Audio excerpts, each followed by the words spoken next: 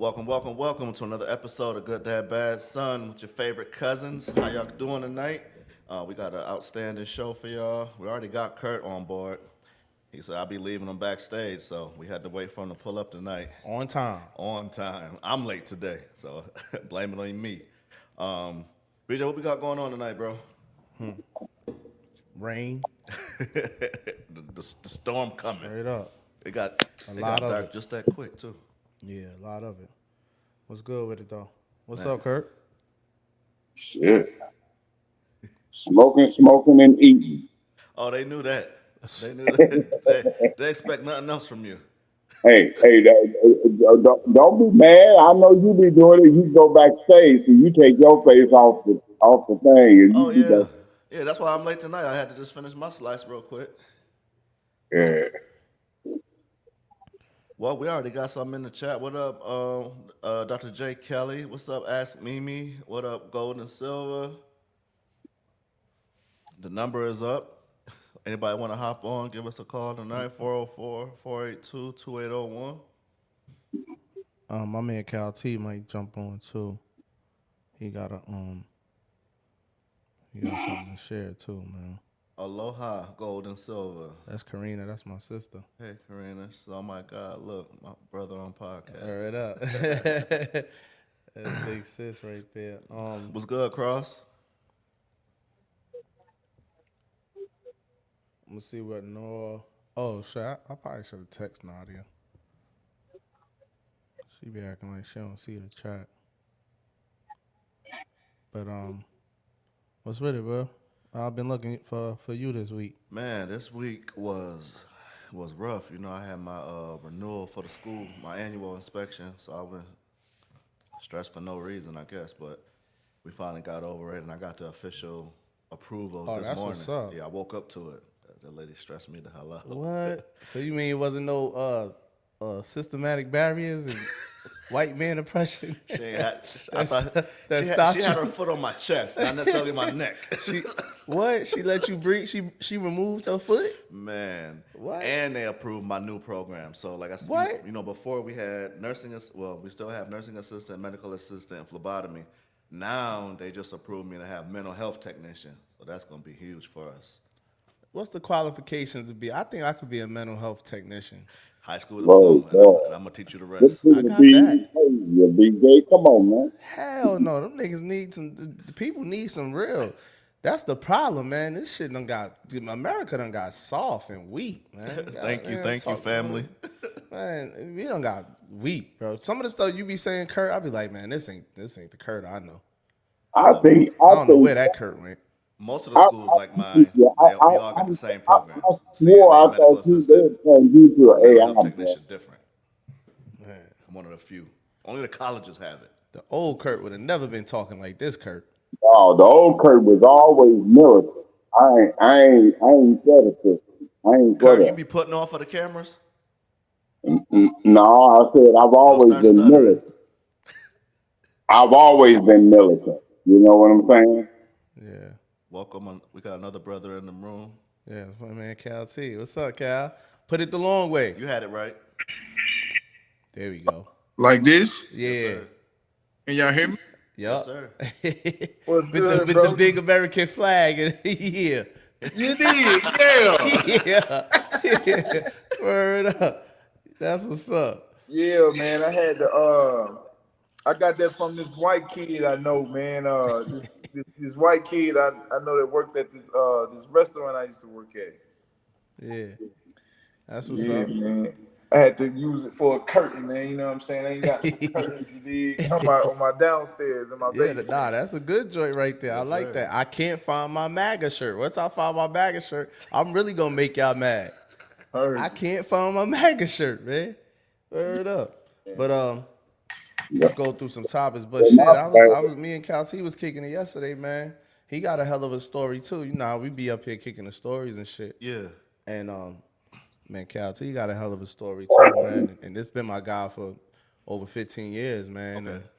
And you know, the dudes I've been getting into it with is his side. You know what I'm saying? But Okay. me and him never had no issues ever. You know what I'm saying? Yeah. So I got a lot of respect for him. And more than anything is I always see him with his sons. Yeah. Always. You said it on here a bunch of times. You don't even rock with nobody who don't rock with their kids. That's a fact.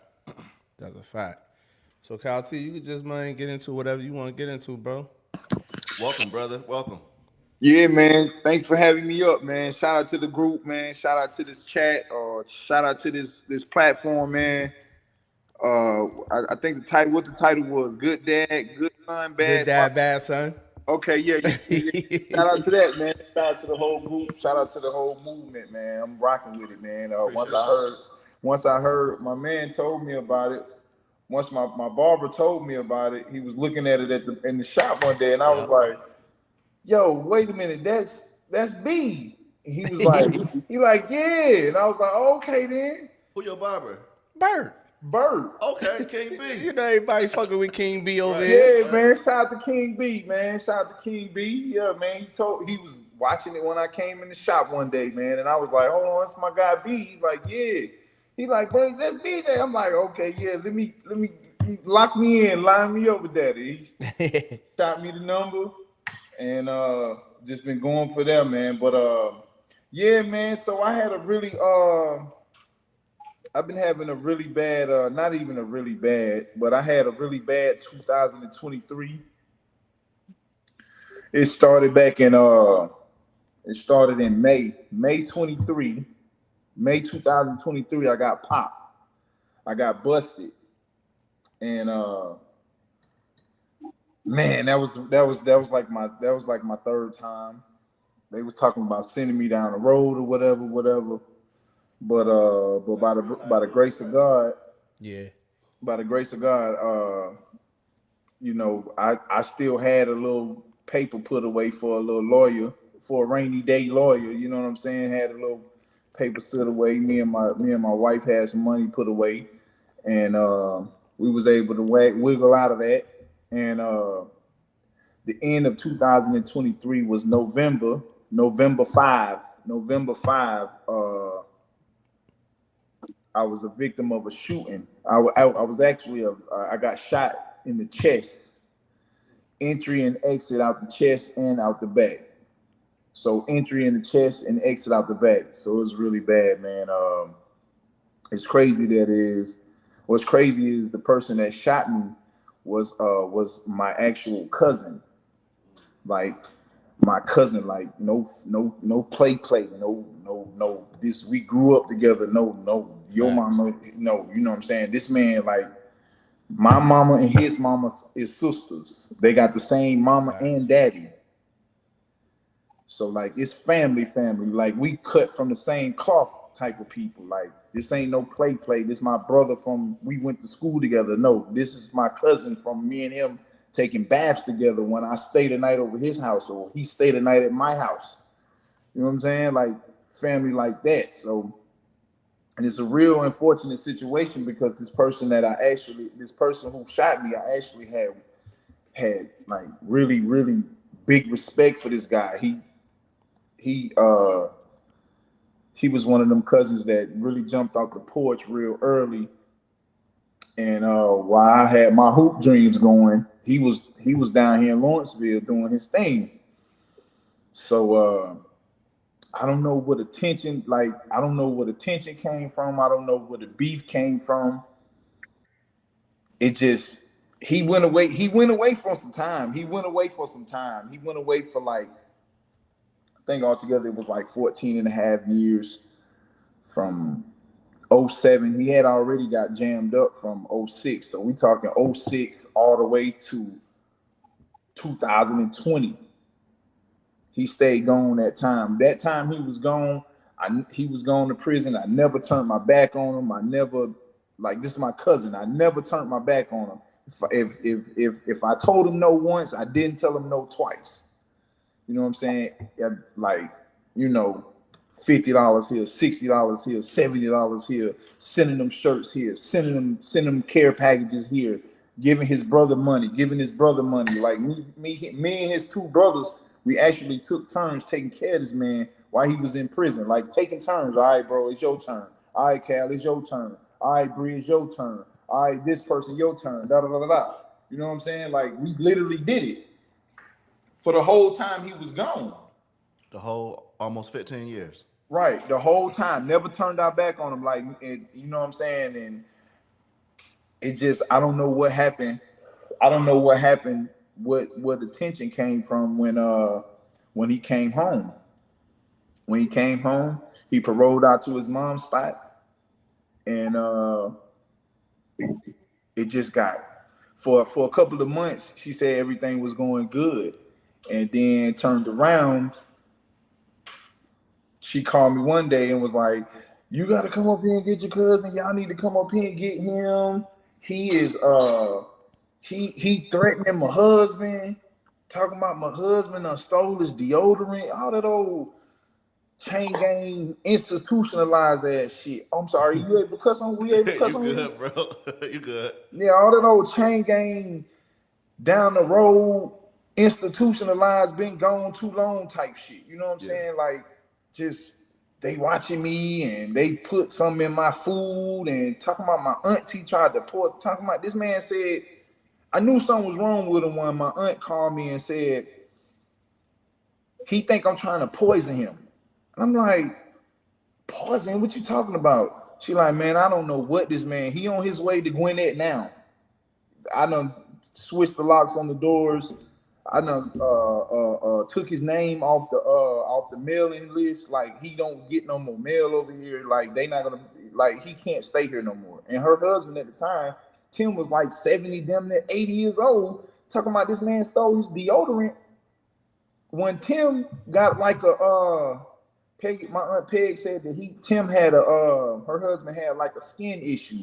So he couldn't use regular roll-on, or he couldn't use regular deodorant. The people had to prescribe him some deodorant. So that was crazy.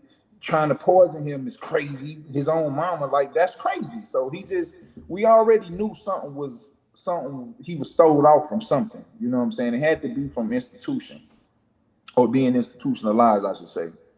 So he finally makes it to Gwinnett. So when he makes it to Gwinnett, he just had it that everybody was like against him.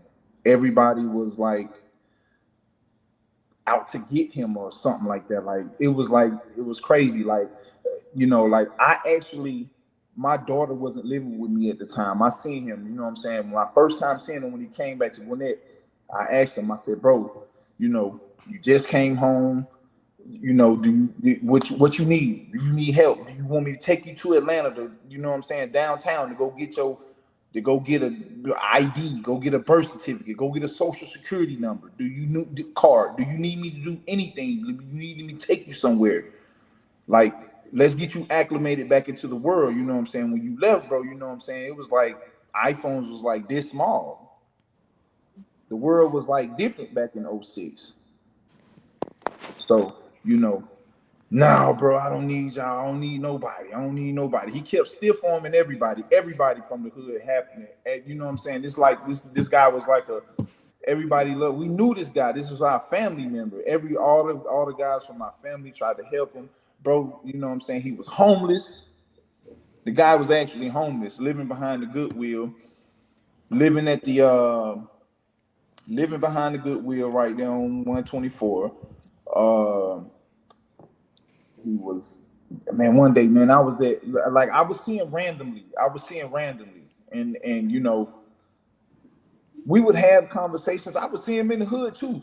We would have conversations, but I always kind of just stayed back a little bit from him, because, like, you know, I don't know where his mind frame at. You know what I'm saying? Like, I don't know.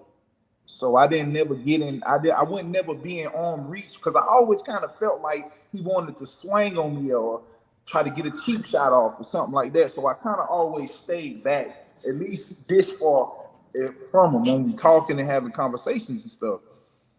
So he stiff armed everybody, and then it was just kind of like he didn't really rock with nobody from Lawrenceville no more, which is cool. Everybody kind of felt like he was throwed off a little bit, so everybody was kind of like keeping their distance or whatever. So Man, I knew it was something crazy with him when he I knew it was what I was thinking was right about him is when his brother had a balloon release for his mom. My aunt Peggy died. His mom died. So when his mom died, a year after that, his brother Harry had a balloon release at Rose Jordan Park.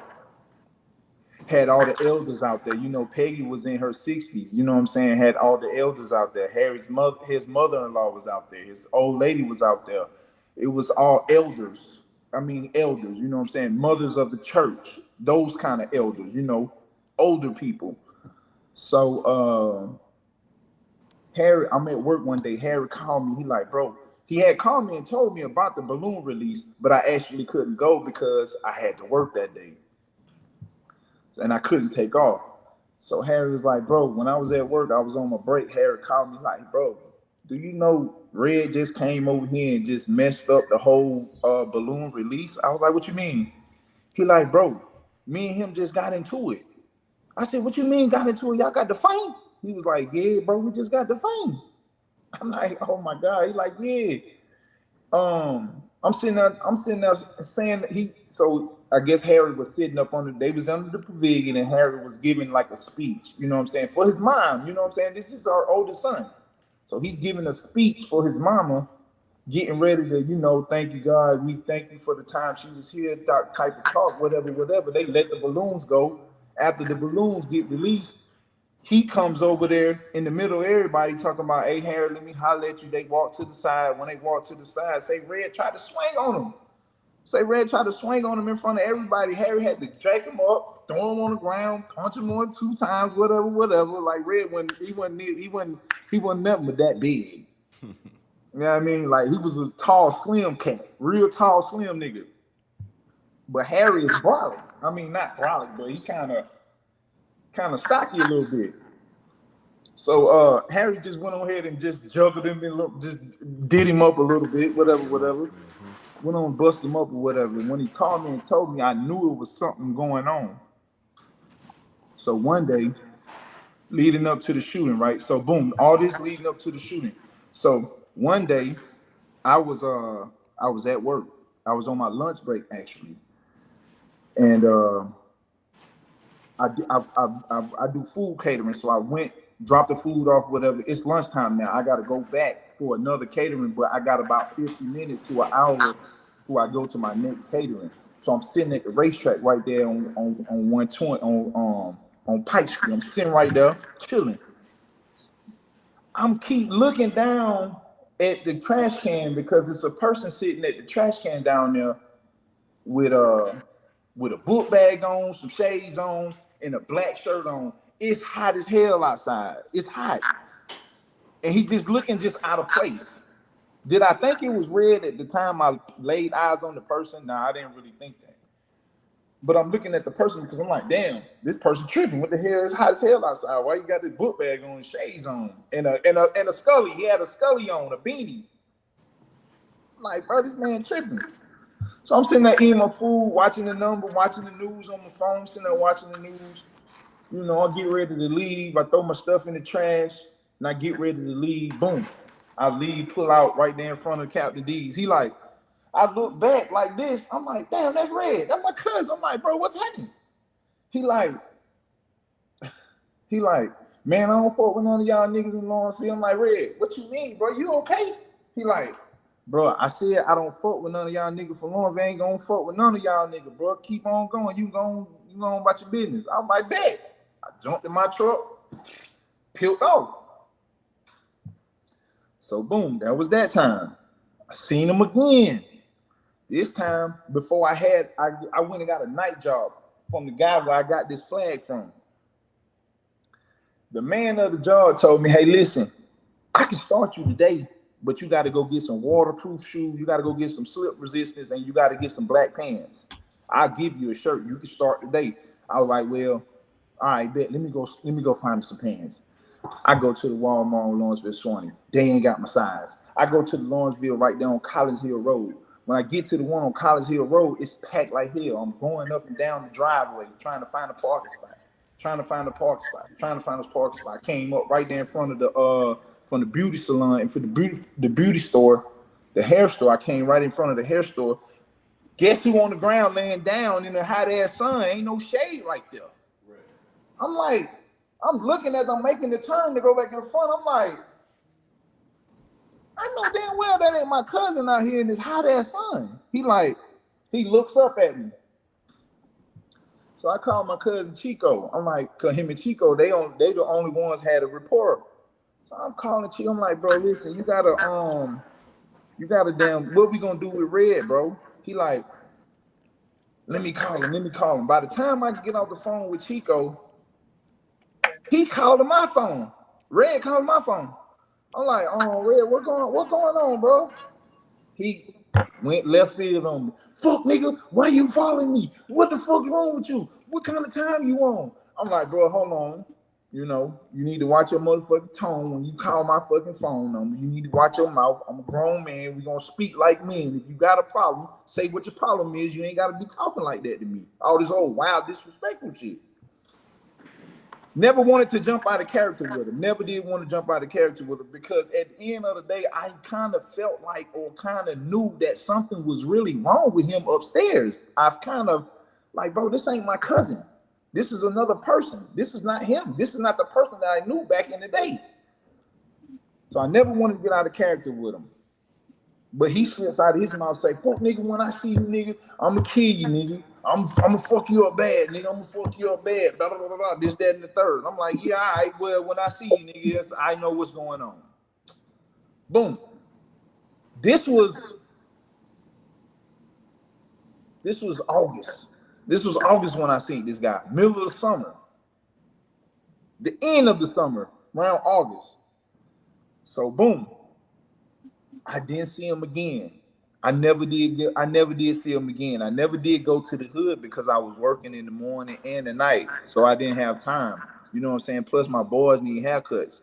So go to the shop, leave, go home. Go to work, go home. Go back to work, start it all over again. I didn't have time to go hang out and do none of that shit no more. So this off day I had on the off day, 11/5. So I'm sitting in the hood, we sitting there drinking, everybody having a good time watching the game. Sunday, we watching the game, everybody kicking shit, drinking and smoking and just cooling. You know what I'm saying? In a regular neighborhood like any other neighborhood do. My boy and I pulled the TV out, we watching the game, whatever. I'm sitting there on the corner, we sitting there on the corner smoking, whatever, and he come walking down the street. He comes into the hood, he walking, but he rubbernecking like he see me and shit. So boom. I'm like, yeah, all right, whatever. So I know what I'm about to do. I know exactly what I'm about to do. But at the end of the day, I'm gonna try to give you a chance to like, I'm not just finna pop off. I didn't really want to just pop it off. As soon as I see you, just pop it off. No, you know what I'm saying? Like, maybe he would come to his senses and be like, okay, well, I was tripping. You know what I'm saying? Whatever. No, he didn't ever do that.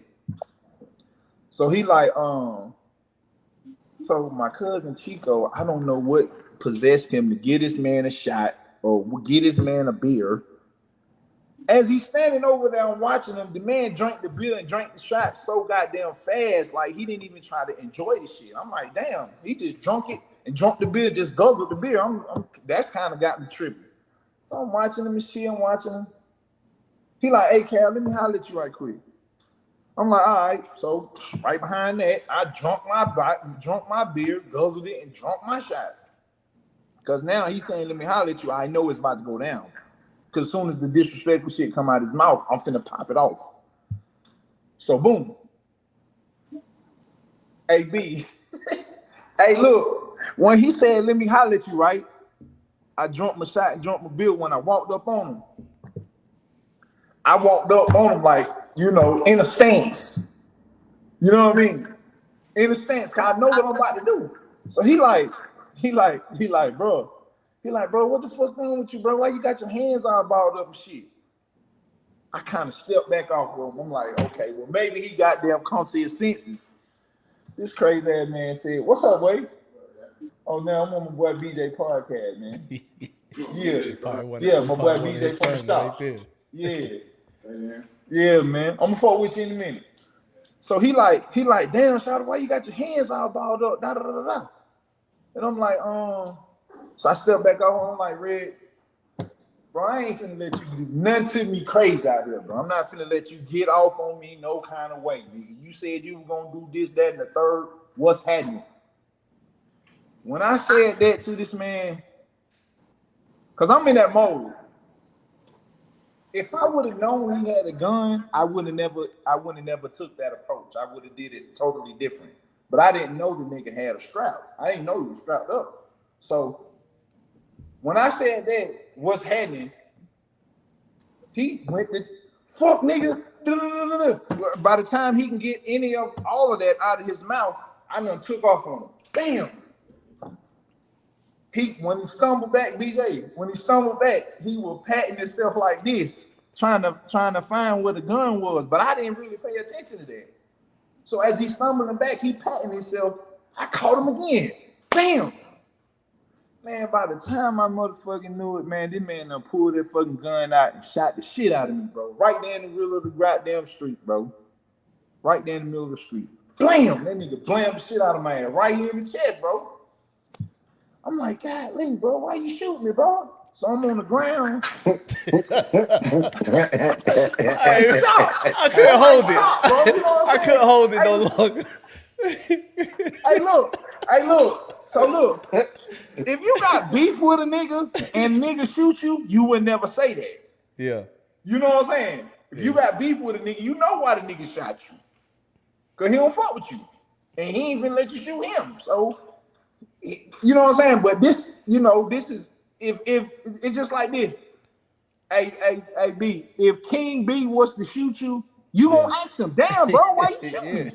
You shot me? Damn, nigga, we couldn't just go hit. We couldn't just go in the middle of the street and just hit. Yeah. You just get it over with. You know what I'm saying? This is my first cousin, bro. Damn, the nigga shot me. I'm like, damn, hell, why you shooting me? I'm falling around. Y'all crazy. So B, look, right, I fall on the ground. Luckily, my homegirl, Tootie,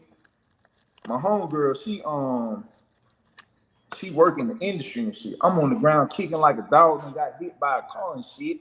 I'm kicking like a fool. I'm goddamn burning, hot, bleeding all over the place. Next thing I know, goddamn Longfield pull up, get me in that motherfucker. So it just been hell after that. So, but man, it's a really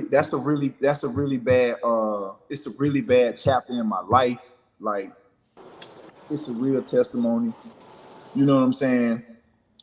It's like a really bad chapter in my life, man. Like, I would have never thought no shit like that. Now, I had dreams. I done been having dreams. When I was in the streets, I was having dreams of getting robbed, getting shot. You know what I'm saying? Sleep on my arm. I would have a dream. I'd sleep on my arm, sleep the wrong way, and my arm hurt real bad. Dream that a nigga shot me, wake up out the dream. God damn, nigga shot me for real. But it's just my arm. You know what I'm saying? I had fucked up dreams before. Yeah. You know what I'm saying? But goddamn, for a dream to actually come true like that, you know what I'm saying? That shit was wild. And it's just real crazy, bro. It's just real crazy. But this is the question I wanted to ask. This is the question. So the aftermath, right, y'all? The aftermath. So I'm glad we got a couple people in here, got some guys in here, because you know what I'm saying. I know you guys, some of you guys. I know this snitching thing has been going. It's just been going. See, man. And this might be the hardest part of the goddamn whole situation right here. Go ahead, Kyle. So the snitching part, right? And snitching has been going on for the last, I don't know how long. It's been going on for a long time. So we all know we do crime. If I do a crime, I'm not finna rat on my partner. I'm not finna do that. Okay, so boom. So in this situation, right? So for me being busted, right? Back in May of 2023, one day I'm in court one day, and my probation officer pulled me to the side. She was like, hey, listen, let me talk to you real quick. I'm like, what's up? She's like, are you Kelvin? I'm like, yeah. She like, Kelvin that got shot back in 2023? I'm like, yeah, wow, what's happening? She like, she like the victim advocate has been trying to get in touch with you and shit. And I was like, for what? Mind you, I done totally forgot all about the investigators and all that shit. I done totally forgot all about it. Ain't answering no phone calls that ain't got my probation officer or my case manager. Ain't answering none of that shit. Because I ain't got no dealings with them. So evidently, they had been calling and I ain't been answering the phone. So she like, yeah, okay. So I get in touch with the she like, yeah, they've been trying to get in touch with you, blah, blah, blah, blah. Here's the number they want you to call so they can touch bases with you or whatever. And for those of you who don't know what a victim advocate is a person that's supposed to reach out to make sure you're okay, make sure that you in the right head space or whatever the case may be. You know what I'm saying? Or supposed to let you know whenever that person is getting out of jail, or you okay with this person is living over here, blah, blah, blah, blah. You know what I'm saying? That's what a victim advocate is. But we haven't even got that far yet because the case haven't even started yet. So boom. So I get on the phone. So no, before she give me the number, I'm like, listen, I'm telling my probation officer, I'm like, look, I really don't want nothing to do with it. You know what I'm saying? I really don't want nothing to do with it. I'm still living. You know what I'm saying? I'm still here. I don't really want nothing to do with the case. She was like, what you mean? I said, well, you know what I'm saying? And one of my other buddies, right? One of my other buddies that was locked up with Lil Red at the time, home was like, yeah, bro, you know, they offered it, man, 40 to 25. They went down there for like 3-4 offers and he been turning them down, blah, blah, blah, blah, blah. Reason being that he turning them offers down is because he feeling like I'm not going to come to court and testify in that case. Y'all hear me? Y'all follow me so far? That's a fact.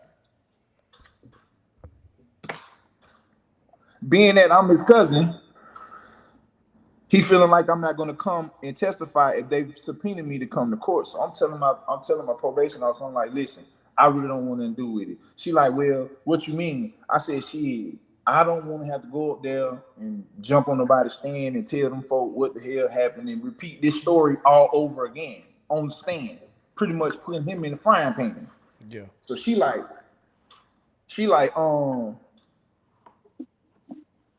well, you do have 5 more years left of probation left. And I'm like, well, you saying that to say what? She like, well, if they subpoena you to come to court and you don't go, that can violate your probation. Damn. And I'm like, damn, I said, so I'm gonna be subject to violate my probation because they're gonna snatch 2 years from me anyway. If I violate probation on a failure to appear in a murder, in an aggravated assault trial, they gonna actually try to snatch 2 years and make me go down the road for like 24 months. I'm like, nah. So y'all trying to tell me? I'm like, so you trying to tell me a nigga shot me and I'm subject to go to jail for it? But y'all, this is senseless. It was a senseless shooting. This wasn't no street shit. This wasn't nothing that happened street shit. Like I took some dope from you, or I robbed you, or I took some. Nothing to do with the streets. It had nothing to do with no kind of street shit. Never hit your baby mama, never backdoored you on your girl, never backdoored you on no cutthroat you on no money. Nothing to do with no kind of street shit at all. Had nothing to do with no street shit. So boom, the investigator, he called me like, the advocate saying like, yeah, told me that you said you don't want to come up there and testify if it come down to it. Because I called the chief to try to get the chief to try to figure out like, hey, listen, you know, I shouldn't have to be violated on my probation because I don't want to go into court and testify against a person y'all know what's going on. Y'all know exactly what happened. You know what I'm saying? Y'all know exactly what happened. So they called the investigator. The investigator called me. He like, yeah, they telling me that you saying that you don't want to go out there and testify. I'm like, nah, I really don't. He like, why you don't want to testify? I'm like, man, I don't want nothing to do with that shit no more, man. I'm here, man. I'm here. I'm here. I'm living my life. I'm good. He like, listen, man. Let me tell you like this. That man shot you in the chest. That man tried to kill you. He tried to kill you, bro. He just shot you on the wrong side of the chest. That's the only reason why you ain't dead. He just shot you on the wrong side of your chest. That man didn't shoot you in the arm. He didn't shoot you in the leg. He didn't shoot you in the ass. He shot you in the chest. That man was trying to kill you. And he stood over you with the gun. Who's to say? Who's to say he go over there waiting on trial? You don't show up. He get out. 2.5 years waiting on trial. You don't come to court. He get out of jail. And he come back and if he get out and he get another gun, he gonna kill you this time. So it's like, so you know what I'm saying? It's like, okay, well, you know, I'm pretty much in a fucked up position. You know what I'm saying? I'm in a real bad position here. You know what I'm saying? It's either they send me the subpoena, I don't go to jail, and I don't go to court, and they send me to jail. If I don't testify and he get out, he can come back and kill me again. He can try to kill me and do it this time. Right. You know what I'm saying? So it's kind of like, you know, I wanted to like ask the chat or ask the people that's on this broadcast, like, how would y'all feel, or how would y'all, you know what I'm saying? What kind of, you know what I'm saying? You keep putting the burden on yourself. It's not he shot you. He going to jail. He put the burden on himself to put himself go to jail, not you. Go to jail. Don't you got 2 boys? You just said you got 2 kids. You gonna go to jail for 2 How many years? kids you got? I thought you had like 4. How many Yeah, kids I got 4, 2 girls, 2 boys. 4? Yeah, hell Right. no. You going to jail today, bucko. You going to jail. Kurt, what you think? I'm gonna let everybody go. And chat, let me know what y'all think in the chat too. Yeah, He got to go to jail. He got to figure out look. See, I ain't going to jail. I got kids out here. I'm not going to jail because you shot me. No, that ain't gonna happen. I ain't giving a look at that. And that's not called snitching. I'm telling on your ass. I'm not taking it. I'm gonna tell on you. And you my family too. And you on that rah-rah shit. I ain't about to be no. One thing about he ain't mistakenly shot you in the chest. What you think, Zah? Hey, Nadia. Peace, King. Peace, What up, King. what up? Peace to the family, man. Nadia, Hey, you sideways. I just came in, bro. Spin back around on me, man, because I just heard the back end of that. Nah, I want you to go before me. Fuck that. Hey, yo, man. Hey, yo. I want you to go before me. Hey, yo, man. Will, what you think, Will? I'll come back to you, Zah. I'm going to blow a cigar, man. I got to blow a cigar real quick. Get my mind right. All right. Go ahead, Will. No, he definitely going to jail, but I definitely understand your dilemma though, because where we come from and what we do, we don't involve the police or the court. And I don't know where you was at with it. You probably can't say it on here, but did you wanted them to take care of it, or you wanted to take care of it yourself? But either way, that don't involve no law enforcement. So right. But sitting here right now today, they ain't got to call me. I'd have been calling them. Like, yeah, he did all that. Noor, what you think, Noor? Let's get some females' insight. I'm not too familiar with how the rules even operate in America when it comes to ratting. I'm always confused by certain things being seen as like fine and certain things aren't being seen as not fine. But if I were to write the rules, obviously my obligation not to snitch ends when I'm gonna get my ass in trouble and I just got shot. So I think especially because of the probation situation, like I'm definitely not risking 1% to get violated over a man who was my family who literally shot me. Like, no, Not only that, Noor, this is his first cousin. Yeah. Yes and no from me. This is first cousin. Yeah. This is his aunt. This is mother's sister, son. Right. That's a good point too that she brought up, because like the rules, you know what I'm saying, of snitching, you know what I'm saying, And I want to make it clear. I want to make it clear that this had nothing to do with no kind of violation of any street code, street rules across the board. Right. You know what I'm saying? This was actually a senseless He was mental just health tweaking. He ass was just situation. tweaking. Yeah, this was a senseless mental health ass situation. Absolutely. Had nothing to do with no kind of street shit. Like he been gone. He been gone for the last 15 years. That's a fact. 20 more years. So He gonna learn his no lesson. kind of street shit could transpire if you've been gone to prison for that long. Between me and you anyway. Right. Yeah. You know what I'm saying? So it wasn't no street shit. I just want to make that clear. When the lady said that, you know what I'm saying, the rules. Now, if me and this man go do a crime, Yeah. and he shoots somebody, and I go in there and testify and say, yeah, I seen him shoot the man, You dead that's ass wrong. snitching. Yeah. You know what I'm saying? Yeah. Like, I just want to make it clear. You know what I'm saying? That was a good point, though, Ms. Lady. And I think the fact that it was a senseless thing and not part of like an actual relationship or any sort of thing you was doing with him also makes it a point of you're a father of 4 kids. Like ultimately, when you're dealing with something senseless, you have your obligations to protect yourself, to protect your family. Like it's not just you in the world. So it's like it's not like something where you could be like, oh, this is associated with this thing. He's not just gonna go out and shoot my sister or some shit. Like you're dealing with something that didn't make sense. So ultimately, I think even without the probation thing, people should think about protecting themselves and their families when they're dealing with something that like unexplainable. Right. For a family member to do that. But yeah. That's Yo, Nadia, you probably missed what we was talking about, right? Mm-hmm. All right. So But wait, actually, I heard the ending of it. Go ahead. If To wanna my speak on it. opinion, I'm a big on accountability person. So even if that was my family issue, you gotta go back. Like you made that decision, you're gonna go back. And I think when it's like a first time offense type of thing, that's when it's a little bit different. When you're talking about somebody having like a clean record, they've never done anything in their life, and then you're trying to protect them, that may be a little different. But the fact that he's already had some history with that being said, it's like that's on you.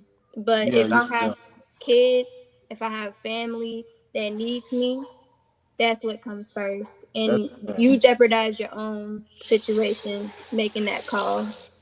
So be accountable for it. That's not on me. So when she said, let me just say this before anybody else goes. When she just said this person has had previous incidents, like he did 15 years for shooting somebody else. Yeah. And crunk up the jury and lost. A real fuck nigga. Yeah, he crunk up the jury and lost. Could you have sense that maybe he was dealing with a mental health issue, or maybe somebody should have pushed? Because it seemed like after he came back, he was dealing with some mental health issues. Yeah, exactly. He was. Hey, so Zai, you want to speak, or I could go? Yeah, I wanted to say something real quick too. Go ahead, Zai. Go. Oh, who that was? Davon? Yeah. Go ahead, Davon. Man, not for nothing. You gotta kind of hold a little bit of accountability too. You stalled on him, and you know you shoot people. He set it up right. Twice. I'm saying you listen. Yeah, who said that, Zai? Nah, Davon, right here. Who said that, Davon? Yeah. So Davon, listen. No, I'm not saying you don't tell. Yeah, you do, because he took it too far. You right. I'm not saying you're not, but a little bit. You stalled on him quick. You try to give him a second. You know he shoot people. Me personally, I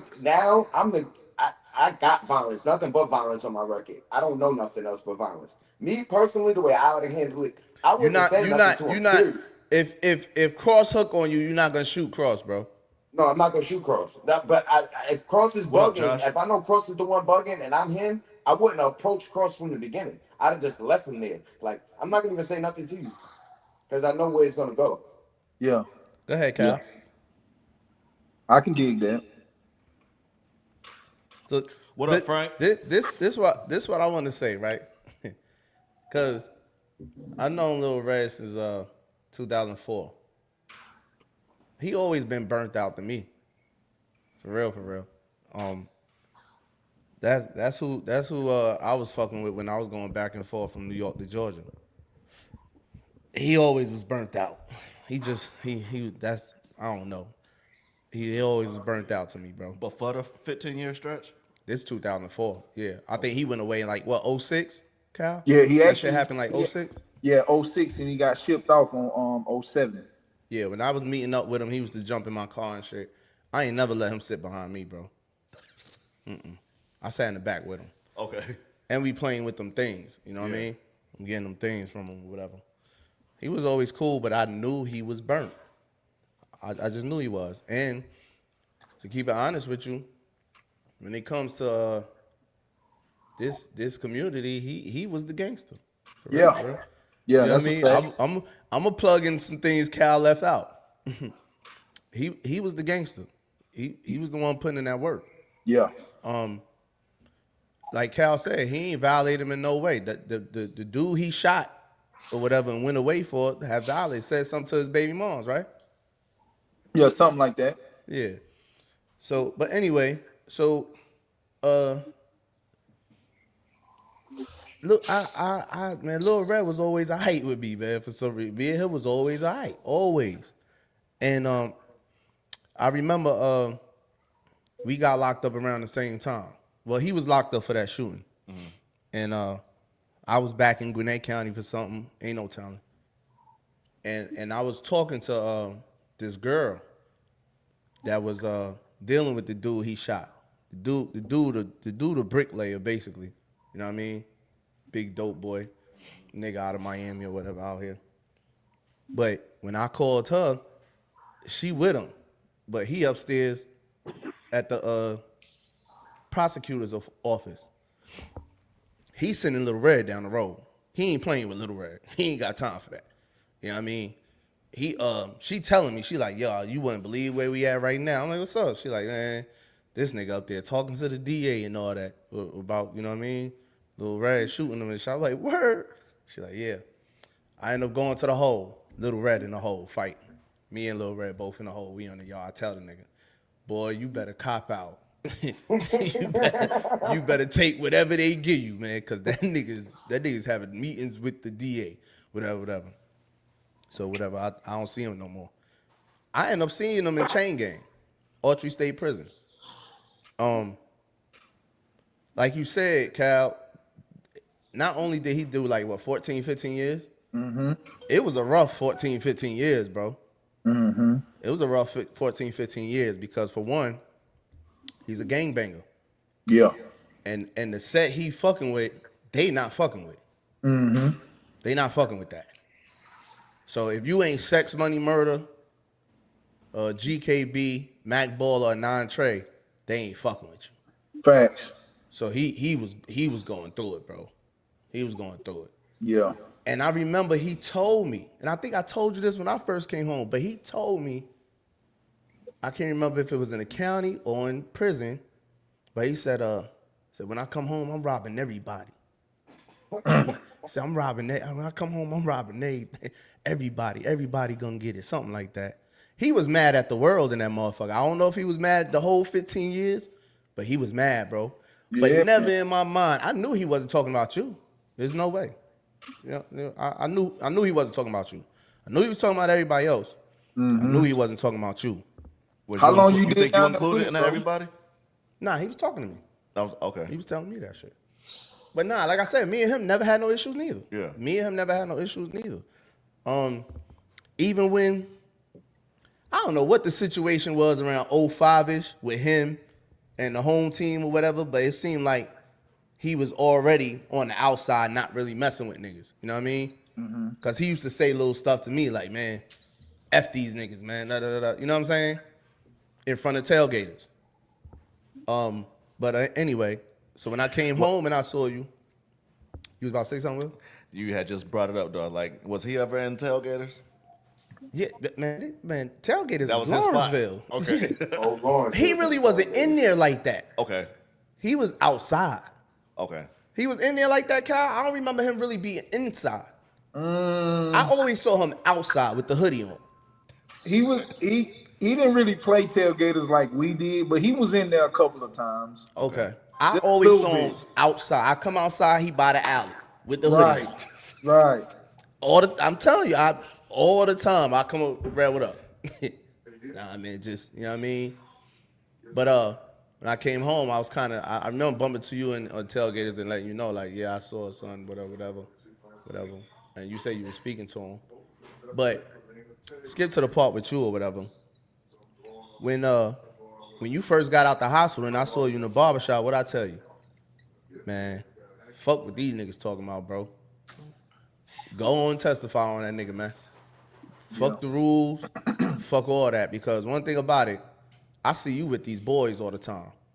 Every time I'm in this barbershop, you got your boys with you, bro.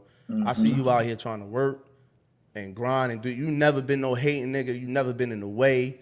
You never been no extra out nigga. None of that. You know what I'm saying? So it's not fair for you to throw your life away because some stupid nigga is stupid. He's tweaking. You know what I'm saying? And then I said, so here it go. You living to the rules. The rules of the streets ain't even beneficial for us anyway. It's not set up for you to be a winner.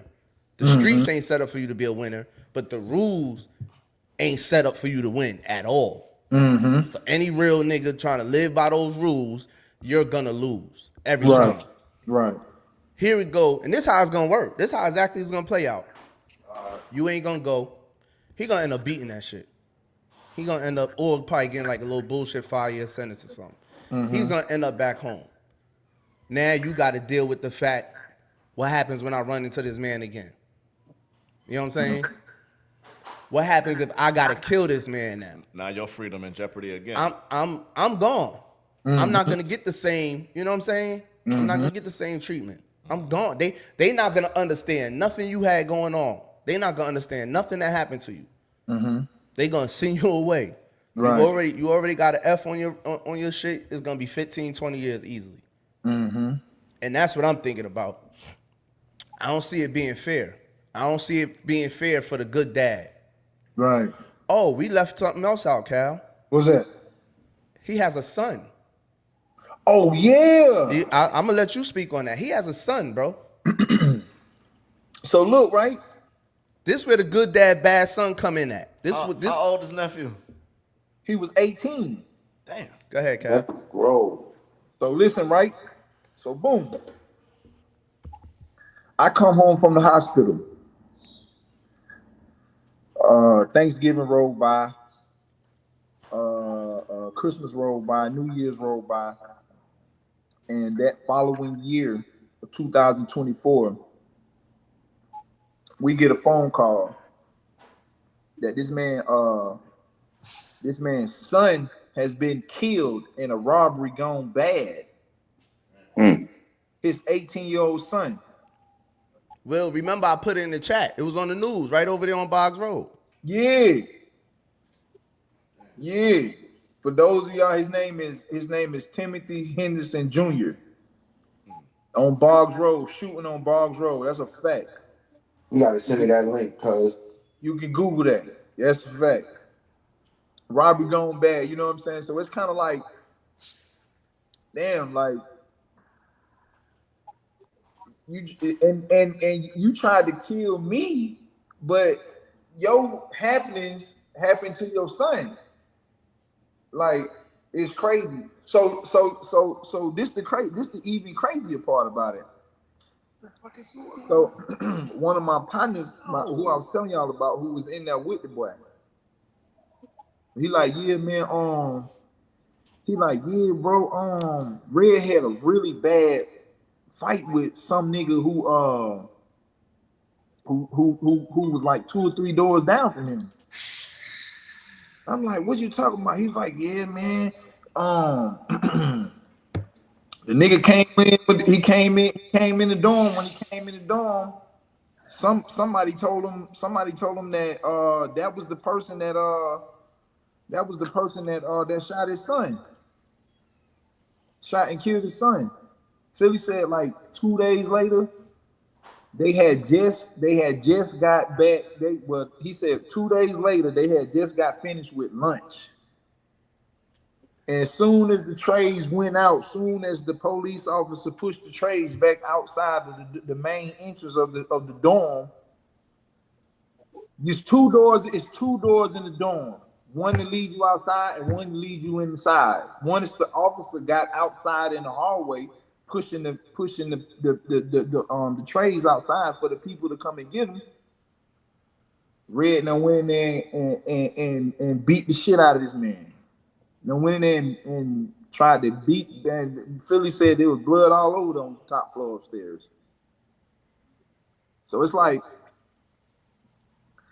you know what I'm saying? Like, is they even really like, you know what I'm saying? Like, when he came home, this my thing too, B. When he came home, like, look, bro, I know niggas that went to jail, and when they go to jail, they do 3-4 years. They go to a halfway house. Niggas do 5 years, 6-7 years. They go to a halfway house. When this man was released in 2020, 21, something like that, when he was released, they just pushed him straight to the street. Back into society. They didn't give him no TC, no Metro TC, no halfway house, no work release, no nothing for this man to get acclimated back into the world. If they would have done that, they would have realized that he wasn't right. He wasn't right. But you know what? That's a good point, because now that you said, I just thought about it. The violent offenders, they don't give that shit to. The drug dealers get that. That's not true. I came home to a halfway house, and if it wasn't for butter, they wouldn't have. I would have had to stay in the halfway house, but they let me change my shit to Long Island, and then I had nothing. Like I said, I got nothing but violence on my record. So when I came home off my bed, they sent me right to a halfway house. I didn't have an address until I got to Georgia, but I had to wait. So they was going to put me in a halfway house for the next 3 months. New York different though, but did you have an address? I didn't. My address was Pop's address on Downing Street, right in Lawrenceville. But I'm talking about. See, that's different. You in New York though, so they're not just gonna send you to Georgia. First of all, Georgia gotta accept you. Yeah, that was my problem. That's why I could never just come down. I started my paperwork 8 months before I came home. Yeah, Georgia still gotta accept you. Yeah, I had to wait for it. It's very rare they're gonna release you from prison and send you to a whole nother state. Yeah. It's very rare. Not for nothing. If I had to stay in that halfway house another day or two, man, I'd probably. But what I'm saying is, halfway house I was in. I'm gonna just say that if they were stealing shit all over again, and I know me, I'm gonna beat you up sooner or later. And then, if it wasn't for butter, I'd have been back. I don't know what would have happened. I'm gonna say that. Majority of the time, the diversion centers, halfway houses, and shit like that are for the dope boys and shit, the non-violent offenders. I see, especially in Georgia, I see where them violent offenders and shit, they send them right back to the community. Right back to the community. Make them do the whole bid. Yeah. Send them right back. No, and Georgia really don't have programs. New York has way more programs than Georgia. Don't got shit. You get your GED in Georgia. Yeah. That's it. Georgia ain't got nothing in nothing in chain gang, bro. And down that road, you not getting I don't know what it's like anything. GED. That's all you get. But the crazy part is, I never even knew that, right? But when he came home, cause I bumped into Slim in the at Pseudo's. That's his son's mother. Okay. Yeah. And she was telling me how the nigga flipped on his son. Yes. So this how burnt out he is, y'all. He flipped on his son, told him you not my son. Right. Get the F out of here, whatever. His son bought him some sneakers and an outfit. And tried to give it to him, and he was like, man, get the F out of my face, whatever, you ain't my son. Right. And then for him to go there and you know what I mean, do the dude dirty who killed his son. Yeah, what you want? He burnt, bro. He burnt. And they not offering him any solution. No kind of help. And I told her that. I was like, yo, he them demons, man. He fighting a lot of demons. She was like, man, that's crazy. Like, I was like, man, he just fighting them demons, man. Yeah. You know what I mean? Say Vaughn. Davon. I'm listening, my boy. Hey, man, so look, right? So I want to give you a little pushback on this accountability thing you said earlier. So listen, right? Bro, you would not shoot your cousin, bro.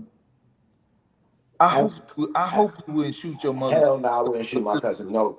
But what I'm saying is, I'm looking at it from your point of view, not his. Like if I'm you, I'm so at a point now in life, I try to de-escalate everything. See, that's why. I try to de-escalation from the fucking butt of the door, if I can. Because like I said, I know me, I have a violent temper. I'm going to punch you in the face, or you know what I mean? I know my cousin BJ will tell you I'm violent. I'm trying to hurt you. But I try to de-escalate now. So for me, knowing how my cousin is, I'm not going to even try to approach him to see what especially after the phone call. After the phone call, from now on, I'm not even approaching you. Until I have another phone call with you one day, or hear from one of my other cousins, and I'll read them calm down. Yeah. But I don't think it was gonna be no other kind of way, like in terms of de-escalating a situation or trying to get away from the situation when this person got a gun. Hey Cal, let me holler at you right quick. And I start walking the other way. He gonna blame me. So that's why I don't even know nothing about. That's why I say I ain't hear all the story. You know what I'm saying? Because what the bro's saying about accountability. So I got to get all the way up to why the bro shot a dude. You understand what I'm saying? Like that's why I said I'm so far out the loop. I didn't hear none of that. You know what I mean? But like I said, my take on that, I'm not telling. And I don't feel like I'm going to prison either behind not getting on the stand for a nigga that shot me. Nah, bro, I'm not doing none of that. It's gonna have to go how it's gonna go. You know, if he come out, he get out on the street, we're gonna have to see each other. That's just what that is. But I don't know what led to what. So I'm scrambled. We all like scrambled. BJ say, I'm shooting from the hip. That's why I wanted to go after Zah. I know. That's why I wanted to go after Zah. You know how he Once I seen him in the street, I'm not going outside my So Zah. Fill him in, B. Fill him in. At your age, right? Right. In that situation, you telling me that man coming home and it's just gonna have to go how it go. I told you, bro. You know how I am, my nigga. Like I ain't doing no telling, bro. I ain't getting on no stand and pointing at nobody. 40 niggas was gonna get on the stand on me. You understand what I'm saying? So I don't know. You know what I mean? I'm just not gonna do that. If I gotta go sit down, I don't even understand the whole situation anyway. No, that's a different scenario though. No, what I'm saying is, but if y'all telling me I gotta get on the stand, for one, I ain't gonna have nothing to do with it anyway. You get what I'm saying? Ain't nobody coming to talk to me about nothing. Right. I don't know what happened. How do you get shot, Mr. Williams? I don't know. What the fuck happened? And I know. That's the point I'm getting at. It was other people there too, but I'm not. Ain't no way in the fuck. I'm throwing them street rules in the garbage. I'm throwing that shit away. Yeah. Cause ain't no way in the world I'm gonna tell this man. What we doing? We keeping it street. We keeping real. That's what we doing. He's supposed to be a real nigga. He's supposed to be a gangster, and leave his children out here behind a nothing ass nigga. That's what we supposed to do. I ain't supporting that, dog. I ain't supporting that. I'm gonna throw my street values out the window first. I'm gonna throw my code of ethics away before I see this man who I see all the time with his kids go to jail behind having to do something to this nigga if he beat that kid. Gotta get to that point, definitely. Nah, so bro. Cal, if you wasn't on paper and they didn't threaten to violate you, you wouldn't even consider getting on the stand? I wouldn't do it. Okay, so it's only under the threat of you having to go sit down. That's it, bro. You know I ain't never heard of that. But that's some bullshit. I ain't gonna lie, Cal. I ain't never heard of that. That's some bullshit. I ain't never. There's no way they can lock you up because you ain't get on the stand and ain't no way. No, they subpoena you and you don't show up. No, sir. Bro, I got subpoena for homicides and all that. Straight and up, they bro. chase me and they could straight up. Noor fiance put the detectives on the phone with me. He right here. This my thing from the door. He right here. Mr. Knight, we need you to come. You've been subpoenaed for da-da-da-da. I hung up on them niggas. No, sir. How did the conversation even get to No, I sir. supposed to know, or how did they find out that he shot me? I mean, it's I'll let Cal You ain't answer. shooting I'll let Cal somebody in answer. Lawrenceville. You ain't What gonna what be you caught. say, bro? It's How Lawrenceville. do the people even know that he shot me and know that I know he shot me? How do people know that he shot me? Yeah, how did people know he shot you? You said this lady came to you in the courtroom or whatever. You was in the courtroom and asked you, was you so and so? You was like, yeah. Oh yeah, we've been trying to get in contact with you. I know I heard you say that. My point is though, who told them people from the beginning that dude shot you? So we got about, I don't know, maybe like 7 to 10 witnesses. You know what I'm saying? And so, boom. So that's part of it. They told them, and then when I got out of ICU and went upstairs, they came up there and asked me what happened, or what was they talking about? They saying that this guy named Red shot you. They actually picked him up 2 days later from the time he shot me. So they actually picked him up 2 days later. So boom. So when I made it out of ICU and made it upstairs to the room, that's when the investigator came upstairs and asked me, like, yo, they saying the people that was over there that was at the function saying that guy Lil Red shot you. And then that's when I had to say, yeah, he shot me. I'm supposed to say no? I'm not answering that. No, I don't know who did it. I don't know who did it. I feel you. You know what I'm saying? Because that's how you get put in it. That's now they're gonna reverse that and make you use that. You understand what I'm saying? Mm-hmm. Like BJ was saying when the shit happened to BJ, hey yo, BJ vouched for that work in the crib, so his BM don't have to go down for it. Now I'm telling you on the record, bomb. So you ain't gotta do none of that. I'm taking charges of that. But if I'm not gonna say nothing from the door, anything you say right then don't use against you anyway. You got Miranda rights. Anything you said right there anyway wouldn't have been used against you.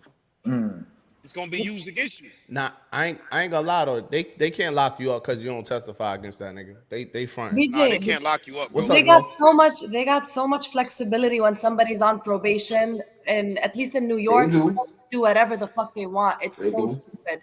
Like you can't even say what they can or can't do. The discretion given to a judge, especially with certain types of probation, like felony probation and the more serious ones, the judge can do anything. If he thinks you're not, like, ultimately you're not really, at least that's how I've seen shit in New York that was wild. It was literally on paper, not supposed to happen. The judge and VA, right? Say something like that go down, right? I'm not coming to court. VA gonna pick it up. The prosecutor gonna still try to push it. Georgia but gonna pick it up. Weak. Georgia gonna pick it up. They're not just gonna let him out. They're gonna pick it up. No, Georgia gonna pick up the case, but definitely. They definitely gonna pick it up. But this what I'm saying, Noor. You right, Noor. You right. They gonna play them games. They played them games with me. I've been on felony probation since I was 17. Super intensive probation. They gonna play them games. Them people done went up to my mom's job. She's the Secretary of State of MTA. They went up to my mom's job. That's the only reason why I turned myself in. My PO and them was telling me, yo, turn yourself in. When I turned myself in and homicide was right there, the two detectives, and my PO and her supervisor was right here, my PO supervisor said, you don't have to go with them. They could question you right here in front of us. I chose to go with them because I ain't want my PO and them. It was 2 women versus 2 men. I didn't even want to go through all that, but you know what I mean? They cannot arrest you because you don't want to take the stand on some other shit. It's not like you caught a drug case and you trying to weasel your way out some shit and you got to take the stand on your co-defendant or something. Nah, this don't got nothing to do with probation. Probation is probation. If he don't take the stand, what they going to do, violate him? I think they can, though, BJ. No, I think she they can. No, that's what she putting them with. I think they can violate you on They that. just talking, bro. What's the violation? I think the violation. What's the violation? I think the violation is not giving up some type of compliance. like if somebody witnesses. Please look that up, Noor. What's the violation? Please listen. I'm explaining it. When somebody witnesses a crime and they don't voluntarily give information to the police, they can charge you as part of the crime. I don't know who shot me. You can say We that. gonna kill You all that right definitely there. can I say don't, that. yo, well, I you don't know told who us. shot me, bro. Hold on. You told us this person in the hospital. Boom, boom, boom. Listen, man, I was under a lot of drugs and medication, That's a and that's different what I was conversation. told. But I don't know who shot I me, man. agree with that And guess 100%. what? Guess That's a what? different Since conversation, if but- we gonna play this game, I'll get on that stand and say I don't know who shot me.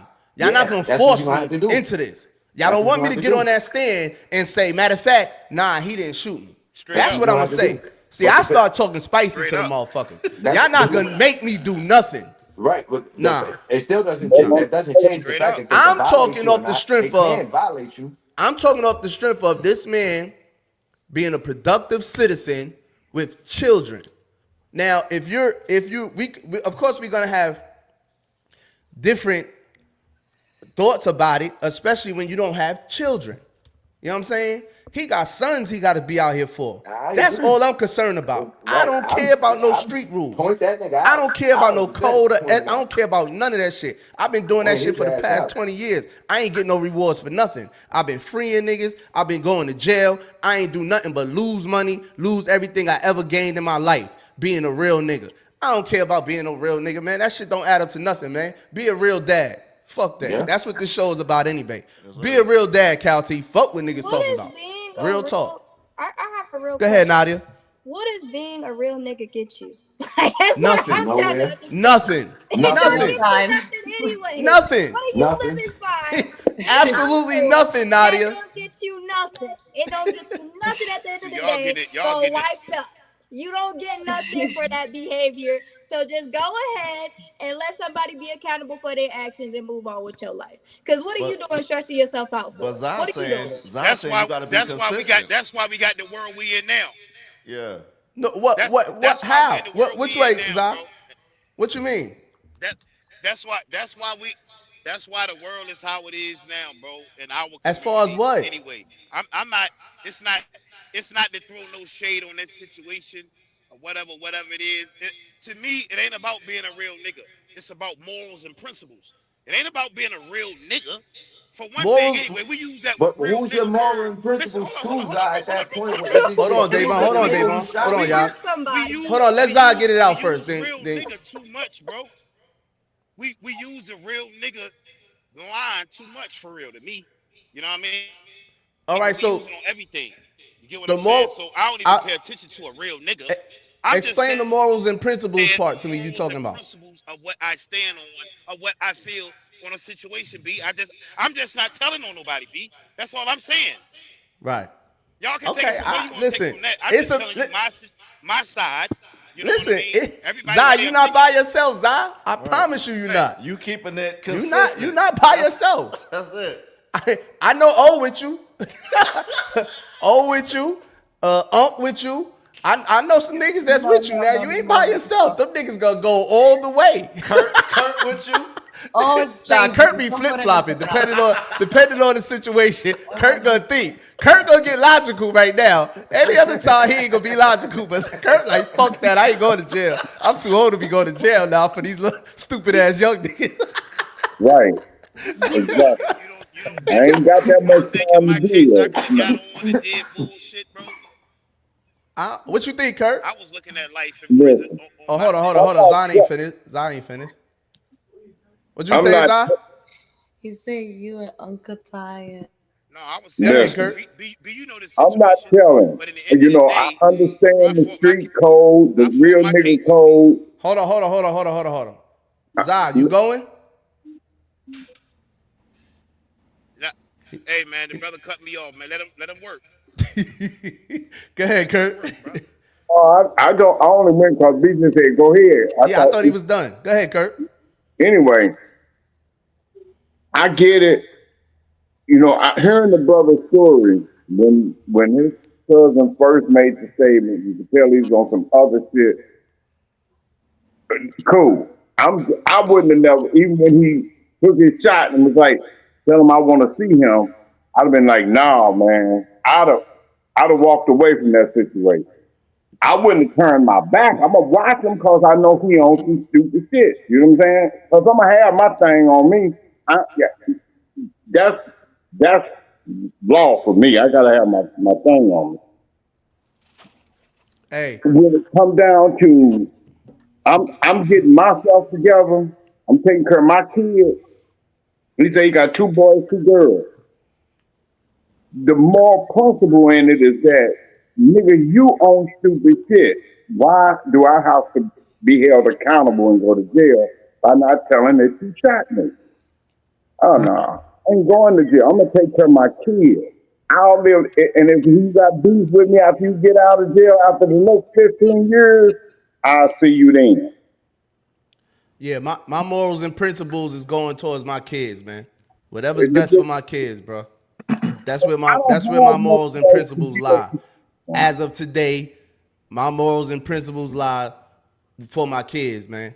Fuck that. Because one thing about it, when you go to jail, Cal T, for having morals and principles of, I don't know, of not telling, I guess, who gonna raise your boys? That's the problem now. Who gonna be raising your boys? Right. That's all when Eli asked me where I was at when he was 4 years old, that's all I needed to hear. Yeah. Where you at, Papa? Where you at? Nah. Nope. I did 75 days. No, sir. And my stepson was like, all right, it's time for it. My kid wasn't even here yet. My stepson was wondering where the fuck I was at. That's a hell of a you in a hell of a situation, Cal. You in a hell of a situation. Go ahead, Noor. And I think ultimately, BJ, and the way that I explain this to O usually next, Nadia. is that the people that you just mentioned on that list, the people that are still hold really true to that whole real man type shit, including O and Uncle Ty. One, how much time did O and Uncle Ty do in total? 20 years? No, in total? No, in total, O got like 27. Yeah. 26, so 27. My point is just that I usually tell what I tell O is that even if I'm sure your position 27. changed too, BJ, like at some point this quality served you. Like Nadia said, what is it getting you now as a 40-year-old father of 5 versus what was it getting you when you were a 20-year-old guy on the street or a 25-year-old guy in jail? It was serving you back then. You chose to be that because it was serving you. But like I always tell O the point that like you can't just act like this is who you decided you were going to be for eternity. Yeah. It was who you had to be for a certain period of time, but not you something else. Damn, that's a good point, Noor. That is, but it's real bad. That's why I'm on a truck. Nah, you good, Zah? You good? Nah, to my man Zah. Go ahead, Cal. Put it back on Cal. Then Nadia after got Nadia next. Hey, Zah. It just stings so bad. It stings so bad because this person that I really had love for, bro.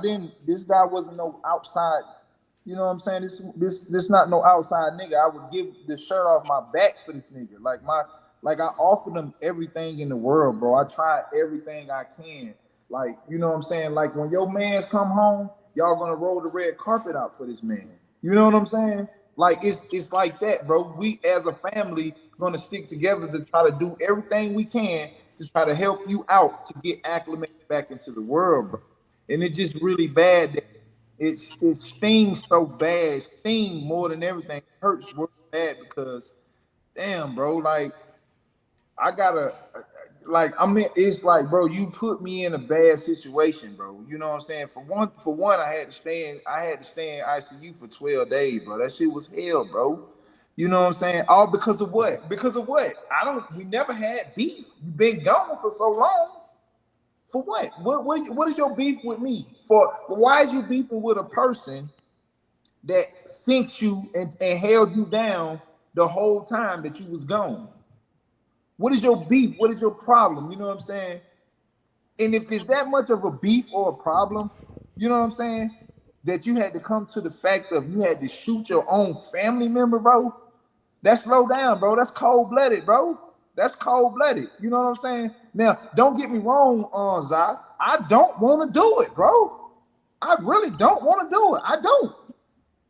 And I'm trying to find every way in the book or any way possible to wag and wiggle out of getting out of this shit. They ain't sent me no subpoena saying I had to do it, or you know what I'm saying. They ain't did it. Ain't his case ain't even came up yet.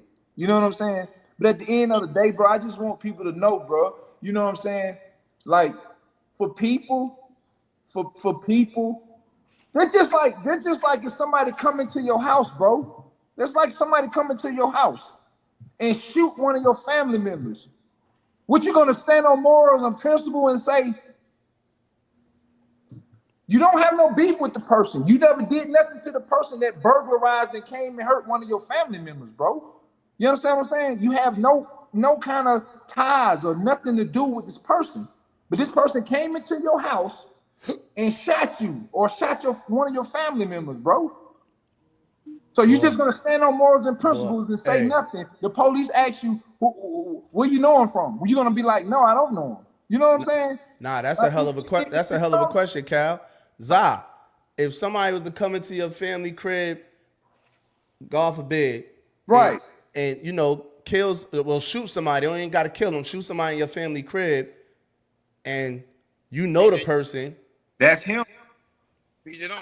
That's his son. That's his son. No, that's the kid. Bro, I'm gonna try to murder the nigga. Enough said. Hey, listen, Cal. Case, bro. I'm murdering. My bad. I'm gonna try to anyway.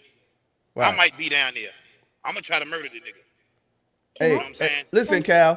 Yeah, bro. It's certain individuals all over America, every hood of America. That's why I keep saying Zai not by himself. I know plenty of niggas. It is what it is, man. That's right. Just it is what it is. That's just what they gonna do. Whether they 55, 60, you know what I mean? 65, they gonna crash out. Right. And it's no reasoning with them, because that's how they wired. It ain't even about that, bro. That's why I'm on a truck, BJ, because I'm trying to be here for my kids. You get me? I could have I could have came home and been back outside and did all that. Nah, bro, it's not an option. That's why I'm out here right now trying to make it to the crib. I'm 130 miles away. I'm damn near in Tennessee because I'm trying to get to the crib. You get what I'm saying, my nigga? Yeah, bro. Right. You know how I'm running, B. So I'm try to get into that. I try to stay the fuck out the way because I know what I'm going to do. And I know how I'm going to react and do things. So I stay the fuck away from bullshit. I'm in a box room by myself going to sleep. You know what I mean? That's how hard I'm trying to push to do the right thing, my nigga. And this why I made it my business when I saw Cal T. First time I saw Cal T out the hospital, because I know Cal T. I know how he feel in that situation. I know what he thinking, and I know how the community is gonna make him feel. Right, bro. That's so. I know, and remember, this is his cousin, his first cousin. So his first cousin who has brothers, who they all have their family. So everybody is looking with their opinion. So I just wanted to make sure, from a black man with sons and to another black man with sons, bro, your children, your loyalty lies to your children, bro. They do, bro. Fuck that. Fuck everybody talking about. I don't give a damn, because these same people ain't nobody gonna be there for your kids. I promise you. Nobody gonna be there, bro. Nobody. Nadia, let me hear what you got to say. Go ahead, Nadia. Thanks for your patience. We appreciate you. No, you're good. So I think the biggest thing I wanted to say is I feel like street rules have ruined communities, and specifically the Black community. And the reason I say that is because, as much as we like to say, or like we have a joke in our little chat that, oh, women don't think logically or whatever, what. That ain't no joke. That's real. That's not real. But let me say this though. Let me say this before you continue, because you cut me off. My point in saying that though is, my whole thing is think with logic. At the end of the day, if you're thinking on a logical level, I'm trying to do whatever's going to maximize my happiness or the other person's happiness or overall whatever. My whole thing is, what good does it do for me to lie, potentially get myself caught up in more situations when I don't have to do that? What good does it do for me to also put myself in a situation where this person potentially comes out of jail or out of prison and then they harm me or harass me more? It just doesn't make sense, because even if that's the case of the situation where, okay, cool, nothing comes out of it, I don't go to prison, I don't go to jail.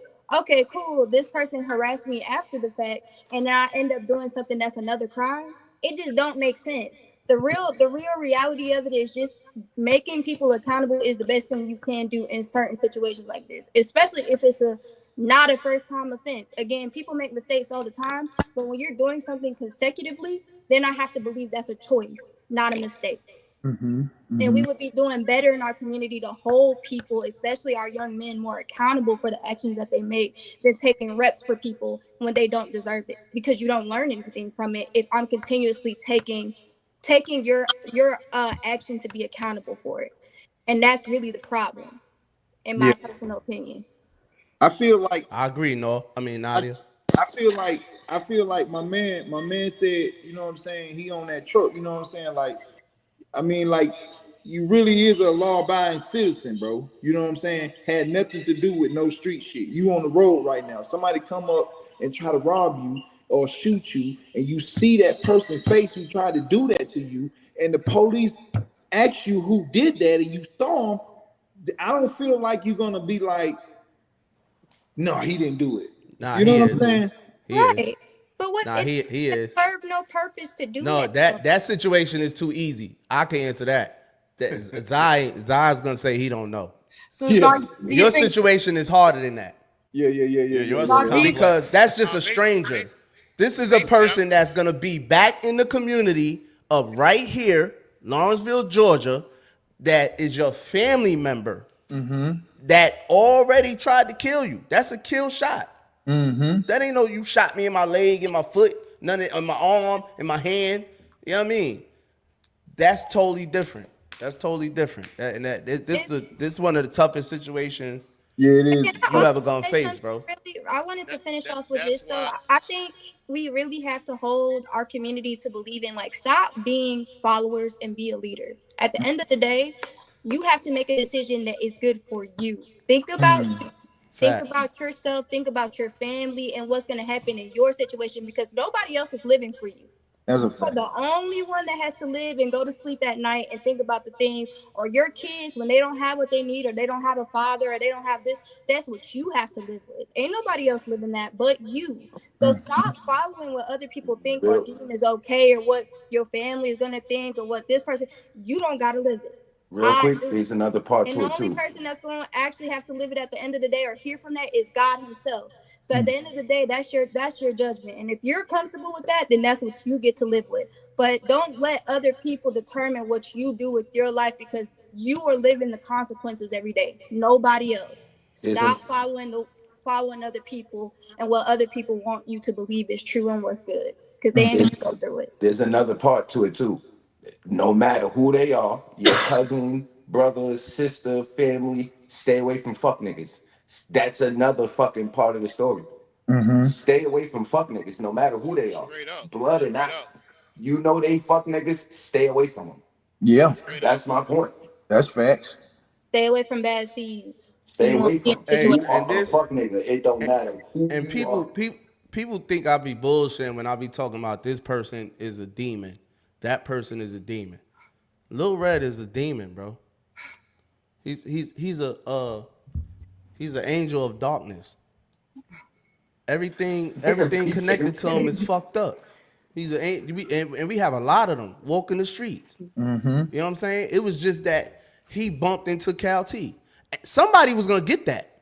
Bro, speaking of, Cal T was the Huckleberry. bro, do y'all know? I didn't even tell y'all, bro. When 12 found him, do you know that them people said that he had a list of niggas named, about 4, 5 niggas? See, I ain't know this. This 12, ain't something I do. 12 That's said that 12 said that he had a to kill list.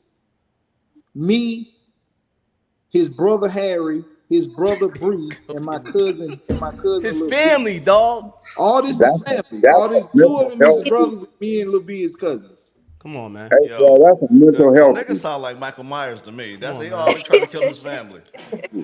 Yeah. Bro, that shit, Like, it just stings so bad, bro. It just stings so bad, bro. Like I mean, bro, like the whole time I was just like, the whole time in ICU, bro, I was just crying so bad, bro. I was just crying so bad. Like, golly, not even like when I made it upstairs, I was crying from the pain in ICU. But when I made it upstairs, bro, I was just crying, crying and crying and crying. Like like shocked. I can't believe that this shit just happened to me, bro, from my own cousin. Yeah. You Damn. know what I'm saying? Like, not shocked from the pain. They gave me something for the pain. But bro, I just can't believe that this nigga just really just fucking shot me, bro. That's And like when it happened, when the nigga blamed me, I was like, damn, bro, you really just fucking, why the fuck you just shoot me, bro? So what would have been different if you knew he had the strap on him? You would have went the other way? I would have listen, bro. My partner asked me that, bro, because listen, right? And I hate to go back. Listen. So boom. When he first touched down in Gwinnett, right? When he first touched down in Gwinnett, I had a whole separate encounter with one of my other cousins, right? Boom. I fucked around and got into it with both of these guys. I got into it with Lil B first, and then I got into it with Lil Red. When me and Lil Red got into it, got to fighting because his mouth is too disrespectful, bro. Your man mouth is just like, bro, like, come on, bro. You just, the way this man talk to people, you can't talk to people like that. And I don't care if they family or you ain't gonna let no stranger talk to you like that. So why am I gonna let my family talk? Nobody gonna talk to me like that. So we had to get it out, bro. So we hit. When we finished hitting, that's just supposed to be it. You know what I'm saying? That's just supposed to be it. According to you. for sure. Huh? According to you. According to me. You know what I'm saying? So listen, right? So I was telling my partner called me, he like, damn, shawty, you how about somebody just told me you and Lil Red got the fame? I'm like, bro, we did, bro. He like, man, Cal, man, you shouldn't have never fought that man, bro. I'm like, what you mean? The nigga, what I'm supposed to run? I'm supposed to run? I'm supposed to run from a fight with my cousin. You know what I'm saying? Right. And he done called me every fuck nigga, lame, broke, this, fuck, that, every name in the book. You keep thinking his cousin shit. See, that's hindsight though. Everybody could say that. Hindsight, looking back, oh, you shouldn't have did this. You shouldn't have done that. But in the moment, it's in the moment.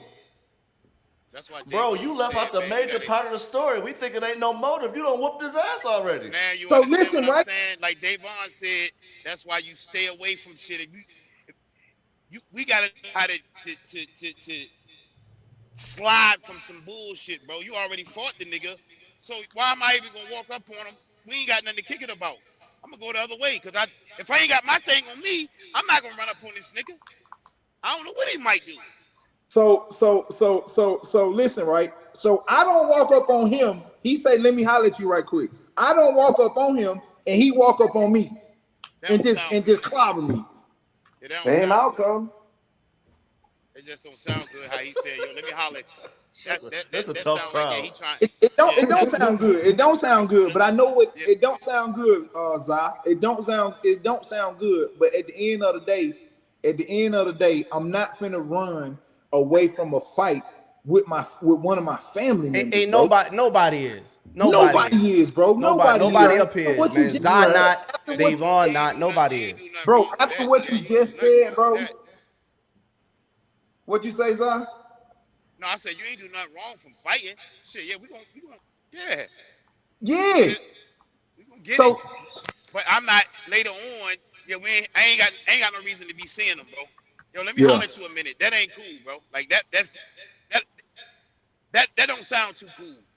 It did, bro. It did. You right. Huh? No, I'm just saying that, for him hollering at you, saying, "Yo, let me holler at you." And y'all it didn't sound right, Zah. It really didn't, bro. But see, listen, right? That's what I was saying. So when my partner called me, he was like, "Bro, I heard you and Lil Red got the fame."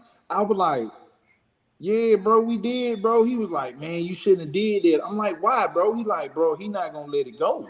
I'm like, "What you mean he ain't gonna let it go?" He like, "Cal, what if you come to the hood one day and he got a weapon and you ain't got one? What are you gonna do?" Damn. And this before that happened. You know what I'm saying? What are you gonna do when he over there and he up a tool on you or pull out a knife on you or some shit trying to kill you and you ain't got no weapon, you ain't got no gun or no nothing? I was like, damn, that's a really good question. You know what I'm saying? And for all that to turn around and to come into fruition, it's like, damn, bro, like, golly, that's like really shocking, bro. It's really shocking. And it really hurts so bad. It just hurts so bad, y'all. Y'all just don't understand. Y'all, I wish y'all could understand how No, much I understand, pain. bro. It's I understand. I like the understand. Fuck pain, that. bro. It's like, That's why oh I'm my saying. God. Nah, I understand. I get it. I It's understand. I Shocking, get it. bro. The shit is shocking, bro. Like, bro, it's shocking, bro. You know what I'm saying? It's shocking to a family member to be like Zah killed or Zah shot one of y'all other family members. You know what I'm saying? The family gonna look at you like, damn, bro, why'd you do that? Yeah. You know what I'm saying? It's shocking, bro. You know what I'm saying? And the person who is the victim is the person that's gotta suffer from it, bro. That's crazy. And let's not forget, we have situations in America right now that the grandfather done killed his daughter and all his grandchildren, called the police, sat there waiting for the police. The 17-year-old, 8-year-old, 18-year-old boy that he came home too late and his pops flipped on him. He killed his father, the stepmother, the siblings, everybody. Wow. His brother, he tried to kill his brother, but his brother lived. Wow. He chased his brother down the street in Ohio, I believe. Chased his brother down, his little brother, like 12, 13 years old. Chased him down the street. He pulled out like $8 out his pocket, begging his brother not to kill him. And his brother took the money and shot him, tried to kill him. But he survived. This story made the news? Yes. Yes. Oh, wow, how the hell I believe it's in Ohio. See, doing this podcast shit, I gotta know what's going on, so I see it all. You know what I mean? Right. Yes, man. These are demonic people, man. These demons are out here. Yeah, for man. real. You know what I'm saying? And, Not only that, if you say, for instance, you don't go to court, okay, and they don't lock you up, and then he come out and still with that same kind of, issue, he can come back and kill your son. he is coming out on some bullshit. That's a fact. No doubt in my mind. I'm telling you, the man told me when he get out, he gonna do X, Y, Z. That was 12 years ago. That was mad long ago. You know what I'm saying? The man just did 15 years. Well, as people, one of our biggest mistakes is expecting us out of other people. You would have never shot your cousin. I never shot my cousin. Listen, when he was telling me that, it was people that was coming to my mind who he was talking about. Yeah. Cal T was never one of them people. Nowhere near. Because I know who's taking care of him. I know who I saw with him You never even all told the Cal time. about the conversation. I think I did one time, but it was just like, I think Cal even laughed. Like, yeah, that did crazy. He was just on the phone with him when I saw him in tailgating. He was just on the phone with him. Like, yeah, I just sent him $50. He good. You know what I mean? Whatever was going on at that time. I'm like, yeah, that nigga wild, whatever. It was Cal T taking care of him. Nobody else but Cal. The whole time, bro. The whole time going to do this one. Green Dots was popping, B. Yeah.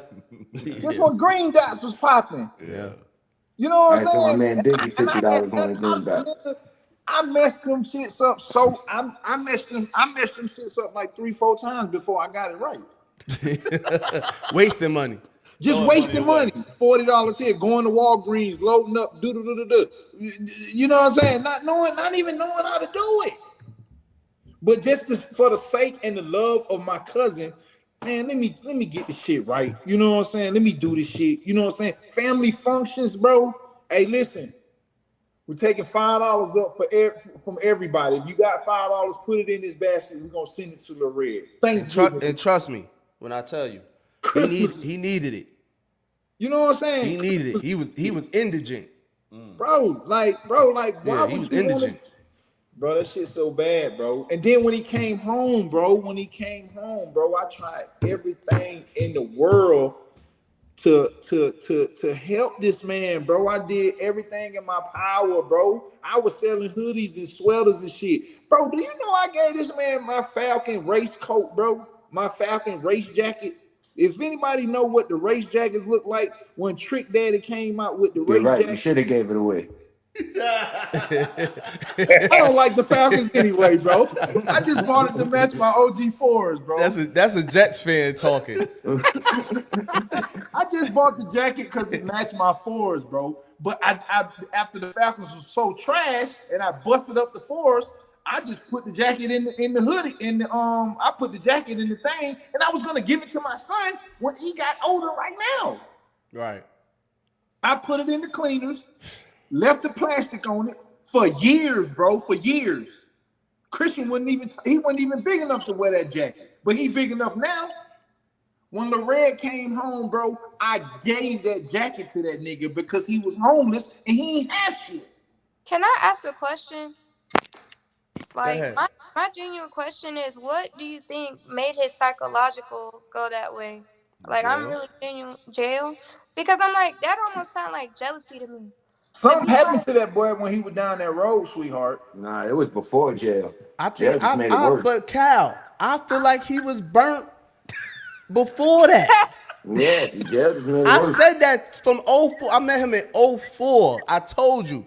I used to pick him up from 29 and over there by 5 Forks. He had the straps for the low.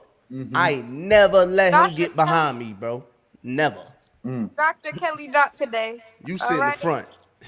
So You sit up here. So Burnt. let me- Because I always said, and I didn't even know him like that, but I always said, he the type of nigga that'll pull his joint out on you and rob the whole car. Right. Rob us. We trying to, you know what I mean? Buy some business. He's one of them. I knew it. He always was burnt to me. Before the sentence. Yeah, jail just made it worse. Everybody saw the signs, but nobody thought for him to get some mental health. Yeah, like, he needed evaluation. That's So what He was burnt out, and then went to jail, started fighting for honey buns. That made him worse. Problem. You know, So Do y'all realize ladies' question. Hey, Nobody's I going was to get going mental to health help. man, three or four dudes out of every 10 in the streets need to be looked at. 7 Yeah. out of 10. Yeah. They do. Yeah, that's might a be way right, better Will. number. Will 7 out of 10. Need to be looked at, That's bro. why I started my new program, bro. I'm about to try to flood the streets with them. Need to be looked at. Yeah. Yeah, But you know what's crazy? Noor definitely needs to take O somewhere so they could look at it. He needs to sit down and talk to somebody right now. You know what's crazy though, BJ? If O would have came home and shot me, I would have sent him and Noor to jail. Both of them gotta go. Going out the continent. Both of them gotta go. Word up. Straight up, man. Hell nah. So look, right? So listen. Hey, listen, young man, check this out. check this If out. he don't get some help, then next it'll probably be your son he'll come out. Because he got a demon that's after him. And he can't seem to get away from it. If he doesn't get mental health help, it ain't gonna change because he go to jail. Especially now that his son is gone. Right. Coming after his son Especially already. now If he that don't his go son take is gone. If he don't take action in that case, because if he missed His time son in is his gone. son's life, he coming for him already. He gonna blame somebody for that. So either way, I'll be the first one with a suit on the stand. Yep, that's him right there. So- Get him some help. So let me Georgia just. is really relaxed when it comes I'ma to say mental I this. go health. home safe and take care of my kids. They gonna tell that nigga he crazy. They gonna look at him like another nigga. I don't know where you even go to Yeah, Georgia. start. Like, It's a joke in Georgia because I had a situation at the school. This young lady was trying to harm herself. We called the police. They like, yeah, that's mental health. What you want us oh, Autry State was a mental health prison. That's probably why he was there. Bro, to do? listen. Why was you there? I don't know. Listen. Listen. I swear to God. I don't know if it be God. Sometimes I'll be like, God put me in certain places, but the devil sent me here. The devil sent me here, bro. I landed in there. They put me in the hole because I was on a disciplinary transfer. I get out the hole. Before I get out the hole, it's an old school nigga out of K. He got his cell phone in the joint, so he was my celly in the hole. He like, yo, York, you got to come over here with us with the. We ain't K building. You a player type nigga. You need to be over here with us. I'm like, yo, shit, you can't get me over there with y'all. So he like, man, I'ma work on it. Give me your info. I gave my info. He said, wherever you don't want to go is E building. I said, nah, ain't no way in the world they gonna send me to no shit. Like he said, E building is where all them niggas getting stacked. Them young niggas is wilding in E building. Oh, I know I ain't going there. They came with the damn sticky notes of what building you going, old school going back to K on that side of the prison. I'll be damned if I got E1. I'm like, ain't no way somebody really playing with me right now, bruh. I'm in here on a drug charge. I'm in a level 4. I'm not supposed to be in here. Get the E1, little red in there. Little red in there. Bunch of mental health niggas in here. My mom's is a witness to this, because everybody that know that when I talk about Ultra State, I be like, yo, I used to get them mental health niggas coffee in the morning. They loved me just because I was giving them coffee every morning. That's literally a mental health prison, bro. I thought about it. But I used to go to, when I got there and when I figured where I was at, I went to my counselor every day. Miss, I'm not supposed to be here. Ain't no way in the world I'm supposed to be here. Please get me out of here. Get me on the next bus. Get me on the next bus smoking. Please. Get me out of here. Man, these niggas got murder charges. Ain't none of these niggas going home. Yo. 85% is a 99-man cell dorm. 75 of them niggas had murders. Damn. I'm in here on some drug shit with 3 years left to max out. Why am I here? Miss, get me out of here, please. Wow, please, that's man. crazy. Little Red was that was I just thought about it. That was a mental health prison. Audrey State. Everybody know that. Mental health Did they prison. get you out of there? You finished your time there? She paroled me up out of there, man.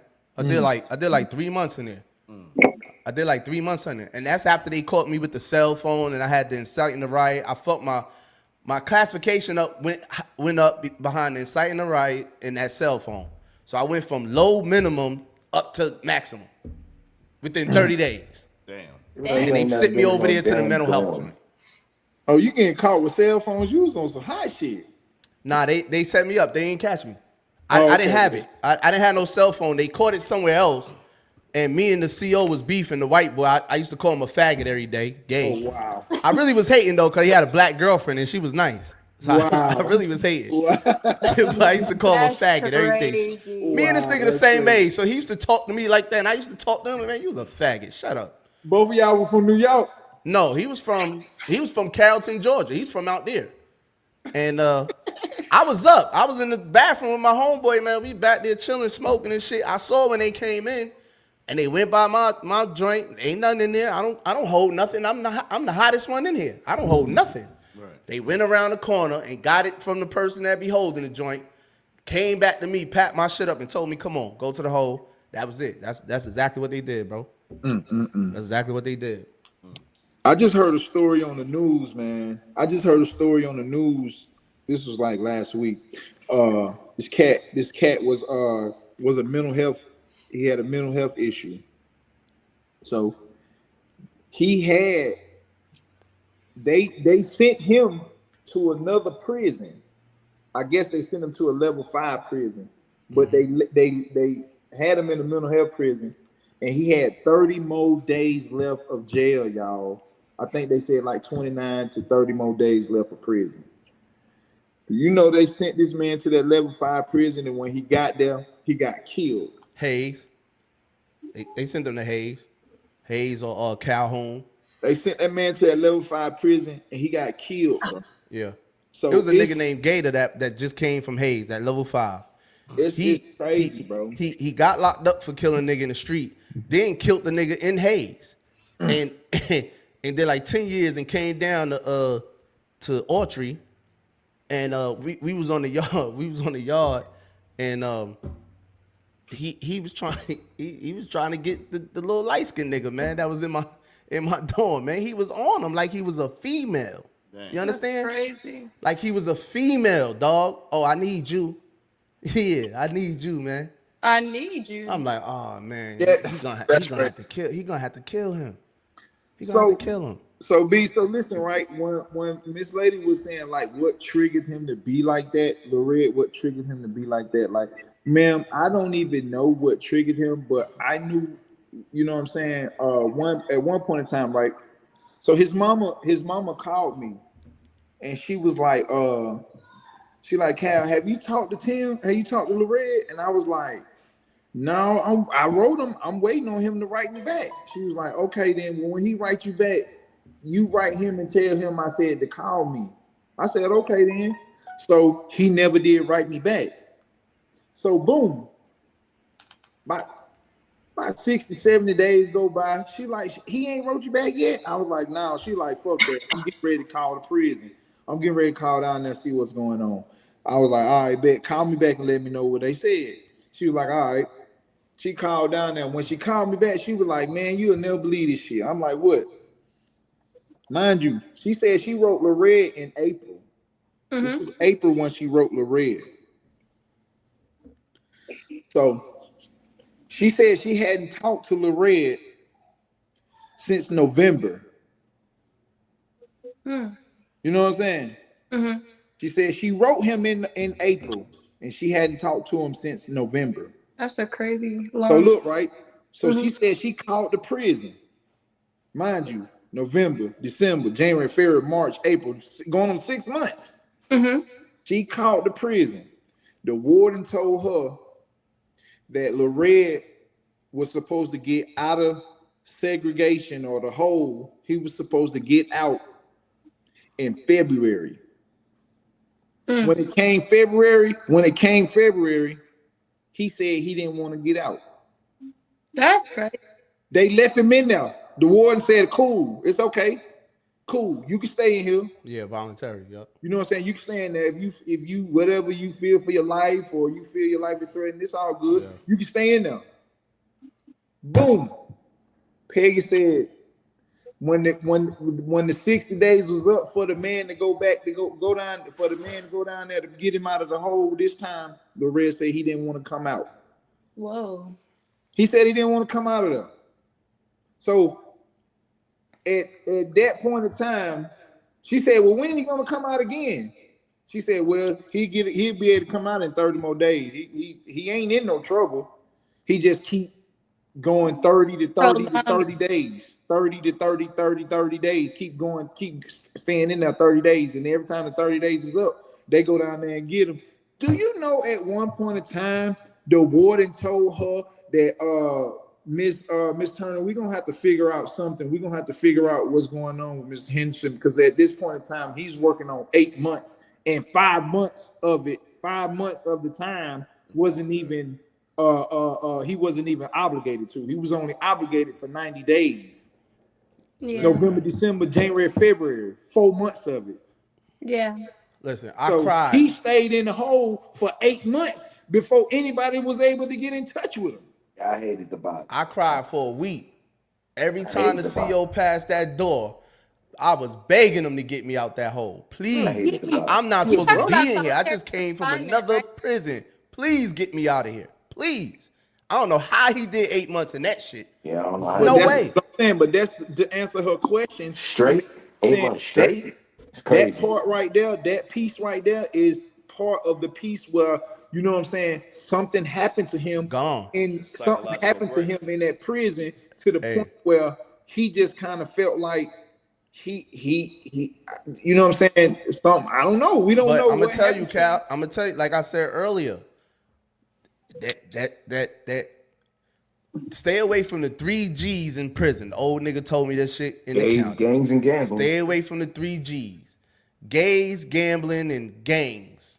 Mm-hmm. And mind your business. You know, he was in there on his blood shit, but they not fucking with that set. They not. That's a fact. Yeah, I know. They not fucking with that set. So I know a lot of his issues came from that alone. Yeah. Now, I'm not saying that's the reason why he chose to stay in there. I don't know. But I know a lot of his issues came from the gangbanging, man. Yeah, man. With other bloods. I ain't even talking about the other niggas, the Crips and the GDs. With other bloods. You know what I'm saying? But Autry State wasn't no joke, bro. Mental health shit. Mental health to the point where them niggas cutting theyself. They put them in the hole for 2-3 days. Bring them back. Put them right back in the same building they was in to begin with. That's crazy. They could cut you, stab you, cut you, or whatever. They're not gonna get charged. That's why I was giving them niggas coffee. They slick was extorting me for coffee. They slick was extorting me. I ain't even give a fuck, man. Yo, you had your coffee today? Come on. yo, man. But listen, I didn't even know what was going on until my celly told me, dog. He was a big GD, man. Until he told me. Because I'm like, man, I'm gonna max out in this dumbass shit, man. And he like, yo, how much time you got left? I'm like, 3 years, man. I'm max out. Like, yo, these niggas ain't never going home. And I didn't know because these niggas was having so much fun. They having so much fun in here. So I had no idea until he started pointing niggas out. He got life. He got life. He got life. All these niggas got murders. All of them. And a lot of them is from Columbus, Georgia. You know what I'm saying? So he got a 15 years, so he doing a 15-year sentence. So he was, matter of fact, he was there 10 years before I got there. Is Lil Red still walking around Lawrenceville? Nah, he locked up. Okay. he in the county, but you know that's a tough situation, Cal, and I feel for you, man. But I think like you said, man, something definitely wrong. Like Kurt said, them demons is on them, man. They working them. You know what I'm saying? I knew that, but they working them, and it's affecting everyone around them, and it's affecting his family members, and ultimately that's what got his son killed. Yeah, because he was supposed to come home and redeem himself and be a dad. Right. He's supposed to come home, redeem himself, and his son wanted that. Do y'all understand? His son came to him. He left when his son was like 3 or 4. Right. His son came with an outfit and some sneakers, and he flipped on his son. That's crazy. Yeah, home At trip. the end of the day, Cal, You know what that could do to an 18-year-old kid? Fuck the world. Or 17-year-old? He probably was 17 at the time. Yeah. at You know the that could do to this 17-year-old kid? Now he mad at the world because he probably couldn't wait till the day his father come home. Right. Everybody talking highly about his father. You know what I mean? they call that And now your son is out here trying to rob and get killed. The apple 18 years old. fall from the tree. Right after. no, what it is, it's called a generational curse. That passed down. At the end of the day, Cal, you are here, I believe, on this earth to worry about you and your own children. Everybody can't go. BJ always say it. Everybody can't go. Everybody can't You go. gotta worry about your kingdom, your seed, what you impart in them. Be the first person in court. I'm testifying. Right, you got to go. You got to go get you some help. So when you guys say real quick, y'all mean solitary confinement, right? And to that point, what I was gonna say, I took a social justice class last semester, like not even a year ago, and we were talking about the repercussions of solitary confinement, and it's used in a lot of countries as Torture. interrogation tactics because of how detrimental it could be on the mental and the psyche. So, a lot of people talk about how that shouldn't even be a thing that's really related in prison because of how detrimental it can be to somebody's psychological health over time. But I'm willing to bet that played a big role into why he was so far gone once he got out of prison and what may have contributed to him doing what he did. Because it's said that like it has tremendous effects on somebody's psychological mental state if you're in solitary confinement, especially for like over 48 hours. 100%, especially in your formative years. It affects the way your brain develops when you're still not emotionally regulated and you haven't developed your brain. They say the worst time to be in solitary is in your 20s because that's when you're still trying. And a lot of Americans don't understand that every other civilized Western country does not allow for solitary confinement in the way America does. America is the only modern civilized Western country that gives out 10 years, like BJ brothers spent like I think more than 7-8 years in solitary. Like you could do as much as like any amount of time in solitary. Most countries, I think in the UK and the European Union, it has to be like less than months, and it's only in like dire situations, because there's all these human rights conventions that have listed this as a form of torture. It's only Americans that still think this shit is normal because America just says it is. Yeah, Well, I think y'all got a point, because O did 2.5 years in the hole Yeah, that's in Southport. He I did did. 2.5. probably getting treatment for that.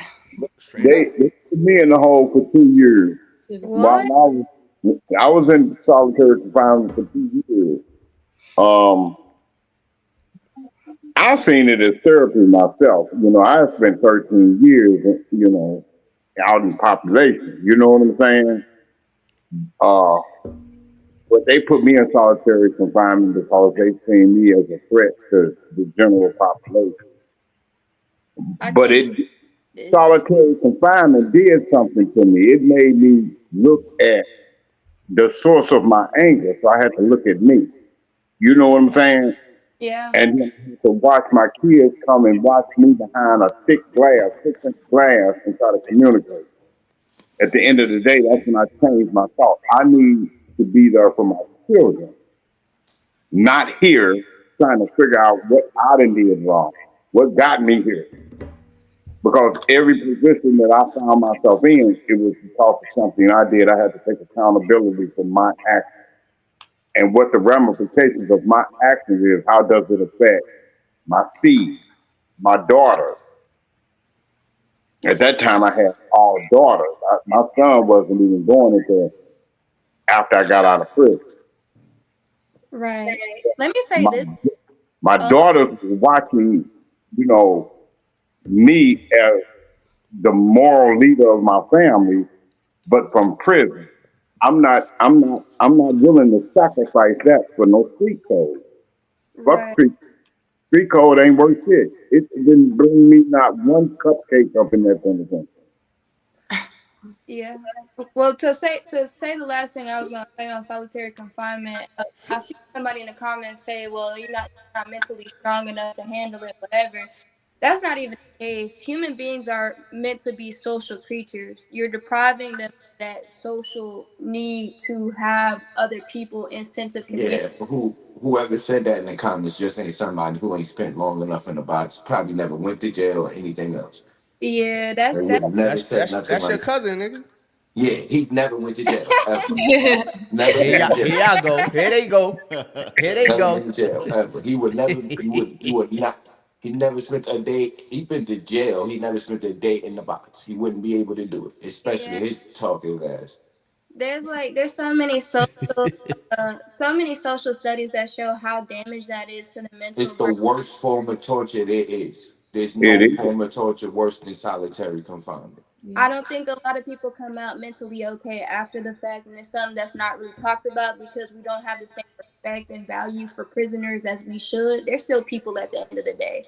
But once society has deemed you as somebody that's been in trouble or committed crimes or whatever it is, we almost put less value on those people's lives, and we don't realize the implications of the things that we're doing to them. That is a form of torture at the end of the day. And I don't, for whatever it's worth, I do not think prison should be for the sense of just punishing people, but to rehabilitate people. And that's something that we don't talk about enough. Is we want people to come back from the things that they do wrong. Now, everybody is not savable 100%, but there's a lot of young people and a lot of people who want to reform and change. And I think that ultimately, when you're putting somebody in a box in solitary confinement to be alone and to be socialized for durations of months and years of time, you're limiting the opportunity for them to be better people at the end of the day. Yeah. All right, real quick, guys. I want to give a shout out to a good brother of mine, a good friend of BJ and I, Ilio. We call him Dread. He owns Good Deed Home Services. He does outstanding HVAC work. The brother could actually build a house from scratch, but the business is HVAC.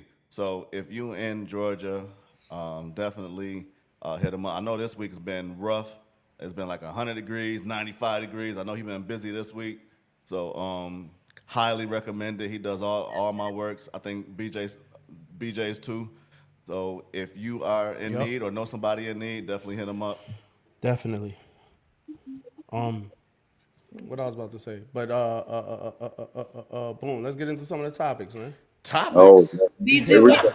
go. Yo, Cal, if you want to stick So, around, you can. We're gonna get into some of these topics, man. I appreciate you sharing your story with us.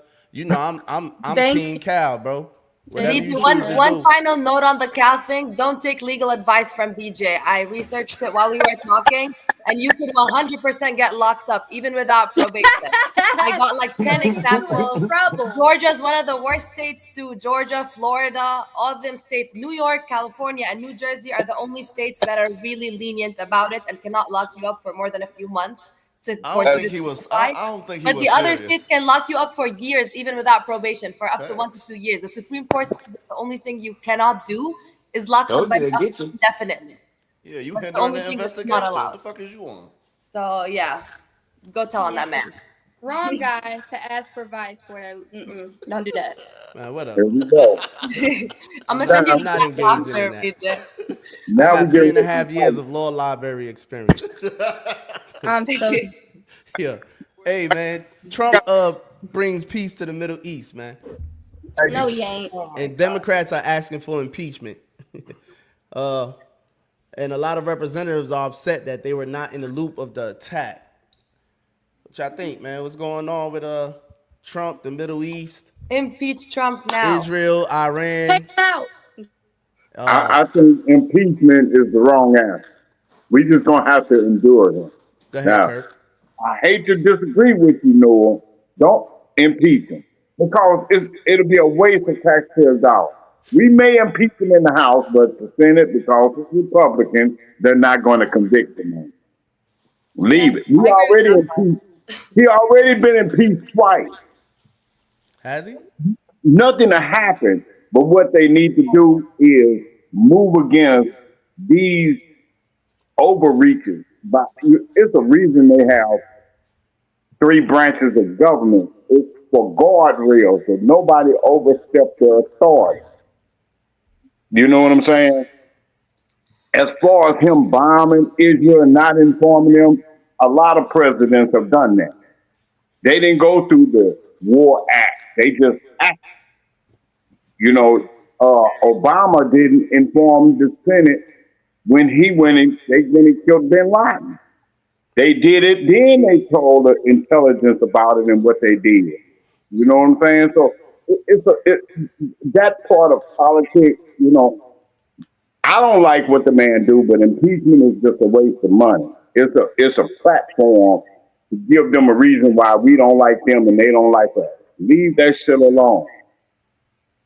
I thought that it was a terrible idea when they tried to impeach Bill Clinton. Cause what? He had a sexual out of marriage sexual experience when they was having sex with page boy. That shit is nonsense. Let's talk about the issue. You know what I'm saying? Should he be able to take birthright citizenship from people simply because of he can do that? He can determine who's legal and who is illegal. No, that's overreach. That's overreach. You know, let the government work the way it works. He's a criminal. Believe me, I think Trump is a criminal. And all he got is his thugs in office. So we just gonna have to endure. We endure Al Capone and his thugs. BJ and his thugs. Why But here? Oh, the nah, he got people, extra. it's a waste of time. It's gonna eat up all the air, and we ain't gonna pay attention to the other shit that's going on. Like the man that can't get his cancer treatment because of United Health and they done found some loophole not to pay out, so they gonna delay that man's cancer treatment. Let's talk about the health issue. Felicia Cal, said, "F that Cal's man." brother probably could have got some real help through the health system if they put the funds into that. They want to talk about waste of government funds, but it ain't no waste of government funds to run hundreds of tanks in the streets of Washington, D.C. What the fuck is that? Come on, stop. Waste of money just to give him a big birthday party. What you saying, Will? We had some comments. Felicia, right off the back, as soon as y'all mentioned Trump, said, "F that man." Was she talking about Trump or Lil Red though? Trump. Dre said Kurt is right. The man been impeached twice already, got 34 Fs, and became more powerful afterwards. Let that man finish his 4 years. I thought when you get impeached, you can't be president no more, ever again. No, the Senate blocked it, basically. And that's what's going to happen every time. We have a Republican Senate, nothing's going to go. So then he wasn't impeached, right? He was impeached. I mean, there's 2 stages. It was unsuccessful. Politics in the Was he United impeached, States. Noor? Impeachment is an indictment. It's An indictment is not a conviction. Right. Listen what I'm saying. He's been impeached. In other words, the Senate, the House of Representatives found reason to impeach him. So they sent it to the House. The House is like, they sent it to the Senate. The Senate is like the jury trial. They're the ones that says, okay, the impeachment is confirmed. And then they can kick him out of office. But when Democrats impeached him twice, they sent it to the Senate. They found him innocent. They let him go. And that happened. All right, so twice. he hasn't been impeached. He was impeached, BJ. If you ask anything on the internet, was Trump impeached? He was impeached twice because the first House of Congress, the House of Representatives, is the house that impeaches. That's the first stage. You have to be found guilty to be impeached, right? No, that's the thing. You don't have it's impeached by both houses of Congress, by both the House of Representatives and the Senate. To get the consequence of an impeachment, which is that the person is no longer president, both houses, the entirety of Congress, has to agree. But that's not what the word impeachment means. You can be impeached. I got it. I see it. Okay. Impeachment is sort of kind of like it's the indictment. They found the charges. 2 different things. I got it. All right, so he's been impeached twice. So y'all, yep. Okay. But he's been convicted of 34 felonies outside of the office. I ain't gonna lie, Kurt. You've been convicted of felonies too. Any man that keeps complaining about another man being convicted of a felon that's been convicted of a felon is a snitch. But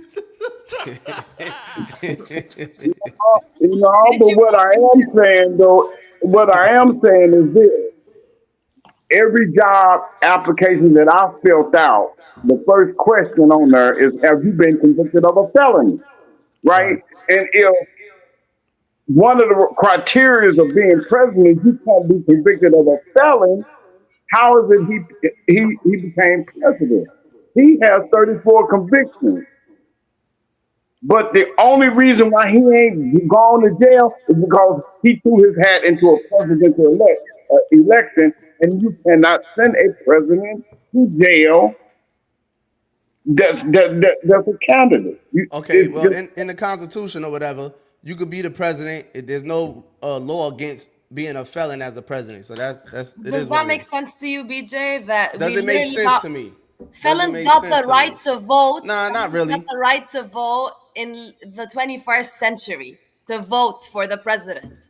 But you're saying because the Constitution doesn't prohibit that person from becoming the president, it's fine because whatever the Constitution. It's a lot of laws that don't make sense to me, Noah, but it is what it is. He can't be a fireman, but he can be the president. It's a lot of laws that don't make sense to me. They call him the Teflon Don. But it is what it is.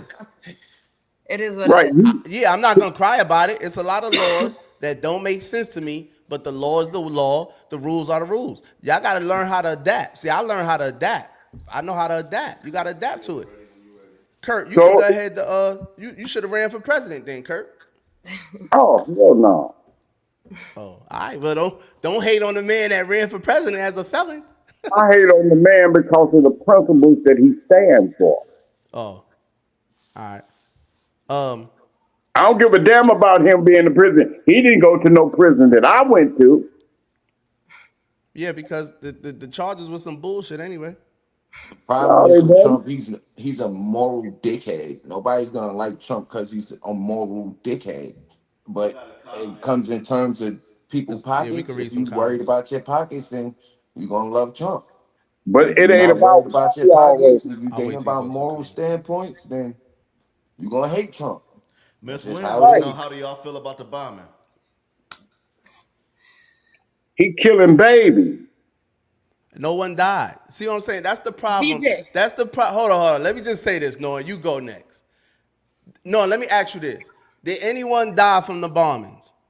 No. In Iran, from the bombings by the U.S. or from the bombings that the U.S. paid for through its proxy Israel? The bombings that Trump said he did on the nuclear sites.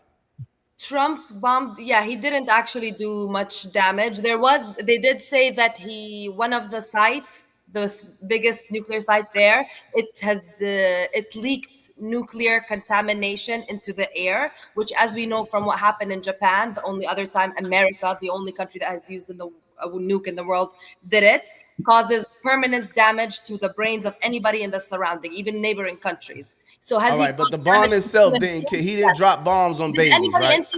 I'm finishing. Did anybody instantly explode when he dropped the bomb? No. That was my question. Are children gonna get cancer in 50 years because of the contamination of the air? Yes. And the bombs they dropped didn't kill anyone, right? It's contaminated. What do you mean? The whole point is that they're so terrified of nuclear contamination that's the whole reason they're starting this war. And now you act like nuclear bomb less dangerous. Leaking nuclear radiation into the air is less dangerous than bombing, making a couple people explode. I don't know. The question was, all right, so nukes, right? The narrative was, Miss Williams asked about what we felt about the bombing. Kurt said they dropping bombs on babies. That's a narrative.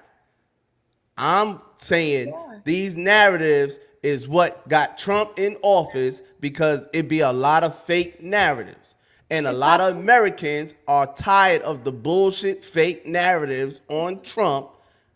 And that's why he got elected. And y'all still don't see that. BJ, Trump has co-signed every action that Israel has taken. So if you want to tell me that the only thing that matters is if a baby's head explodes, yes. America has led to the explosion of babies' heads. No, we wasn't talking about those. She was talking about the bombing that just happened. But they're yes, the same Israel, thing. yes. That's what you're not understanding. They're the same thing, to the point where Trump's entire justification for why he was able to declare war on a country, on an independent country with a military that could fight back against America without going to Congress, without doing none of that, is because this was self-defense, imminent self-defense. Who are we defending? Israel. This is a joint war. This is not America versus Iran. This is America and its puppet Israel. They're both each other's puppets somehow, and they're doing each other's bidding. Iran always been saying, they're known for saying death to America. They're known for that. They're known for saying death to America. And what's America known for doing to the Middle East? What is America known for doing in the Middle East? Dropping bombs. Exactly. So you're going to punish our words more than you're going to punish your bombs? All the presidents too at that. Why do we say death to America? Why do Arabs say death to America? Because America has not brought nothing but death to us. You think we was just born hating America? And this whole, even the fact that like when I read that Charlemagne quote you sent me, that stupid thing about like comparing what Trump's doing now to Obama and Biden's military acts in the Middle East. All of these acts by American presidents in the Middle East, if you actually look at how they attempted to justify them, legally, the only thing that is threatening America's constitution and existence is the two attacks that Trump made in Iran, because they have absolutely no justification whatsoever. The killing of Osama bin Laden that Kurt just mentioned, that was completely allowed, because after 9/11, they came out with a law that said American president can do whatever the hell they want to prevent Al-Qaeda, Osama bin Laden from doing whatever. So they had that legal entitlement to act independently as a president to stop because of the war on terror and all that bullshit. Trump has no justification. How are you claiming self-defense on a country that has not done nothing to you? And your own Tulsi Gabbard, the national intelligence that he appointed, the national intelligence director, she said, we have no reason to believe they have nuclear weapons. Next day, he drops the bombs. You have absolutely, your own party is saying that there's no reason for you to think self-defense, there's an imminent threat. I'm against the bombs too. I'm against the bombs. Too. So I ain't gonna sit here and defend them. Anybody else want to speak on the bombing right quick? Well, with them on bombing. North Korea has a nuclear bomb. I don't see him going after them. But you know, what's the difference between the two countries? Both are not supposed to have nuclear weapons. Right. But because Israel is saying Iran may have the capacity to make one, we're going to bomb them, as opposed to North Korea, who says if you throw a bomb over us, the first place we're going to hit is Thailand. and the next place we're gonna hit is California. See, that bullying tactic on wealthy people, I'm totally against. Stop all that bombing, investing this wasted money you say you found, but you wasting it on bombing some other body's shit that ain't got nothing to do with us. Like you said, I don't care nothing about them. I don't care nothing about them. Why you don't put that money into, instead of bombing somebody else and giving somebody else's shit, why you don't put that shit into some system in America? Why you don't bring that money back home? Get out of other people's business and we won't have shit. Yeah, So, I don't agree. I don't agree with it either. I'm with y'all on that. I ain't, what And I mean? it's also a universal fact that Trump is very aware of, that Israel is one of the handful of countries, including Iran, that as of today has not ratified any international treaty for monitoring of their nuclear facilities and plants. So Israel is not just possibly has nuclear weapons. Israel has refused to allow any international body to inspect their nuclear facilities. Nadia backstage, bro. So we You don't ain't know gotta what worry the hell about they that might video. have. And that irony is like missed by everybody, that the country that's starting a war off of the fear of nuclear weapons is one of the handful of countries that refuses to let anybody even see their nuclear plants. America need to stay out of their business in the first place. It's Vietnam all over again. It's them getting in the Chinese business, now they getting in. Hold on, bro. All right, we got a caller on the line yet. Go ahead, caller. What's up, everybody? What's up, Noor? What's up, Nadia? What's up, Cassie? Cassie, you a real one. What's up, Davon? Queens in the building. What's up, Will? Buffalo. What's up, BJ? Brooklyn. What's up, baby? My arch nemesis. What's good, everybody? Everybody be against me. I don't know what the fuck I done did, man. This shit crazy. Go ahead, bro.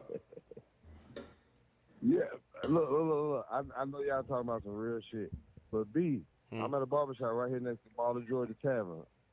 This nigga talking about he can beat you at chess, bro. He got the chess board. He talking about when people beat him, he give out free haircuts and shit. I told him, bro, you can't mess the barbershop where?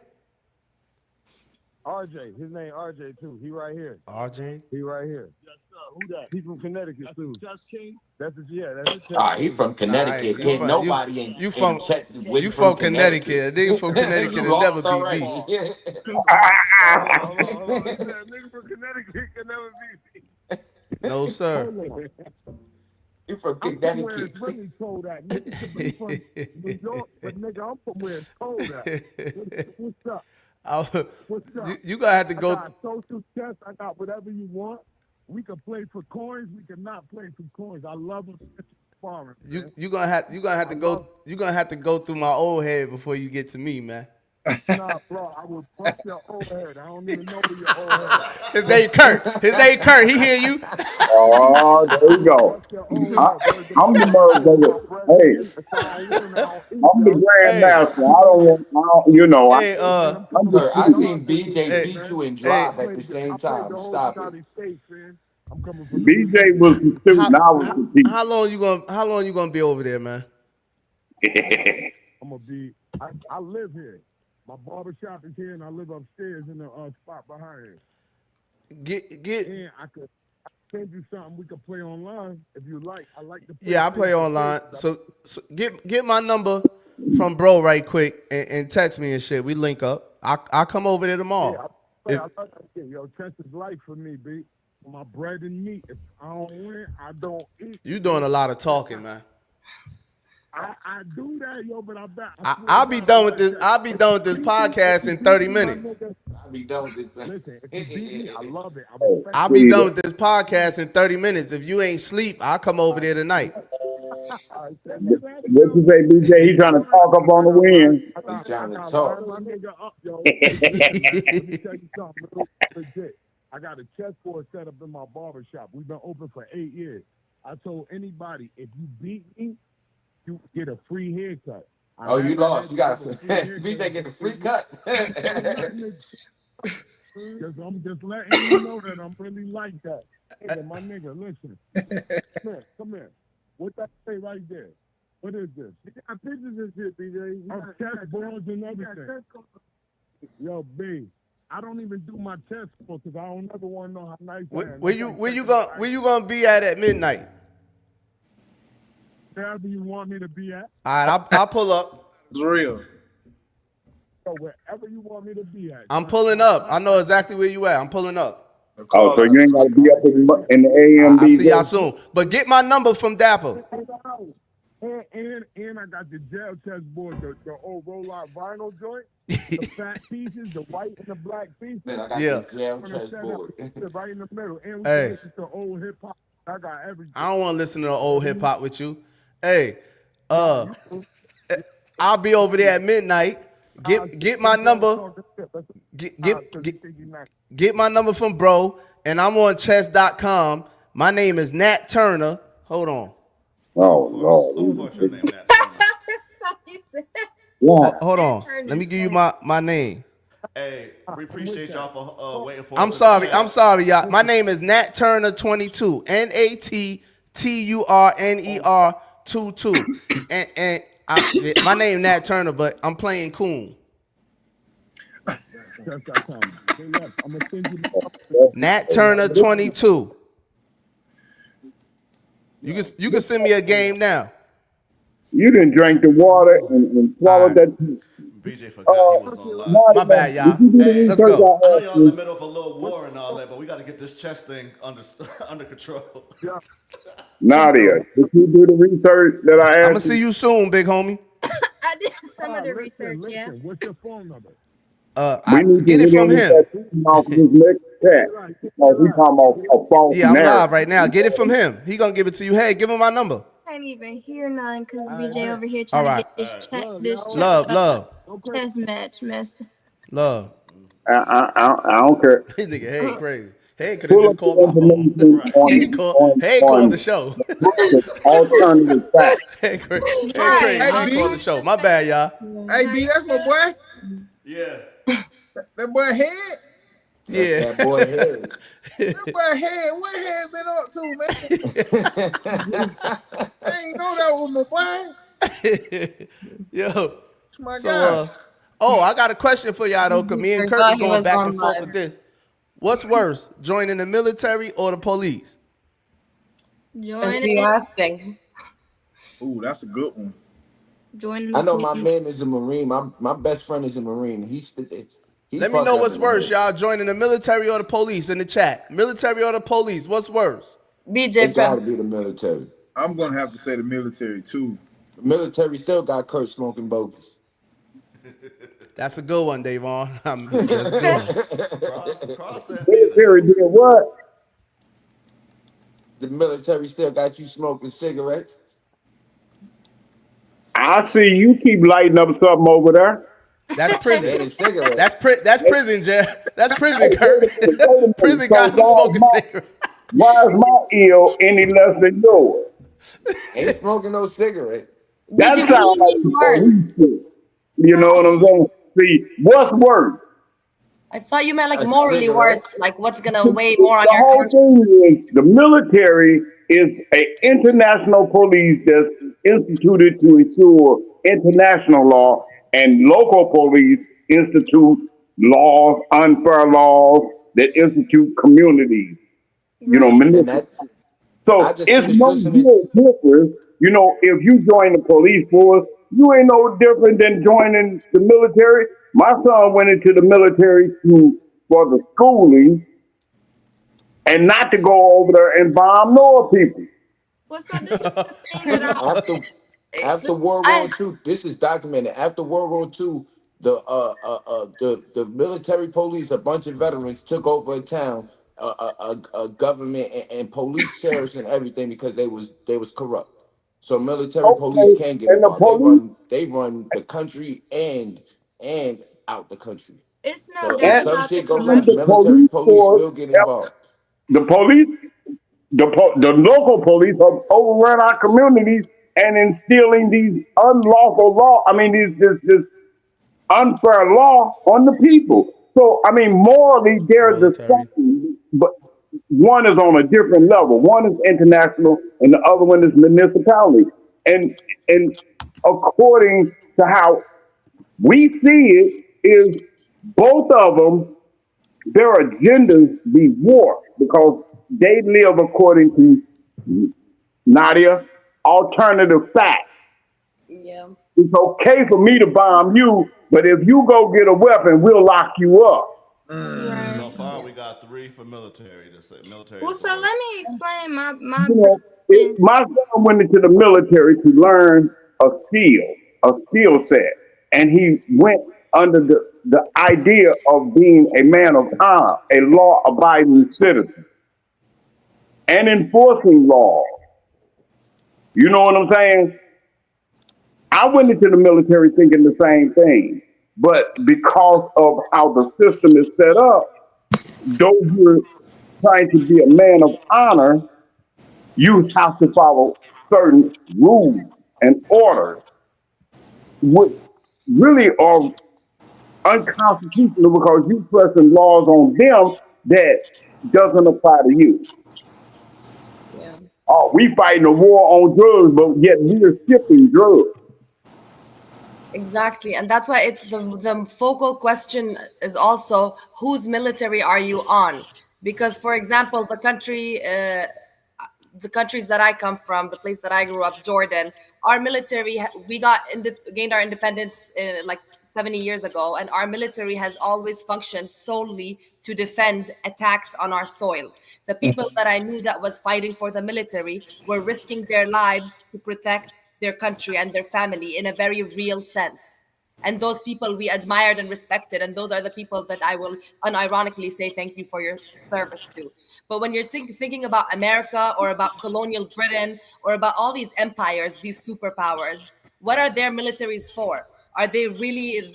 When I think of the American military and the people on the ground in Afghanistan and Iraq and all of the patriotism becomes like a disease, like a mental illness, like a brainwashing of a population to have you think that because of your imaginary threats of terror and your imaginary war on drugs and all of these forced narratives and forced agendas that are just spread through propaganda and brainwashing people from when they're young. You have so many families that are 3-generation military families because everybody's telling you that this is what you got to do. You got to fight the Arabs. The Arabs are crazy. The Muslims are trying to blow us up. The Muslims gonna keep doing what has Arabs done besides 9/11, which was just Al Qaeda, which if it was a white person would have been just localized to that one lunatic KKK group or whatever. America justified spreading that incident to every single Arab country, justifying literally more than 10 acts of declarations of war by the military that led to kids dying, entire cities being destroyed. The entire country of Iraq became like nothing. Like no other country does this other than America in this day and age. Britain used to do that, used to be on that shit, but that's not to say that every person in the military is like that. But it's like if you're joining the military of a superpower like America that has literally not needed to defend itself since World War II, which it voluntarily entered, then yeah, I think military is definitely a lot worse than police in that context. But if you want to join the military for a small country that's being attacked on its soil, I think it's a very respectable thing to do. Well, Go ahead, so Nadia. my thought process is different. The way that I analyze the question is, what do you get the most benefit off of? I want to start off by saying this, and I'm talking about specifically American. I can't speak towards Yeah, we're any. gonna stay America on it. Yeah. For me personally, though, when we're talking about benefits, when we look at police task force, it was based off of slavery. Like they had slave patrol, which then turned into what we see now as everyday policing. And when I bridge the gap between what is better and worse, also looking at the actual benefits that you get from the military, you get education, you get money, you also get health care, or you should get health care. Not all veterans in America do get that, but they should. And that's something that usually entitles people to end up going overseas and doing such and devoting themselves or enlisting themselves into the military. That being said, when I look at the history of policing in America, that comes from slavery. That was to oppress Black people, and now it's to oppress the everyday citizen. I'm not saying that it can be helpful, but oftentimes we see that more people are afraid of the police, or more people of color are afraid of the police and feel terrorized by the police force that they see in their everyday communities than they feel safe around them. And that to me is why I favor the military over favoring police task force in America. Also, too, I would say like the overall pros and cons. I don't think the military was created to be oppressive. I think, at least not to American citizens, right? It is oppressive to other people in other countries because we go over and I guess enforce our powers or grant our powers over to, I guess, other countries, but that's not necessarily what it was meant to do for African American people. In fact, they didn't want a lot of us to be in the military for that reason because it Right. can be beneficial. So I think that honestly, the military is better than police task force in America, in my personal opinion. What you think, Cal? And then Davon, you next.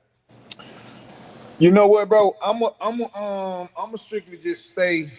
I'm not political savvy.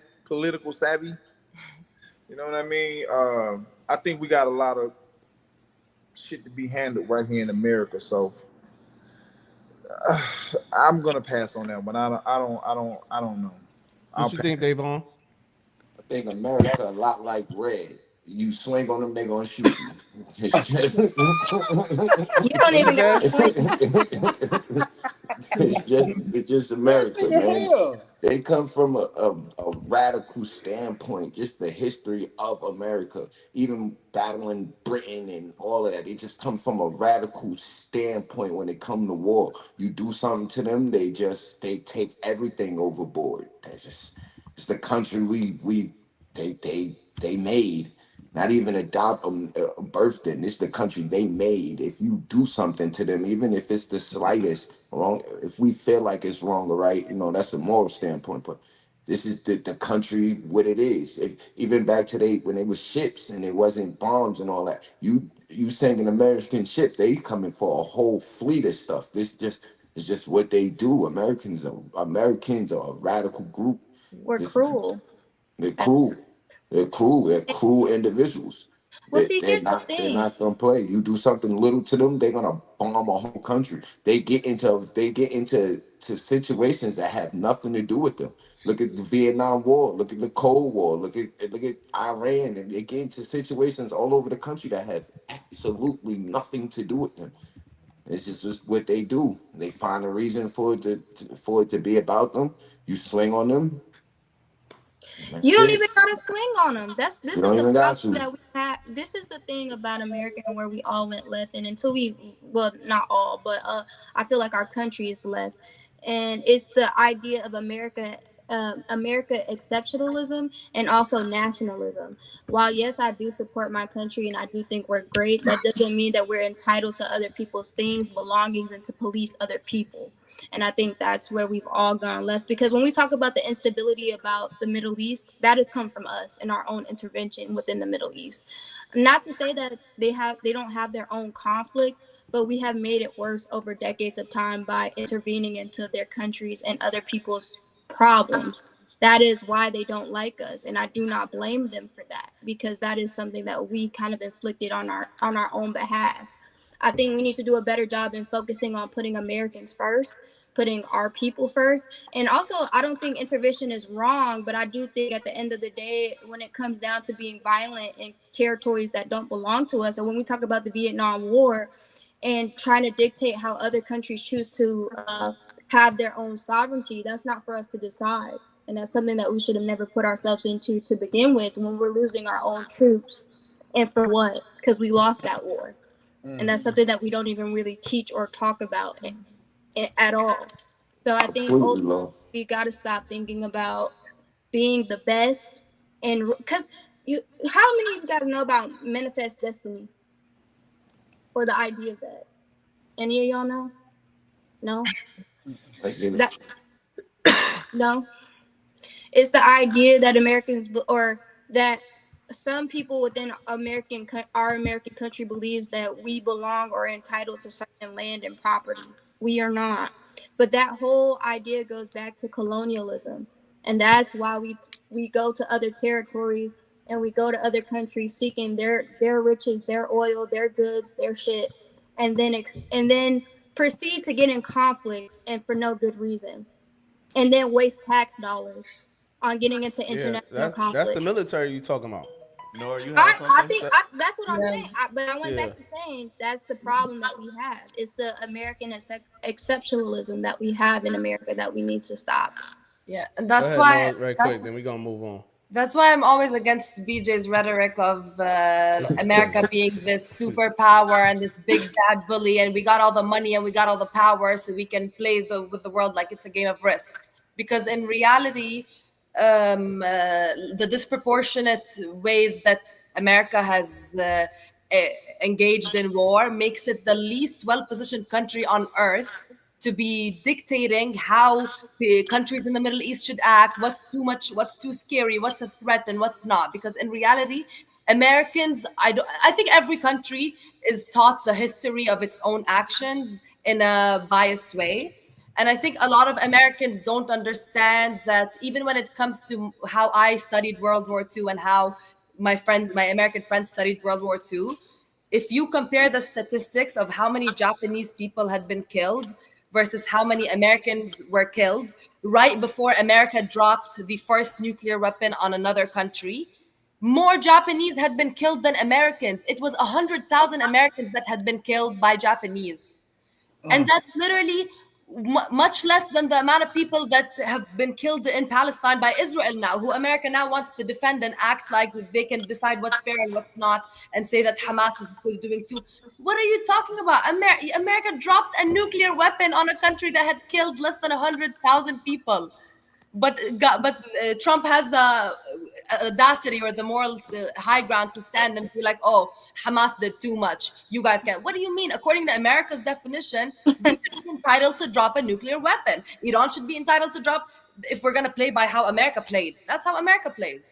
Yeah. And like just to act like that's not a thing, and to now have all of these countries, not only the countries with their problems in drugs, the countries with their problems in Islam and the terror, all like it's so ridiculous that America still maintains that legitimacy, like where anybody is supposed to listen to it when it's committed so many egregious violations of basic humanity and basic war.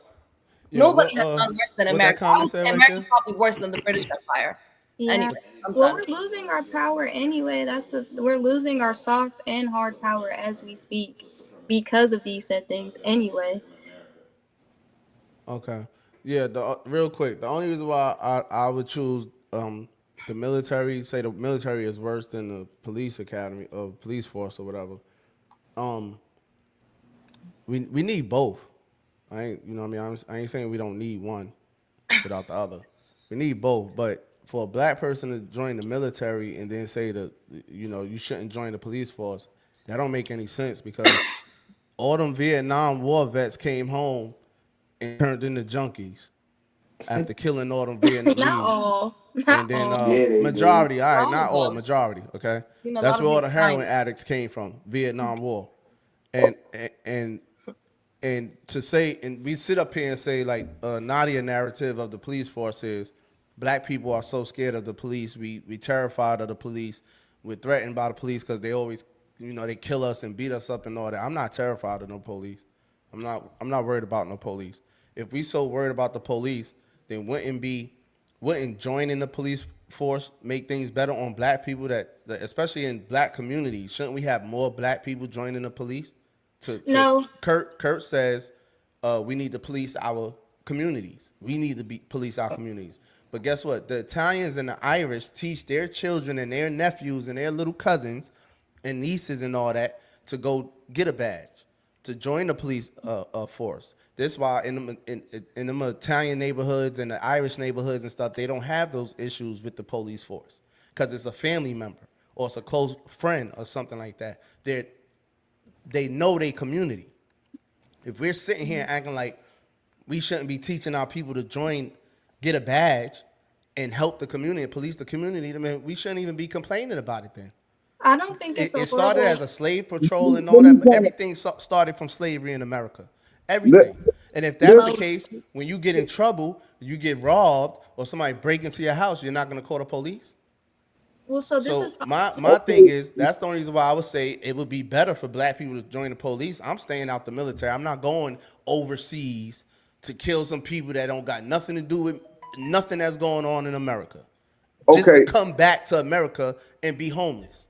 These homeless people that you see in Atlanta and all that, those are military vets. Well, let me You know what I'm saying? let me say this. First time we aligned. But we gotta. Hey, let me say this.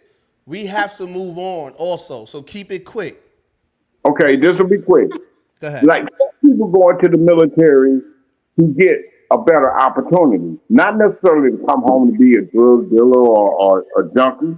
My son went in the military. He now stays in South Georgia, and he's getting his pilot's license through the schooling that he obtained through the military.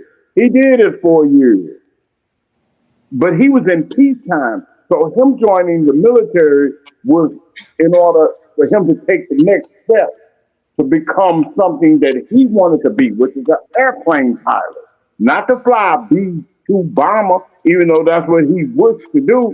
But he realized his better opportunity is to get into commercial air flight, starting pay over $200,000. That places him into an economic situation that's better than if he had joined the police force. And after 30 years, he gonna sit back an old fat man eating spaghetti and smoking a cigar. Well, so let me say this. Nah, real but we quick not so we we can not go. saying. I'm not saying that. That's cool and all though. That's cool too, Kurt. Can But 4 years he was in the military. What the military get paid? $400 or $500 a week. But what they pay is for his schooling. And he was in the military. Hold on. Let me just. I'm not just. They get paid about $400-$500 a week, right? In the military. Something like that. Okay, Kurt. Will tell him to turn his is echoing from the phone. So while you're in the military for 4 or 5 years, possibly you could get sent to war. You're only getting paid $400-$500 a week.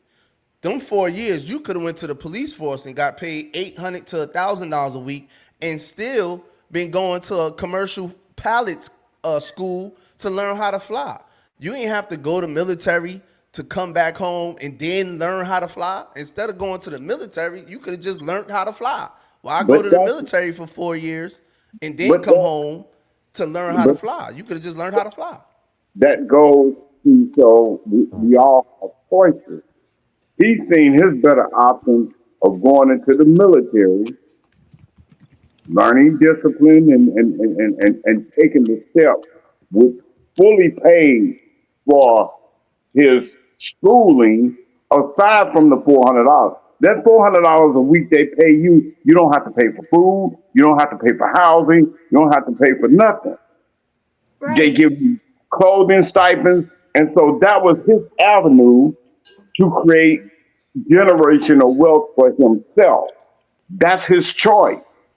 I'm glad for him. I went in the military on I'm happy choice. for him too. You know what I'm saying? I went to the military on choice, but once I got there and I got placed in a situation that was morally against what I thought I was coming in here for, I got out. All right, that's cool. He made his choice. So, He made his choice. so Go ahead. everybody chooses a path to get to their economic stability in the way that they make. Which one is worse? I'm not even talking about as a career path. I'm talking about for just black people joining it, period. If you join in the military for your career path, cool. I'm not saying you wrong for that or any of that. But if we're saying we're Americans stuck here in the community is messed up. We're saying police is killing us. We're scared of police. Why are we saying it's worse to join the police force but we'll go join the military and be overseas just to come back home and have to go back to school or do whatever, you know what I'm saying? That's all I was saying. But Nadia left, right? Yeah. Going through the academy. We got a caller on the line. Let the caller go.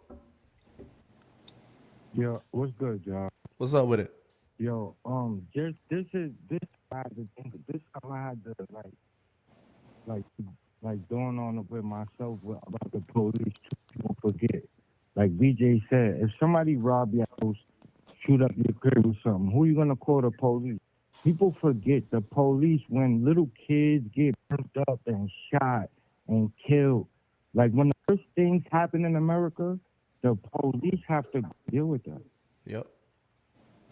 They do it all the worst that you can ever possibly think of. And then y'all forget that. They got to deal with all these things and then go home with that. Nobody's the police credit for having to deal with the work that you could ever possibly think of. Yeah, they curse NYPD out like them, like they regular niggas on the street. I'm talking about the New York has stripped the police of dignity. Nigga. I could never be a cop in New York. I be seeing But that. the police has also You be seeing it, Cal? But then when something happens to your child, you want them to come. You want them to come and rescue you and save you. Like if I was a cop in New York, I would be the last to the scene every time. Shooting under the man, shit. Well, so this is also something that I really wanted to say. If your child get kidnapped right now, who you expect gonna go find them? Yeah, it's gonna be the police. You're not gonna find them. Right, it's the police. The police gonna have to find them. Right. I'm not saying that we should belittle. Nobody don't ever think about that. Hold on. I just want to hate the police. Nadia got a response for you. Go ahead, Nadia. Yeah, I'm not sitting there saying that we shouldn't, because I think police are actually very pivotal in communities. I think the issue though is until we start changing the policies that police officers and communities abide by, the reality of how people feel about them being in their communities is not going to change. I think that's the real issue. You said you can't hear me? Go ahead, Nadia. I think until you change that, there's not going to be any real action of change. And the reason that I say I prefer a Black person or a young Black individual going to the military is because of what Kurt said exactly. I think if you're timing it right and you're being strategic, it's about working the system. Okay, if you could get health care, if you could get free education that you would have paid $60,000-$70,000 out of pocket for, go get that education. If you want a new car, they say that all the time. These things are things that you may work 10 to 15 years to attain that you can get ultimately through just having. You could do that with the police. You can, but you're also working under pressure. That's the exact thing that I think. It's a lot of pressure being in that military. A lot. It's a lot of pressure, but no, because it's way more pressure in that military. No, let me say this now, because I can attest to this because my cousin just came out of it, and she was stationed in Seoul, Korea. She was in the kitchen, and her job was literally filling out. Police don't die at the rate of military soldiers. What? Go ahead, Nadia. Go ahead. I'm sorry. I'm sorry.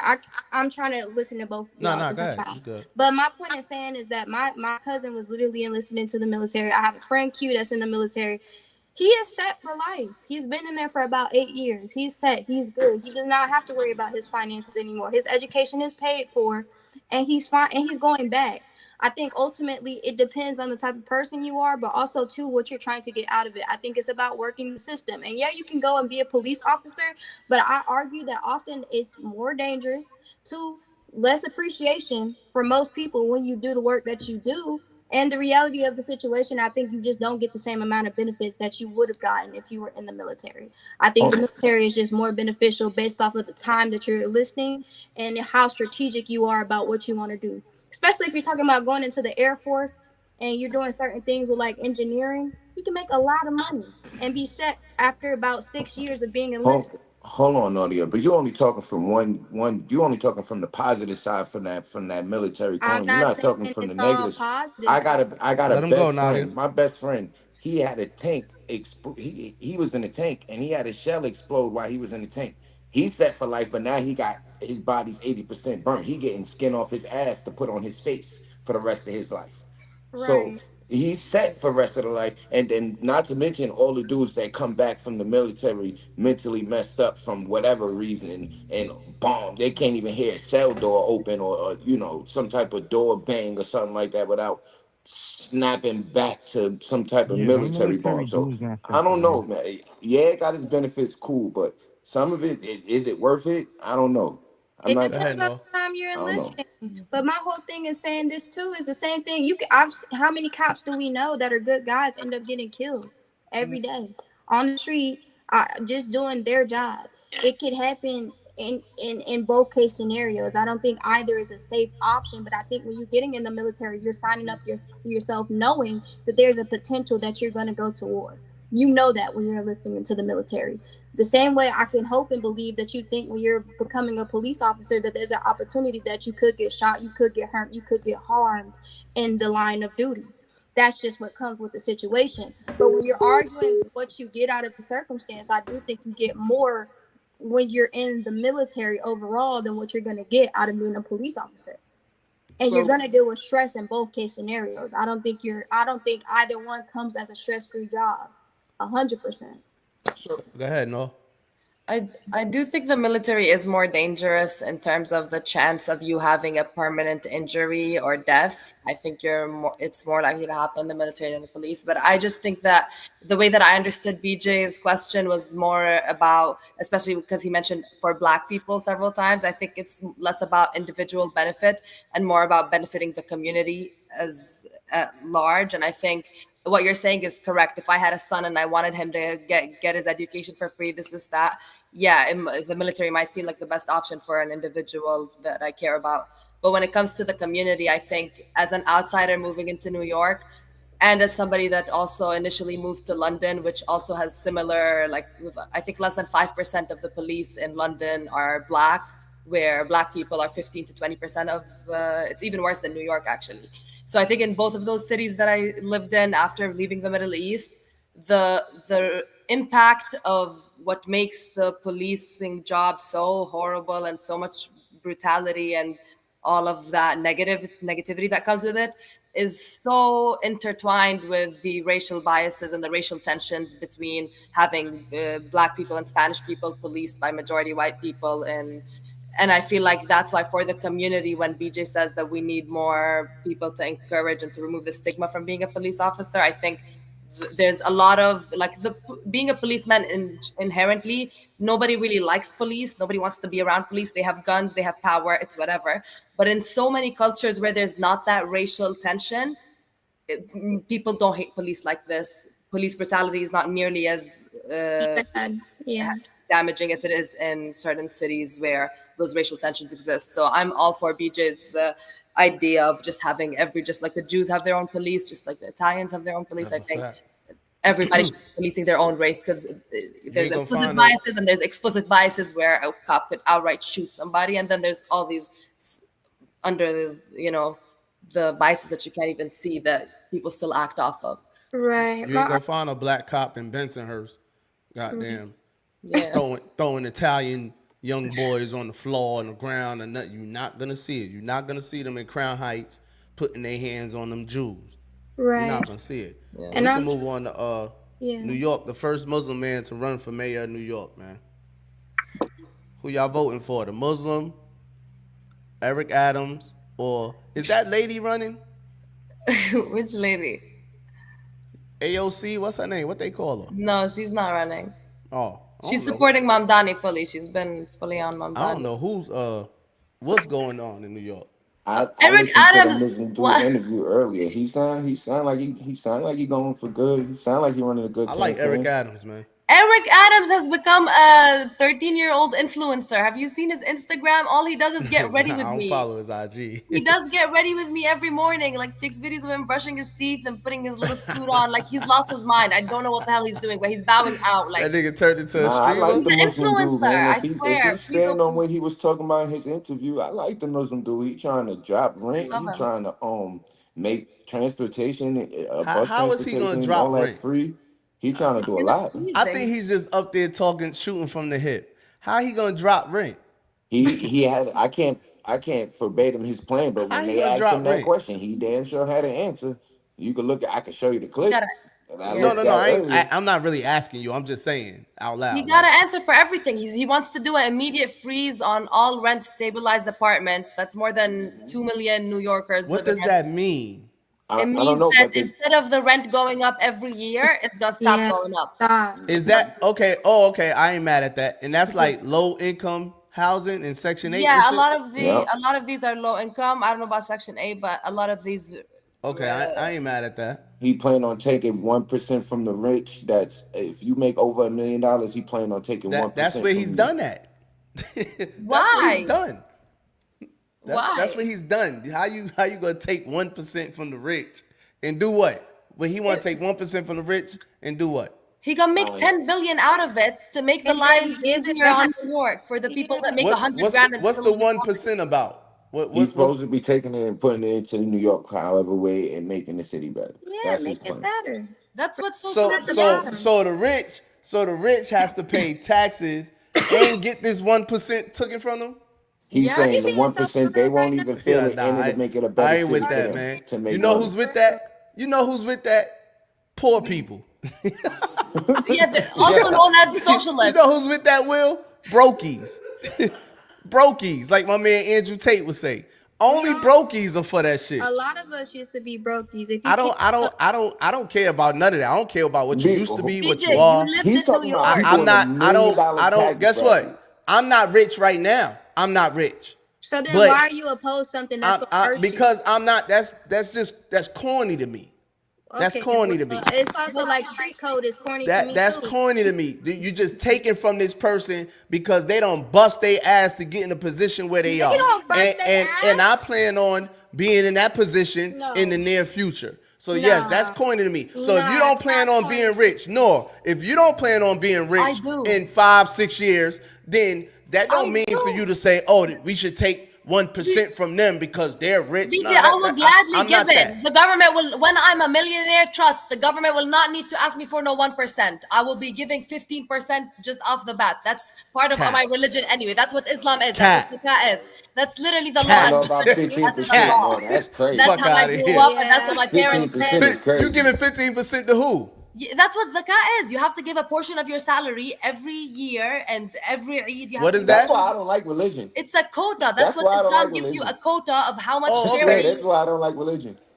Okay, that's what I Islam grew up though. with, and I do believe in it. I do believe that if I'm a millionaire, you think I'm gonna be pressed about giving 20,000 to the schmuck that can't afford a sandwich or to get it on the bus? You think I'm gonna be pressed about my $20,000 because I want to what? And all you gonna do 1% is just fine, not 15%. 1% is cool. I give you 1%. I'd be cool with up to 15, and the percentage expands as you make more money. It's like prorated. And all you're gonna do, just like welfare, is keep them people dependent on people throwing them 15,000 and 20,000 for not having no ambition. They don't feed the homeless.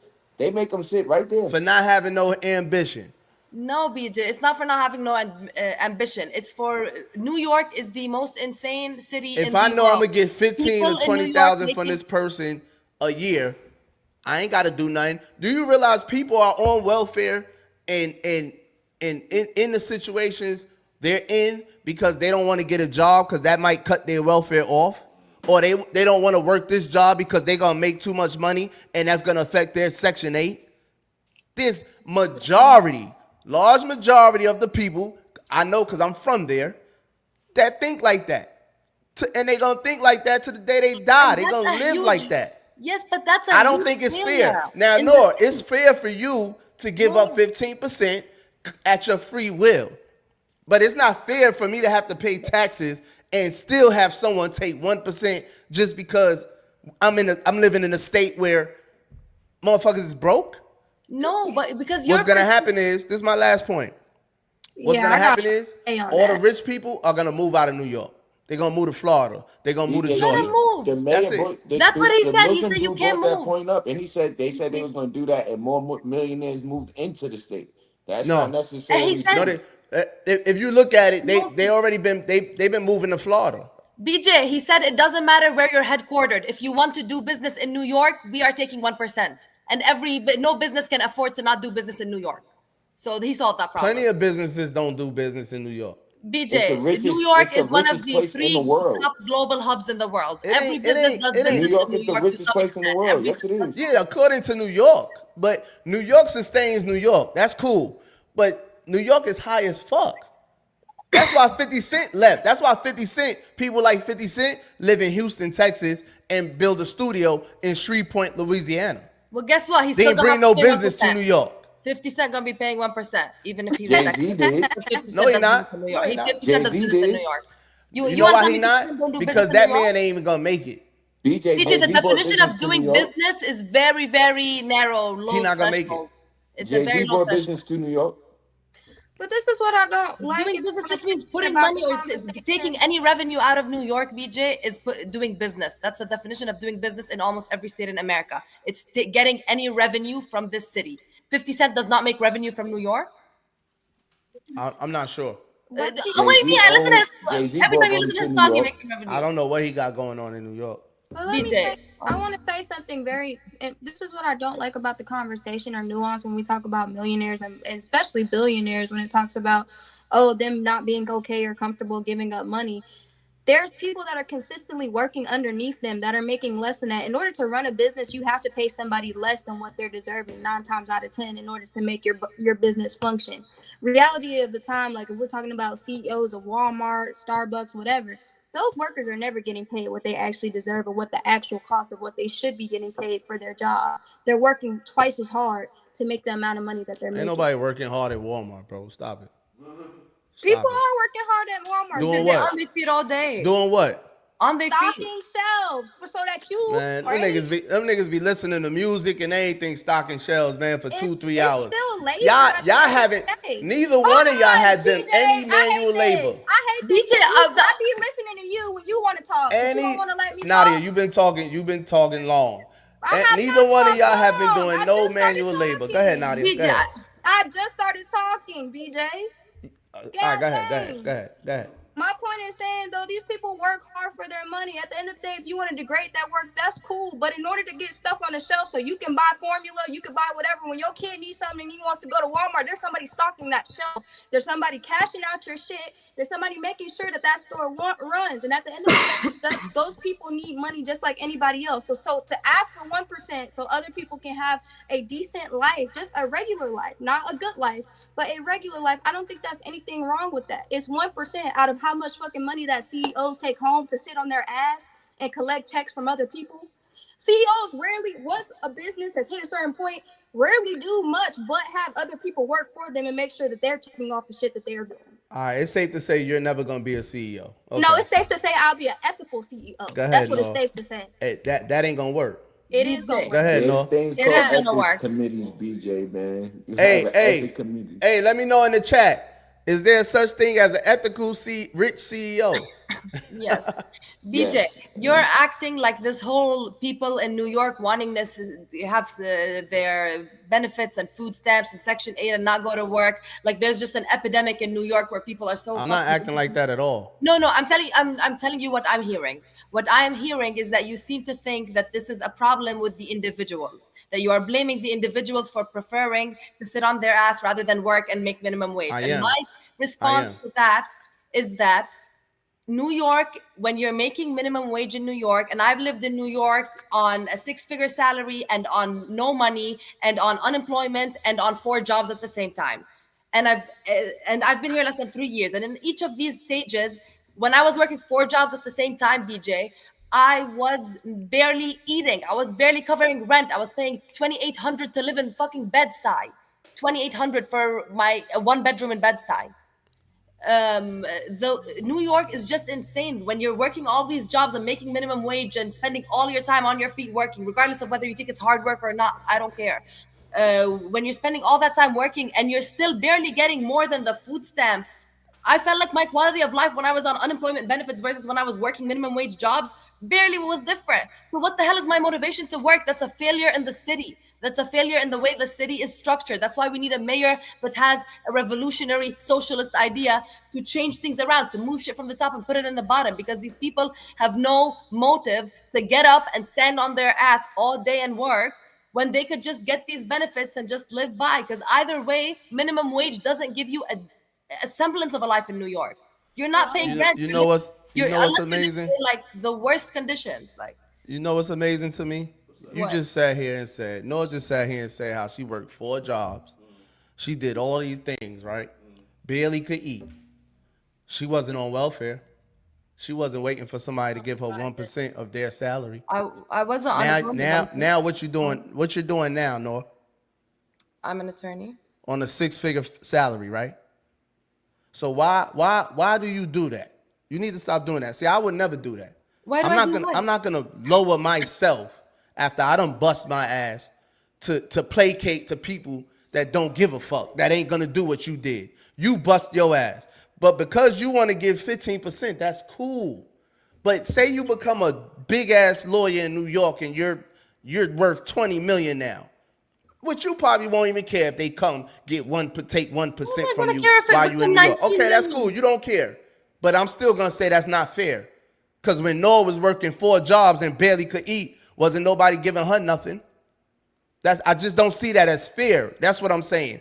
Fair. When the playing field is fair or unfair, it is what it is. Grind. Get out there and make it happen. We complain too much. It's the people on the bottom doing all the complaining. Do something to get off the bottom, nigga. I wasn't complaining when I came home to $600 and was working at the steel mart for $10, $11 an hour. I wasn't complaining. But I was working for $10, $11 an hour. Cuzzo, you kind of. I just had $500,000 cash in my crib.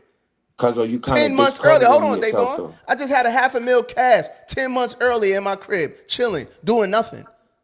To me, coming home to $600 from my baby moms, to working a job for $10 an hour, because I knew what the ultimate goal was. That's what I'm gonna tell my people. Fuck what I'm acting like.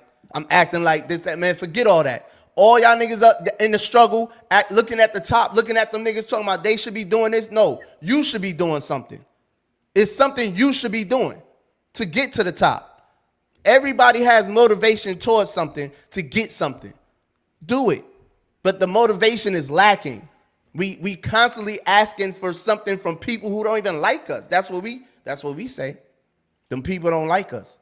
They hate us. Everybody hate us. The police hate us. The government hate us. Trump hate us. The Republicans hate us. Everyone hate us. But we constantly got our hands out asking for something. I'm not asking nobody for nothing, bro. I'm going to go get mine.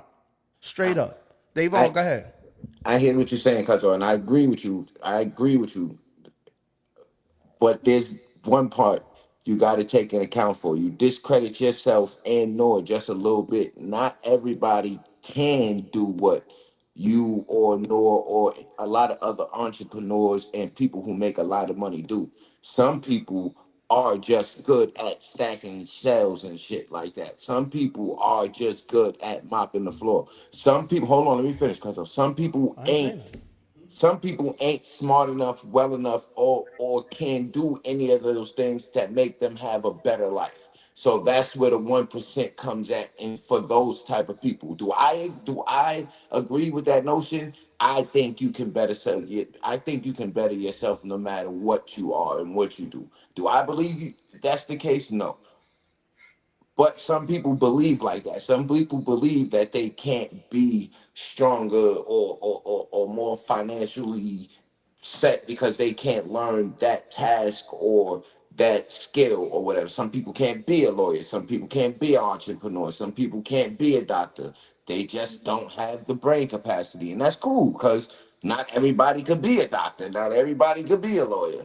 So I guess that's where they want the 1% to be paid for those type of people. I think you should be able to get up and get it if that's the case. Yes, I fend for yourself, whatever, cool. But that's just not how some people operate and some people think. That's just the reality of it. And it's just not about. I don't want to live in a society where just because I'm not able to do it, I'm not smart enough, or all I'm able to do is stack shelves and mop floors, that someone should be giving me 1% of their salary. Noor shouldn't have to give me 1% of her salary because all I'm good to do is mop floors. Do you not have and an stack interest? shelves? I'm just never gonna agree with that. But do you not have an interest in leveling the playing field? Like the whole concept of socialism isn't just about the people with less brain capacity. It's people without arms. It's people without legs. It's people that they get a disability check or something. It's 3 billion categories of people that cannot. Privilege comes in so many different shapes and colors and forms. I had parents that told me from when I was a kid that I was gonna be a superstar. It's people that had no parents. And they was wrong. When I tell you I'm willing to give that 1%, my whole agreement with the concept of socialism is that obviously I had parents. I was privileged. I had somebody that believed in me. I had somebody that told me I could go up to the opposite end of the world and become a lawyer. Some people didn't have anything. Some people didn't have parents. Some people didn't have food. Some people were born in the stomach of somebody that smoked crack and ended up their whole life with diseases. Some people were born in the stomach of somebody that drank. Is that their fault? We're going to make them work harder? Like, how is it fair to you that the person whose mom was a crackhead when they were in their womb How is it fair that this person has to struggle 10 times harder than me? And then when I make my 20 million, I'm gonna be like, no, I don't want my 20 million to become 19 to feed that poor little boy whose mom made a bad decision when he was not even a human being. Well, Like, also, it's fair. Your parents chose not to smoke crack. His parents chose to smoke crack. So what? That make me better? That's fair. That make me more deserving of That's this fair. life? That makes me more deserving and of this a is house? why. And this is why y'all just proving my point. It's luck. It's just this the is why culture. women cannot lead. This is why women cannot lead. DJ, did you choose your parents? Because I didn't. Nobody asked me. Did you choose your parents? No. Did you choose a mother that supported you your whole life and got you out of 3 billion sticky situations? No. You lucked out, right? You lucked out with a good fucking mother. Yeah. And I did too. And guess what? There's people that didn't, and none of us had that choice. I know. I come from a neighborhood full of fucked up situations. Full of them. Okay, but this is my thing too. I heard a comment in the comment section, and this makes me laugh. To BJ and to anybody who thinks this way, bro, let all the service workers, let all the small people who don't work hard leave, and you have to deal with the lifestyle or the everyday communities that we have without these people. It may mean nothing to you, but the reason that the world is convenient and it turns around is because you have people who aren't thinking big. Everybody can't be a CEO. You need somebody to work underneath the CEO. You have a company, BJ. You know it. You have people working for you. You know what that's like. A lot of people who are CEOs, you know you have somebody underneath you who's working hard, but is not getting paid the same amount as you. But they are invoking. They're not supposed to. Hold on. They're giving you the opportunity to live out your dreams or whatever your reality is. My point in saying that, though, is don't belittle those people. At the end of the day, they still deserve to have a decent life, even if it's not a great life. They deserve to have a decent life to live under, regardless of if you think that work is hard or not. And if all these people left off the planet today, it would not be the same type of world that we're living in right now. And I hate that, because we shouldn't be belittle or devalue people just because we don't believe that they're not dreaming or working hard enough in our ideals or reality. Everybody deserves to have a good quality life, irregardless. And if you feel like it shouldn't be, I feel like that's a broke ass mindset, because I think the idea that just because you struggle, that means that the world around you has to struggle to make it, I don't agree with that. Just because I had a hard life, I don't want my kids to have a hard life. That's just the reality. And I'm working hard every day so that that's not a thing. But I don't want anybody in America to just have a hard life because their ancestors had a hard fucking life.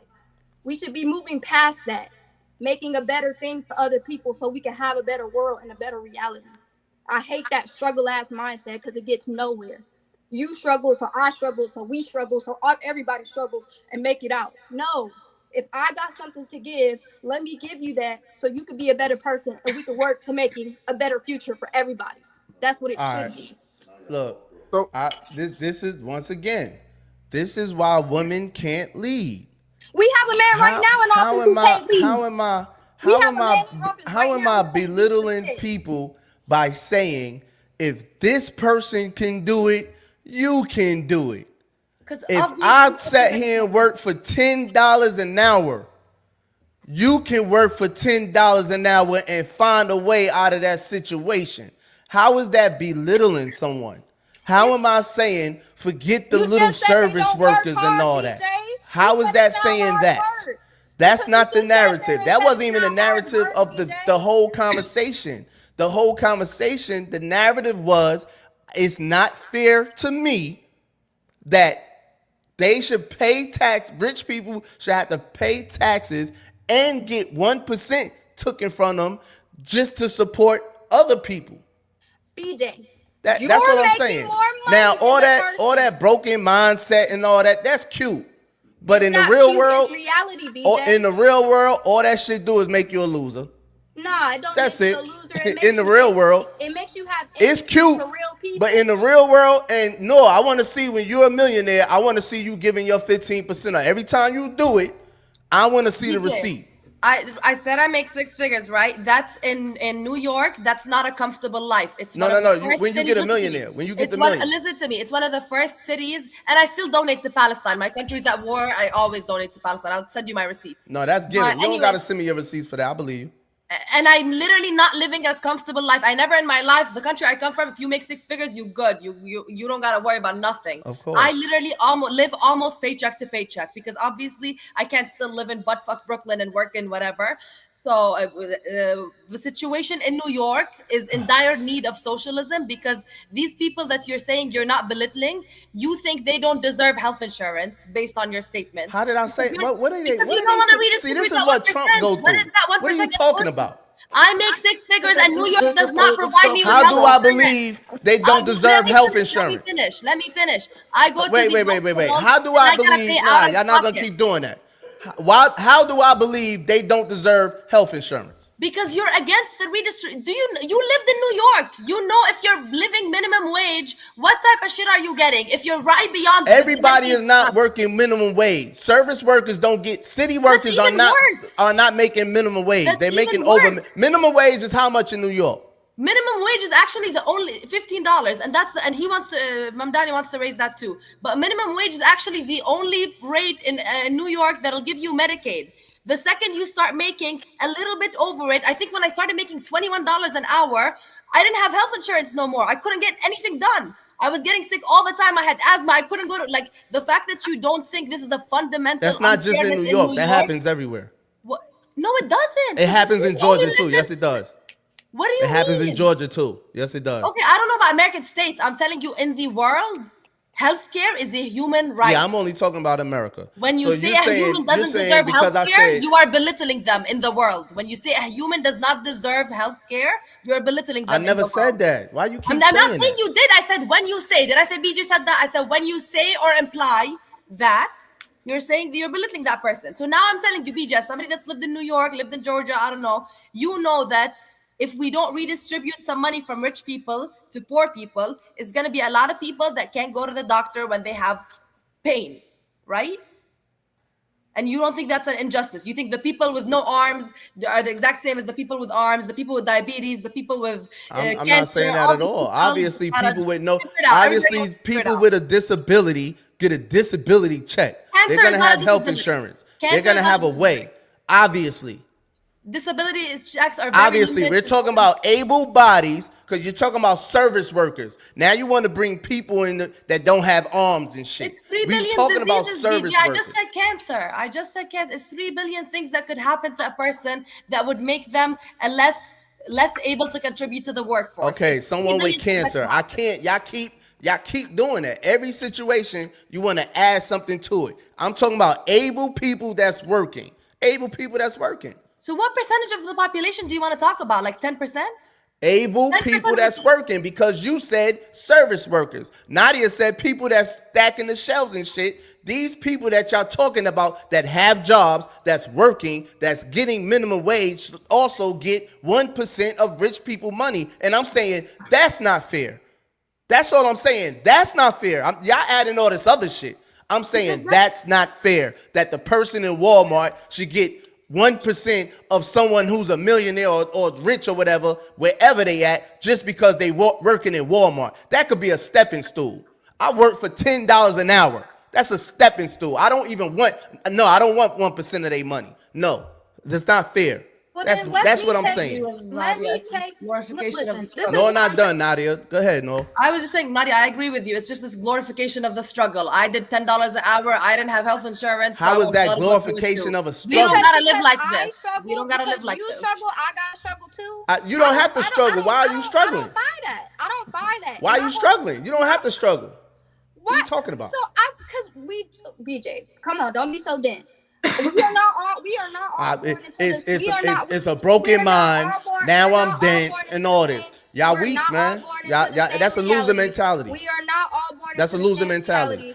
That's why I was able to come home and work for $10 an hour and be where I'm at right now, because I didn't have that mentality. I'm gonna keep saying it until you let me finish my statement. That's I ain't had that mentality.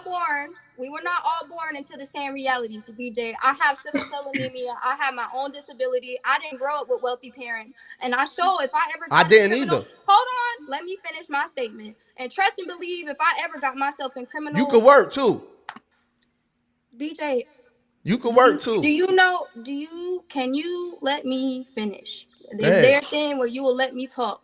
Go ahead. All right. 60 So seconds. realistically, right? I did not grow up in the same. I can work, but ultimately not without causing myself health issues, right? That's something that you don't have to live with. I do. So at the end of the day, it's not a joke for me to say, hey, I would want more help from the government because I don't have the same reality that you have, BJ, and I definitely wouldn't have had a good outcome or circumstance of people helping me if I got into any type of criminal activity. You can't pan out shit. You just can't. Everybody ain't got the same life as you. But at the end of the day, I don't believe that we all have to be in the same struggle bus. If I can help somebody, I'm going to help somebody. And I don't think it should be a crazy statement for a CEO at Walmart to give back to the communities who's making his shelves and making him money. I don't think that's a crazy thing. It shouldn't be. And if you feel like that, then I think you need to do some reevaluation. It's about having empathy for other people. BJ, I believe. All right, so hold on, no. Y'all going back and forth and shit. So I never said nothing about you getting nothing from the government. Get all you can from the government. You're talking about a specific person. That's who I thought you was talking about. Rich people is what you said. We should get 1% from rich people because I have disabilities. I can't work. I'm only working minimum wage. I said that's not fair. Now, if you want to get something from the government, by all means, get all you can from the government. If you feel like because a CEO, if Kurt becomes a CEO tomorrow and he got whatever workers he got, he needs to be paying his workers the same amount as him? Or he needs to be getting 1% taken away from him on top of paying business taxes, on top of paying personal taxes, on top of taking care of his family. You don't know what he got going on in his family. Any CEO. Y'all just hating on CEOs. That's hate. No, get out of here. That's hate. And y'all not, I don't care what you call me. You can say I'm dense. You can say I have a broken mind. But one thing about it, you can't say I'm broke. Well, no, you're a byproduct of a toxic. So that's what it's about. Society. Not being broke. BJ, where does the government's money come from? You keep talking about you can ask for the government. Where does the government money come from? Taxes. Rich people taxes. Or poor people? It comes from taxes. Yeah, and where do taxes come from? Rich people or poor people? Both. Where exactly? I'm saying obviously. Okay, so when we're dealing with a situation where the mayor of New York is coming into New York and he's saying, I need additional money to fund my great ideas of making the bus free and freezing rent and helping the people. Where is he going to get this money from? He's going to tax both equally. You want to add, when you're saying the government isn't a thing. The government has no money. The government is broke. The government is in debt. No, it ain't. So you're saying, no, I don't want you to take that money from rich people only. I want you to take that money from rich people and poor people. That's what you're saying. I'm not saying that at all. You keep talking about, I have, you just told Nadia that you're fine with her and people in her situation. Getting money from the government. The government has no money. It's broke. How the government is this the same? Is this the same government that just gave all these illegal immigrants free health care? Yes, the government. Rooms in the hotel, free food stamps, free everything. Is this the same government we talking about? But when it comes to Americans, we don't have no money. When it comes to Americans, the government is broke. But when you get 10 million illegal immigrants over here, the government, they found some money from Biden and Eric Adams went through $90 billion in New York City in 2 years. New York has money. If we want to talk about New York, New York has money. Eric Adams went through $90 billion in 2 years. He could help y'all out with health care or whatever else y'all need. And that's do what you I'm know saying. How much of this money was made by giving billionaires in New York and millionaires in New York tax cuts and making it easier for them to...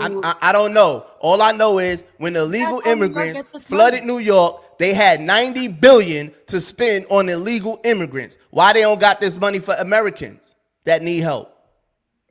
My whole thing, though, that's about when we talk about voting, they make the allocation of who they give what to. But that's the thing that we're trying to talk about. At the end of the day, that money does come from you and other taxpayers, BJ, whether you believe that or not. That's how government gets funding. This money. I just said we both pay taxes. Okay, well, can I finish my statement? I'm just reiterating the circumstances and situations. But my point and purpose is, though, at the end of the day, 1% to a billionaire and 1% to the commoner is not the same. My 1% and your 1% and somebody else's 1% who's making $3 billion is just not the same. So at the end of the day, I don't think it's a crazy statement to say, hey, somebody who's profited off the system, I don't think there's a way to make an ethical $1 billion. I just don't think that's a thing anyway. So I don't think it's a crazy statement to say, hey, since you piggybacked off of other people helping you get success, it's okay if some of your money comes back down so that we can make the world a better place. I don't think that's a crazy thing. And if you do, that's cool. Also, I seen a few comments in the section. I seen Dr. Kelly, he agreed with me. I appreciate you, Dr. Kelly. I seen somebody else who said I was pretty. I don't know if that was me or you were talking to Noor. But either way, I'm gonna say thank you for either one of us. And I appreciate y'all. I hope y'all have a good night. Hey, if y'all, Kurt, you got something you want to say? You was quiet for a long time. Not really, because I think that, you know, when we talk about giving back to the community, I think, you know, what you can give is what you can give. Would it hurt me more to give up $300 out of my income or a billionaire to give up 100,000 of his 20 billion? The ethical thing is, I thought it was all about, you know, we as a United States are concerned about our community. Let's give back. That 100,000, that million that he has to give up out of $100 trillion, that's nothing to him. That's like me going to buy a pack of cigarettes. It's nothing. You know, give back to the community, which in essence, it's almost like they say, happy wife, happy life. If you give back to your community would be appreciative. They'll work harder. They'll work longer because now they're seeing their quality of life expanding with your paycheck too. Hold on. So you're saying if a billionaire gives people 100,000 or whatever, they'll work harder? You're saying people on welfare that's not working. Let me just paint this picture. People on welfare that's not working gets 5,000. About 50 people get about 5,000 each because this rich person got 1% taken from them. So now they're receiving $5,000 stimulus checks or something. They're gonna work harder. I'm not saying that. People on welfare, see, that generational curse about welfare, you know, welfare is not designed to live off of. Right. And it never was designed for that person. It's not, yeah. That's why they have the welfare to work program, you know, but I don't think a person should have to work their entire goddamn career working hard of this grandeur idea that, I work hard. If I pull myself up by my bootstraps that I can't even afford to have, that one day I'll be like a CEO because it's not going to happen. But if you put into the community, then of course it'll give them more drive to succeed better, even if it's become the best soccer in the world. You know, give back. Why should rich people continue to pay less? Because according to the tax code, they pay 10 times less than the average taxpayer. And but Kurt, we're not talking about tax paying. We're talking about they're paying their taxes and they're getting 1% taken from them. Because they paying on top of that. Well, they already getting that money in their tax rate by paying less in taxes than the average taxpayer. Why not put money back? BJ, you taught me this years ago. Well, you didn't really teach me that. I already knew it. But every time you re-up, you have to put back into your company in order to grow it. Okay. You know what I'm saying? Mm-hmm. If you constantly take, and I'm not going to give nothing back because I got all this money, your company ain't going to succeed. Give back to the minute that corporations become top heavy, then the people at the lower rung have to work the rest of their life until the day they die, or maybe a week before. But Why not? everybody has to work. How do we make our community better if we don't reach back and give back to the community which we profit off of? I don't understand that mentality. Oh, let me stay rich and you continue to follow this dream of getting rich because I worked hard. No, we good. We about to end. I don't, you know. It's not about the let me stay rich. It's not about that. We going, all right, let's just stay on the CEOs then. Because this person was able to create something, become a CEO. And CEOs don't mean that they own the company. But this person is a CEO. That person could have worked up from the mailroom. Could have worked their way up to become a CEO. So this person got to get it 1% taken from them. It's fine. We could agree to disagree. But I know the only people that's gonna agree with that is people that plan on being on the bottom for the rest of their life. I never, ever in my life, I never envisioned being on the bottom at any point in my life. Any point in my life. I never said rich people should give us anything. Oh, rich people should be doing this. The most I ever said, and y'all disagreed with this, when I said Oprah and them should be building stuff in the community. I'm not giving back to the community, building in the community. Y'all disagree with me. Oprah's a billionaire. I said this. I said Oprah can at least put a laundromat in there. Oh man, what the she don't want to wash clothes. I said that. Jay-Z don't do nothing for Bed-Stuy, Brooklyn, none of that shit. I said this. I said these things, right or wrong, Will? Why these rich people, now all of a sudden I'm the bad guy, I'm broken mind guy and all this other stuff that I am, because I'm saying it's not fair to take 1% from these rich people after I sat up here and said rich people should be building the community. Black rich, especially black rich people. I said it doesn't matter what you say they should be doing if you're against making them do it. Why are you against making them do it? That's not taking 1% from them. Is not making them build the community.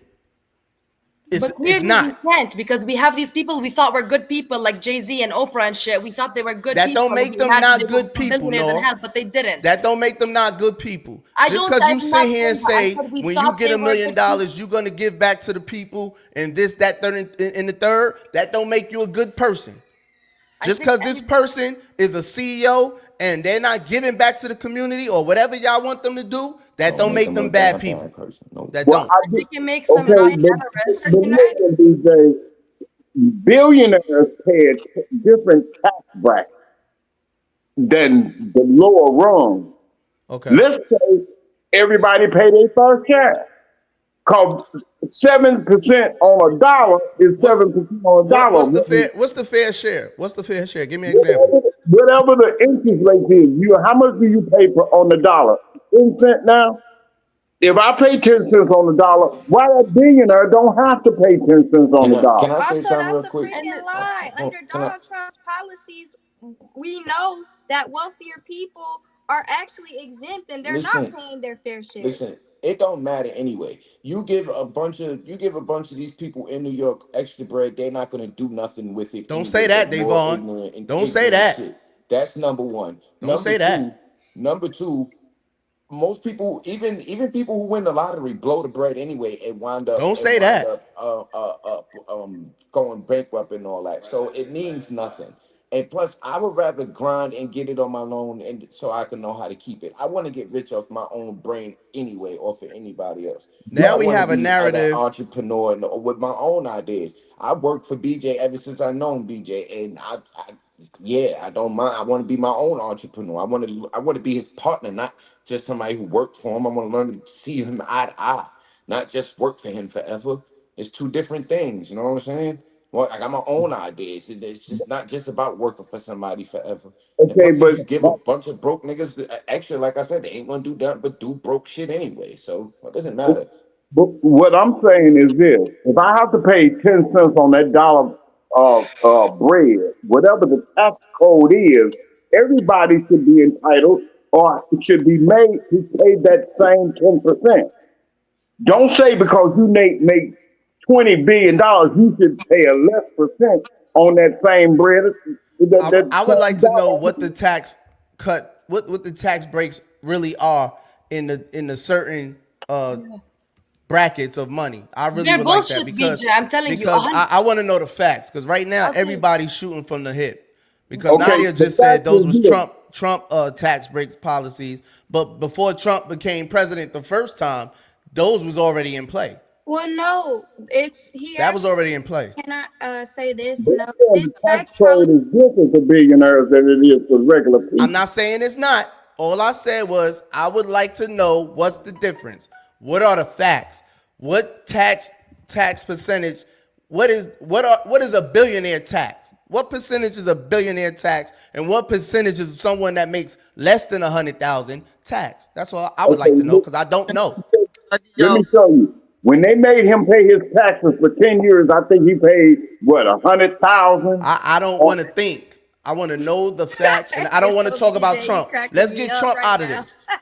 Let's take Trump out of this, and let's find the facts of what billionaire. We only got to go to billionaires. Someone who makes $1 million to $5 million a year or something paying taxes, opposed to someone who makes $50,000 to $100,000 a year paying taxes. That's simple. Can I ask? Y'all trying to compare personal taxes. Once someone reaches millionaire, double-digit millionaire or billionaire status, they're not paying personal taxes. They're paying corporate taxes, which the laws are way different. There's tax shelters and everything. They don't pay tax. That's the whole point of becoming a business owner and avoiding taxes. So y'all can't compare the two. But and that's the key. The key is getting the stuff to write off. How much can you write off? How much can you avoid? That's the key. Play the game. Adapt. Instead of complaining and being a loser, and adapt to be a winner. Adapt to the game. This is a game.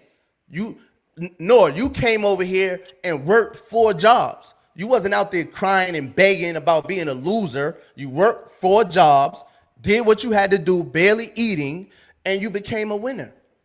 Yes, Play the game. I'm into playing the game. I ain't got time for that other stuff. I'm gonna play the game. Just like I came home to work for $10 an hour. That's not me saying everybody need to struggle because I struggle. What are y'all talking about? That's the weakest shit in the world. When you was making $10 an hour, whoever was paying you that was paying $20 billionaires to $25 an hour to have you. Me and Davon was working at the same place. DJ. Steel company in Gainesville, Georgia, with a bunch of Confederate flags, with a supervisor I didn't even speak to. Me and that nigga didn't even speak to each other. That nigga hated me and I hated him. He didn't even speak to me. And I came to work every day. You know who got fired? Me. I used to have to be there in between. You know who got let go? Me. I ain't complaining about nothing. They kept Davon. Yeah. Nigga got rid of me. I used to me and that nigga used to walk past each other, bro, not say nothing to each other. We left Straight the up. same day. Come on, bro. Same day. They let us go the same day. My perspective is different because that thing that you're talking about, the 4 jobs, that to me was a privilege I had because I was from the top 3% privileged tier in my country where I came from. That's the only reason I was allowed to come and play the game. So me working 4 jobs, me eating meal deals for $5 to get through college, that was not my struggle. That was something nobody I grew up around was able to do other than a limited percentage. And yes, I had to struggle to get to the next step. But when I come from that mentality, I know everybody else couldn't play their game no matter what they tried. They could not get out of fucking Jordan. They could not play the game. Suffer from what you so call I that don't shit? think everybody can just play and that I'm just this like brilliant, hardworking, crazy person that was just so whatever. Like, yeah, I was ambitious. I worked hard. This is that. I'm not this kind of no. But I know people that couldn't play the game due to the situations they were born into. And you can't just deny that that's a thing. Because if you're denying it, then maybe you just haven't survivor's remorse. That's what she had. No, I think you've just not seen it. Come to the Middle East. Let me take you to Palestine. What you want me to see? I don't want to see Palestine. I grew up in Bed-Stuy. Why do I need to go to Palestine? America is the land of the American. I grew up in Iraq. I grew up in the real Bed-Stuy. It was no white people in there, Noor. It wasn't white people nobody would have been calling Bed-Stuy Iraq. It wasn't white people walking dogs through Bed-Stuy when I grew up out there. It wasn't none of that. I grew up in the old New York, in the old Brooklyn. I don't need to see Palestine. I know Palestine is struggling.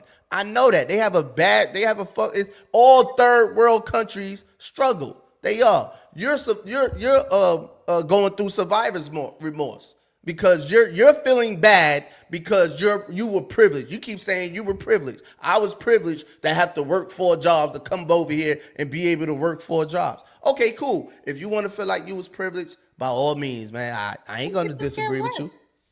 Some people can't work. Like, is that not a fact? Are we denying that? I don't know. I'm not even in the space in my life to even worry about what people can do. I don't know. So all I know is bring me a person that can't do something and is able, has an able body, is able mind to do anything they actually want. I'm gonna tell them, like I tell every nigga that get out of prison. Every nigga that get out of prison and ask me questions, the first thing I tell him is, nigga, go get your CDL. I was working for $10, $11 an hour for 2 years, my nigga. I failed that CDL test. I took that test 5 times, my nigga.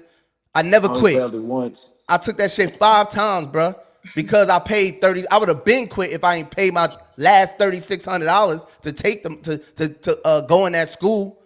I'm not gonna sit here and act like we supposed to be getting something for being in the situation we in. Nah, my nigga, get up out of that.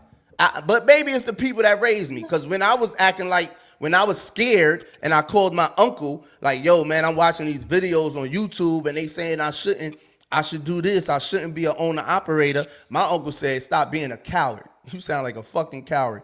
Don't stop being a coward and don't call my phone no more with that coward shit. So maybe it's because I was raised by different type of people. I don't know. But I'm not shitting on people on the bottom. I'm not. Because I've been on the bottom my whole life. I'm still on the bottom.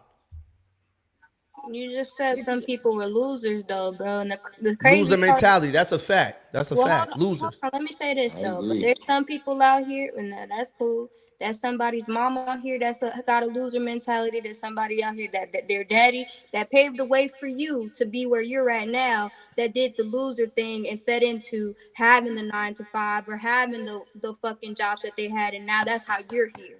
So at the end of the day, the only reason I don't know what you're talking about. I'm glad you don't. But there are some people who know exactly what I'm saying, is that their family went through the situation of having to grind and grind and grind so that they can think big and do better things now.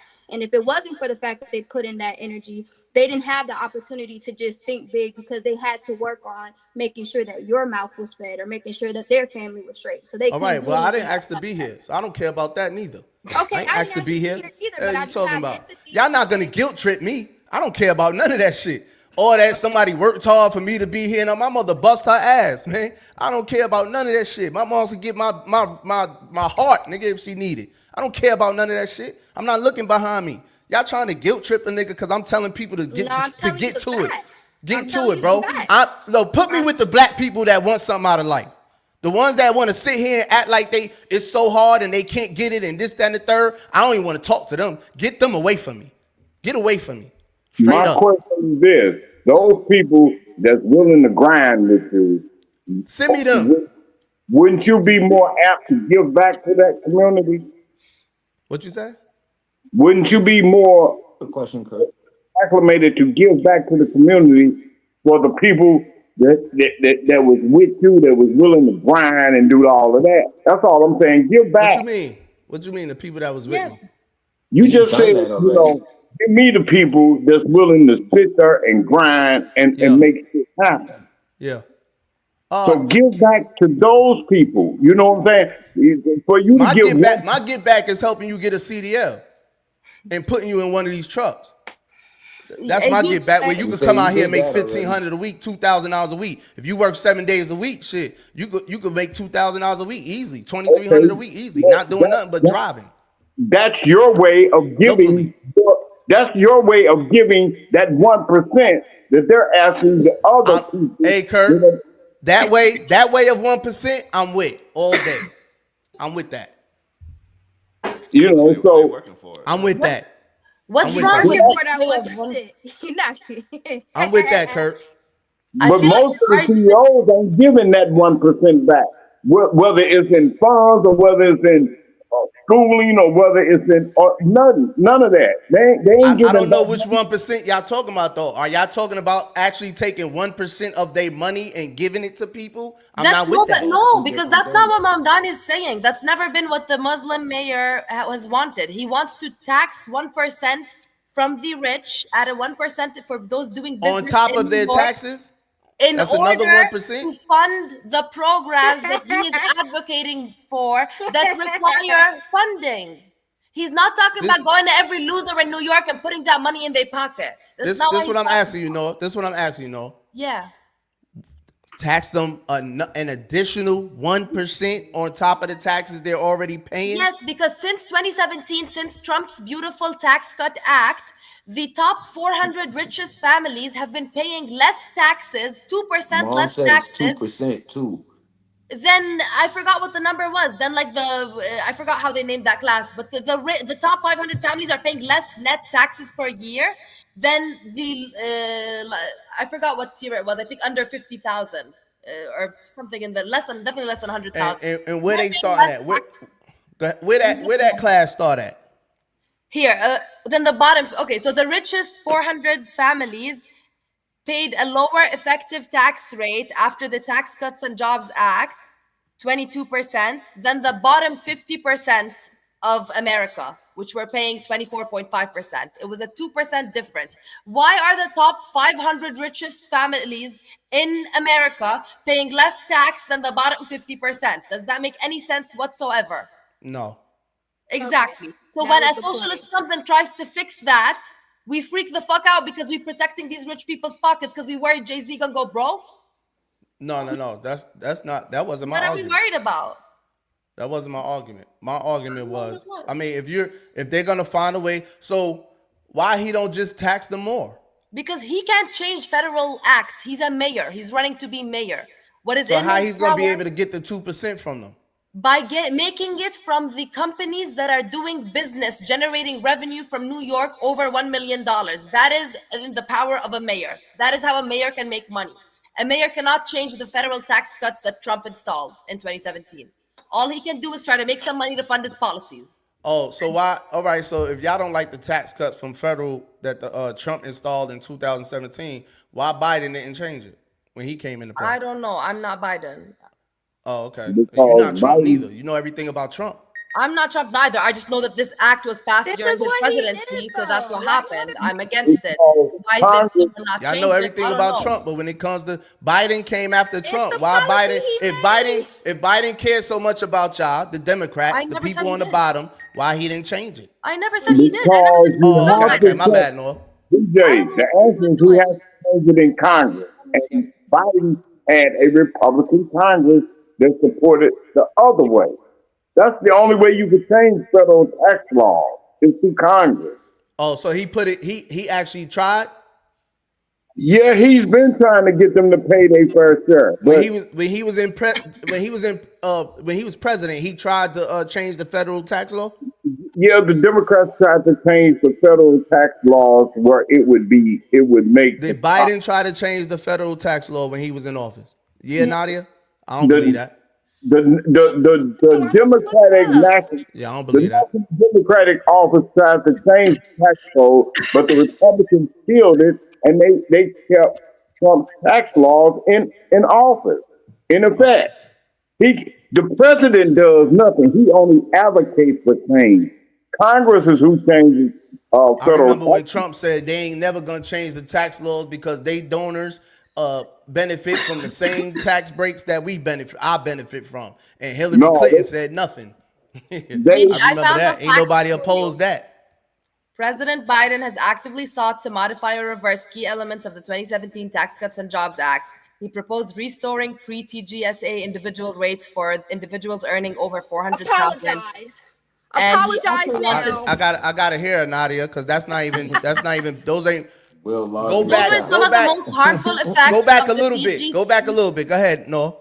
Those were some of the most harmful effects of the TGCA when it comes to protecting. Can you finish reading what you was reading, please? Yes. Biden proposed restoring pre-TGCSA individual rates for those earning over $400,000, raising the top rate back to 40%.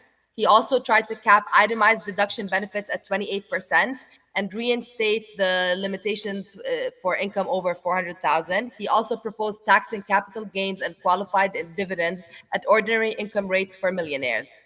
He also proposed raising the federal corporate rate from 21% to 28% and planned to double the GILTI rate on foreign income from 10% to 21%. He was trying to tax everybody making money inside America, outside America, next to America. If you're making a lot of money, he was trying to take it. Yeah, that's why I ain't like that nigga anyway. That's why I ain't like. Well, wrong. he did what you just He asked was him loud to do. and wrong. Loud and wrong. Loud and wrong. As per usual. Yeah, that's why I like that nigga anyway. 400,000. That's BJ. crazy.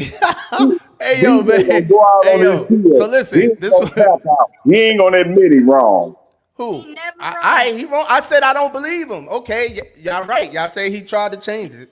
Okay. The problem is the y'all Senate right. has been Republican. You're It's right, not like Nadia. You're right, Noor. You're BJ, right, Kurt. This argument is also kind of weak because Biden had a very Republican Senate. Biden could not do any real legal change because everything he tried was blocked by the Senate. Every time y'all have a Democratic president, they can't do nothing. Obama couldn't do nothing. Biden couldn't That's do the nothing. dysfunctionality of the bipartisan system is that when there's a gridlock Alright, between the fuck it. House and the Senate, nobody can make any change. Trump because the only person that can do shit.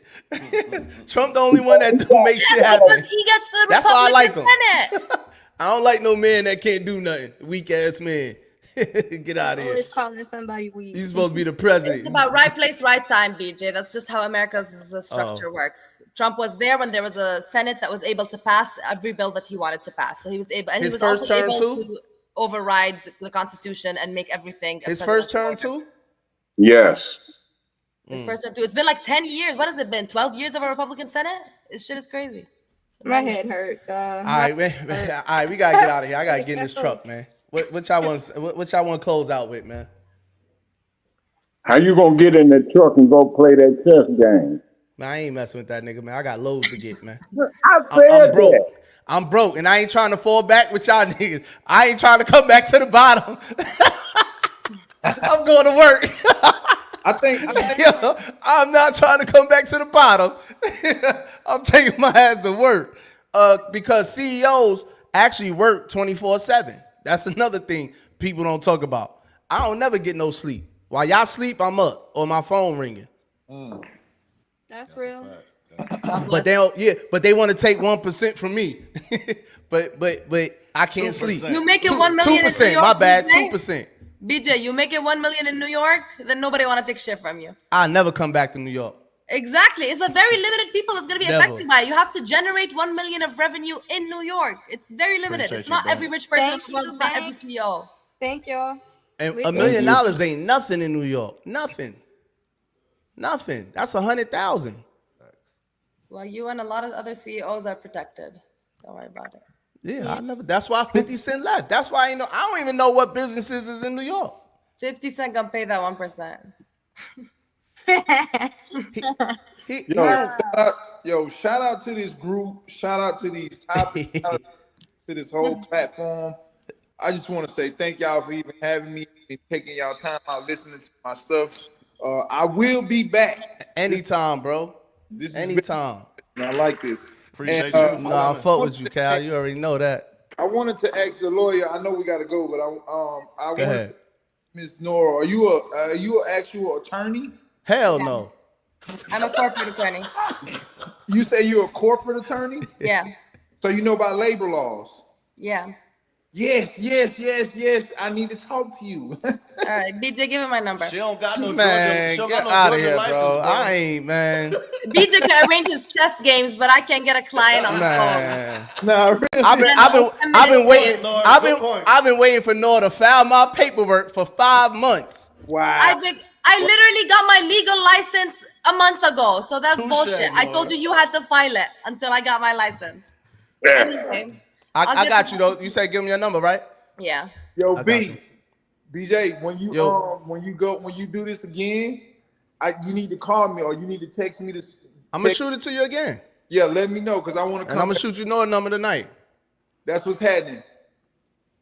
And then anything y'all make from Good Dad Bad Son platform, we need 5%. I'm gonna put the cash That's app a in the fact. description. That's a fact. No. Put your hand down, Nadia. We need 5% from you. We need 5% from Noor. BJ. And 2% from Kurt. I give you highly discounted legal services. I'm giving Kurt you get a free. discount, senior citizen discount. But we You need gonna 5% do from it? Nadia and 5% from Noor for sure. Hey, at least I appreciate you giving me a tax break. You know what I'm saying? Nah, you gotta get a tax break, man. Yo, this is fire. This is fire. I like this, man. I gotta come back up next time. Appreciate you, Cal. Yeah, I'm definitely Appreciate you, trying to be on the Davon. next As one. always, All right, appreciate you, Cal, Nadia man. and Noor. Hey, Cal, I got one thing to say to you. You always that? got one thing to say. Hurry up, Kurt.